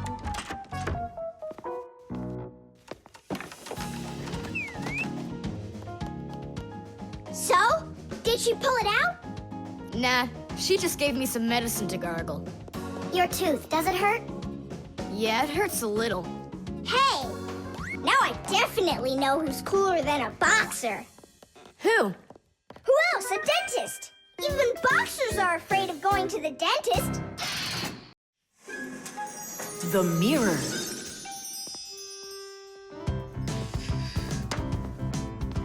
Hi there, Tom Thomas. Why has this mirror been standing here in the hallway for a whole week already? My dad can't seem to find any time to hang it on the wall. Are you sure it won't fall? It hasn't fallen so far. So, Nolik, do I look like Spider-Man? Ah! No, you don't look like him at all. Yeah! Hey! You can't climb on walls like Spider-Man. Yeah, I'm sure you can do it. I can do it. Just give your chewing gum to me.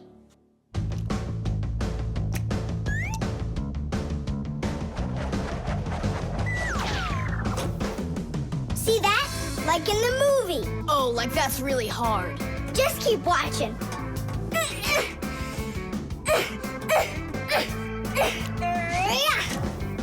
That's hard.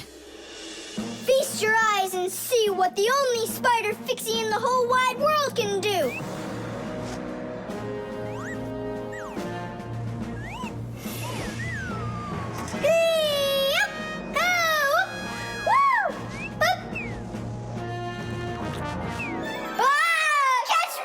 I gotcha!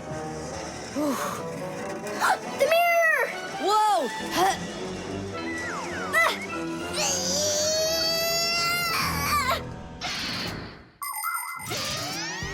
Long ago, the only way humans could see their reflection was to look into water. The very first mirrors appeared about 5,000 years ago. They were made out of silver or bronze. Legend has it that the Greek scientist Archimedes once burned down an entire enemy fleet with the help of mirrors like these. But humans only became able to see their reflections well after they started making mirrors out of glass. And we still use glass mirrors today. But of course, mirrors are not only used for looking at our reflections. They are also used in telescopes to collect the light of distant stars. And humans also use mirrors inside of automobile headlights so they will shine even brighter. Just look at all the things mirrors can do for you. Whew. Looks like it didn't break. Help me lift it so we can lean it back up on the wall. Tom Thomas! I've gotten a reflection in the mirror. That's impossible, because only vampires can't see their reflections. Or ghosts. But I'm not in there. So then, I guess you've become a ghost. No,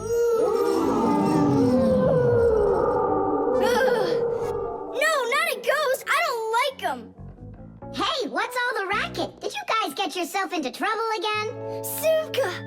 Me and Tom Thomas were playing Spider-Man, and I turned into a ghost for some reason. Yeah, ghost. That's silly. They don't even exist. Oh, you don't have any reflection either. Simka! You're a ghost just like I am.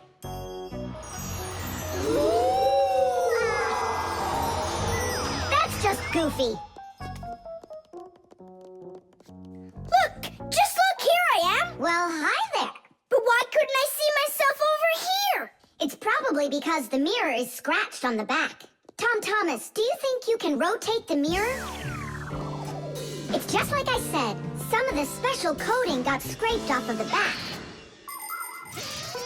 A mirror is not just a piece of plain glass. Plain glass lets light pass through it, but a mirror reflects light.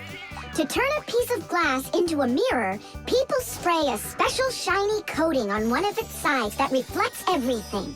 And then to protect the shiny coating, an extra layer of paint is put on top of it.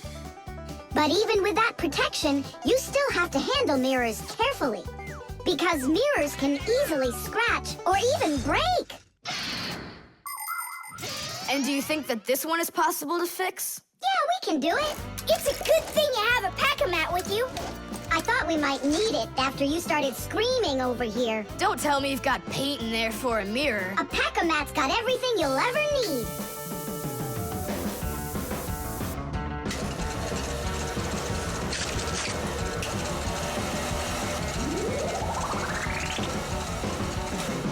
It's all ready. My dad's coming. Tom Thomas, what are you doing here? Checking if you hung it.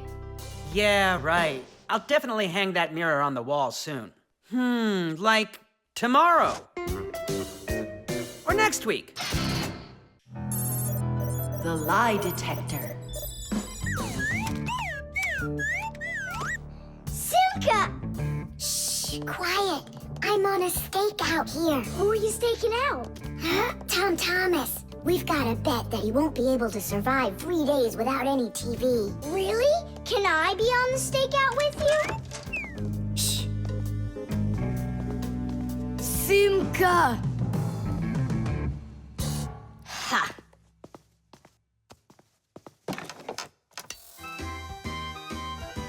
Aha! I gotcha. What? Who? You lost the bet, Tom Thomas. Just tell me you didn't. I didn't. Why didn't you? It's because I'm not Tom Thomas. What? I'm Tom's brother. That's totally not true. We know Tom Thomas doesn't have a brother. I meant his first cousin. Then how come you two look so much alike? It's 'cause our mothers are twins. So what should we call you? Who, me? John Johnson. And who are you, by the way? As if you don't know who we are. This room is beautiful. Sure is bigger than mine. I don't believe you. You're telling a lie. And what is your proof? Maybe he's not lying. There's a way to check it. How? Yeah, how? With a lie detector. You'll see. A lie detector is a device that is used to help figure out if someone is telling the truth or if they are lying. You see, when someone is lying, they always get a little bit nervous. Even though we might not see it, we know that a liar's heart beats a little faster, his breathing changes, and he sweats. A lie detector can pick up on all of these little things. And that's how a lie detector can be used to help find the truth. But you don't have a lie detector. But we know how a lie detector works, don't we? Or are you scared, Tom Thomas?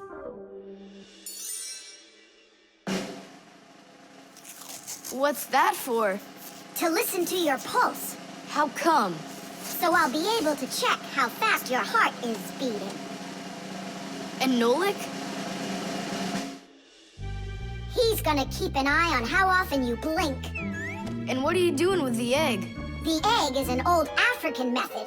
If you're not telling the truth, your hand will automatically squeeze the egg. And so, the egg will crack. Well, my egg won't crack. We'll see about that. Humans have tried to come up with all sorts of ways to find out the truth. For instance, in ancient China, they would put some dry rice in a person's mouth when they told him the crime they believed he committed. Then they'd check the rice. If the rice stayed dry, they believed he had committed the crime. In ancient India, a person had to bang on a gong while answering a judge's questions. If he started banging the gong louder, then it was believed that he was trying to hide the truth. And in Europe, if one knight accused another of lying, then they would just take part in a duel. Whoever won that one was said to be on the side of truth. No, it's not easy to hide the truth, but sometimes it can be even harder to find it. Answer yes or no. You got that? Do you have 2 ears? Don't you have eyes? Just yes or no. Yes. Answer. Are you a girl? Hey, come on. Yes or no? No. Where do you find such dumb questions? We just have to check what happens to your heart when you tell the truth to us. All right, now answer this. Do you know the Fixies? Yes or no? Yes. No. I forgot. His pulse is speeding up. Are you Tom Thomas? No. His pulse is racing. And his eyes have started blinking. And the Fixies, tell us where you learned about them. From Tom Thomas. He couldn't have told you about us. It's a secret. He could. Not true. It's true. It's not true. Yes, it is. Hey, look! The egg cracked! Just give up, John Johnson. All right, I'm Tom Thomas, guys. Tish! Is it really possible to know if you lied just by measuring your pulse? With pulse, you really can. But you probably couldn't with the egg. You tricked me then. That wasn't nice. You weren't tricked. John Johnson was. Huh. You know what? I think you've got to get checked out on this lie detector. Ha! I don't think so. You need to get ready to give me my wish. 'Cause you're the one that lost the bet.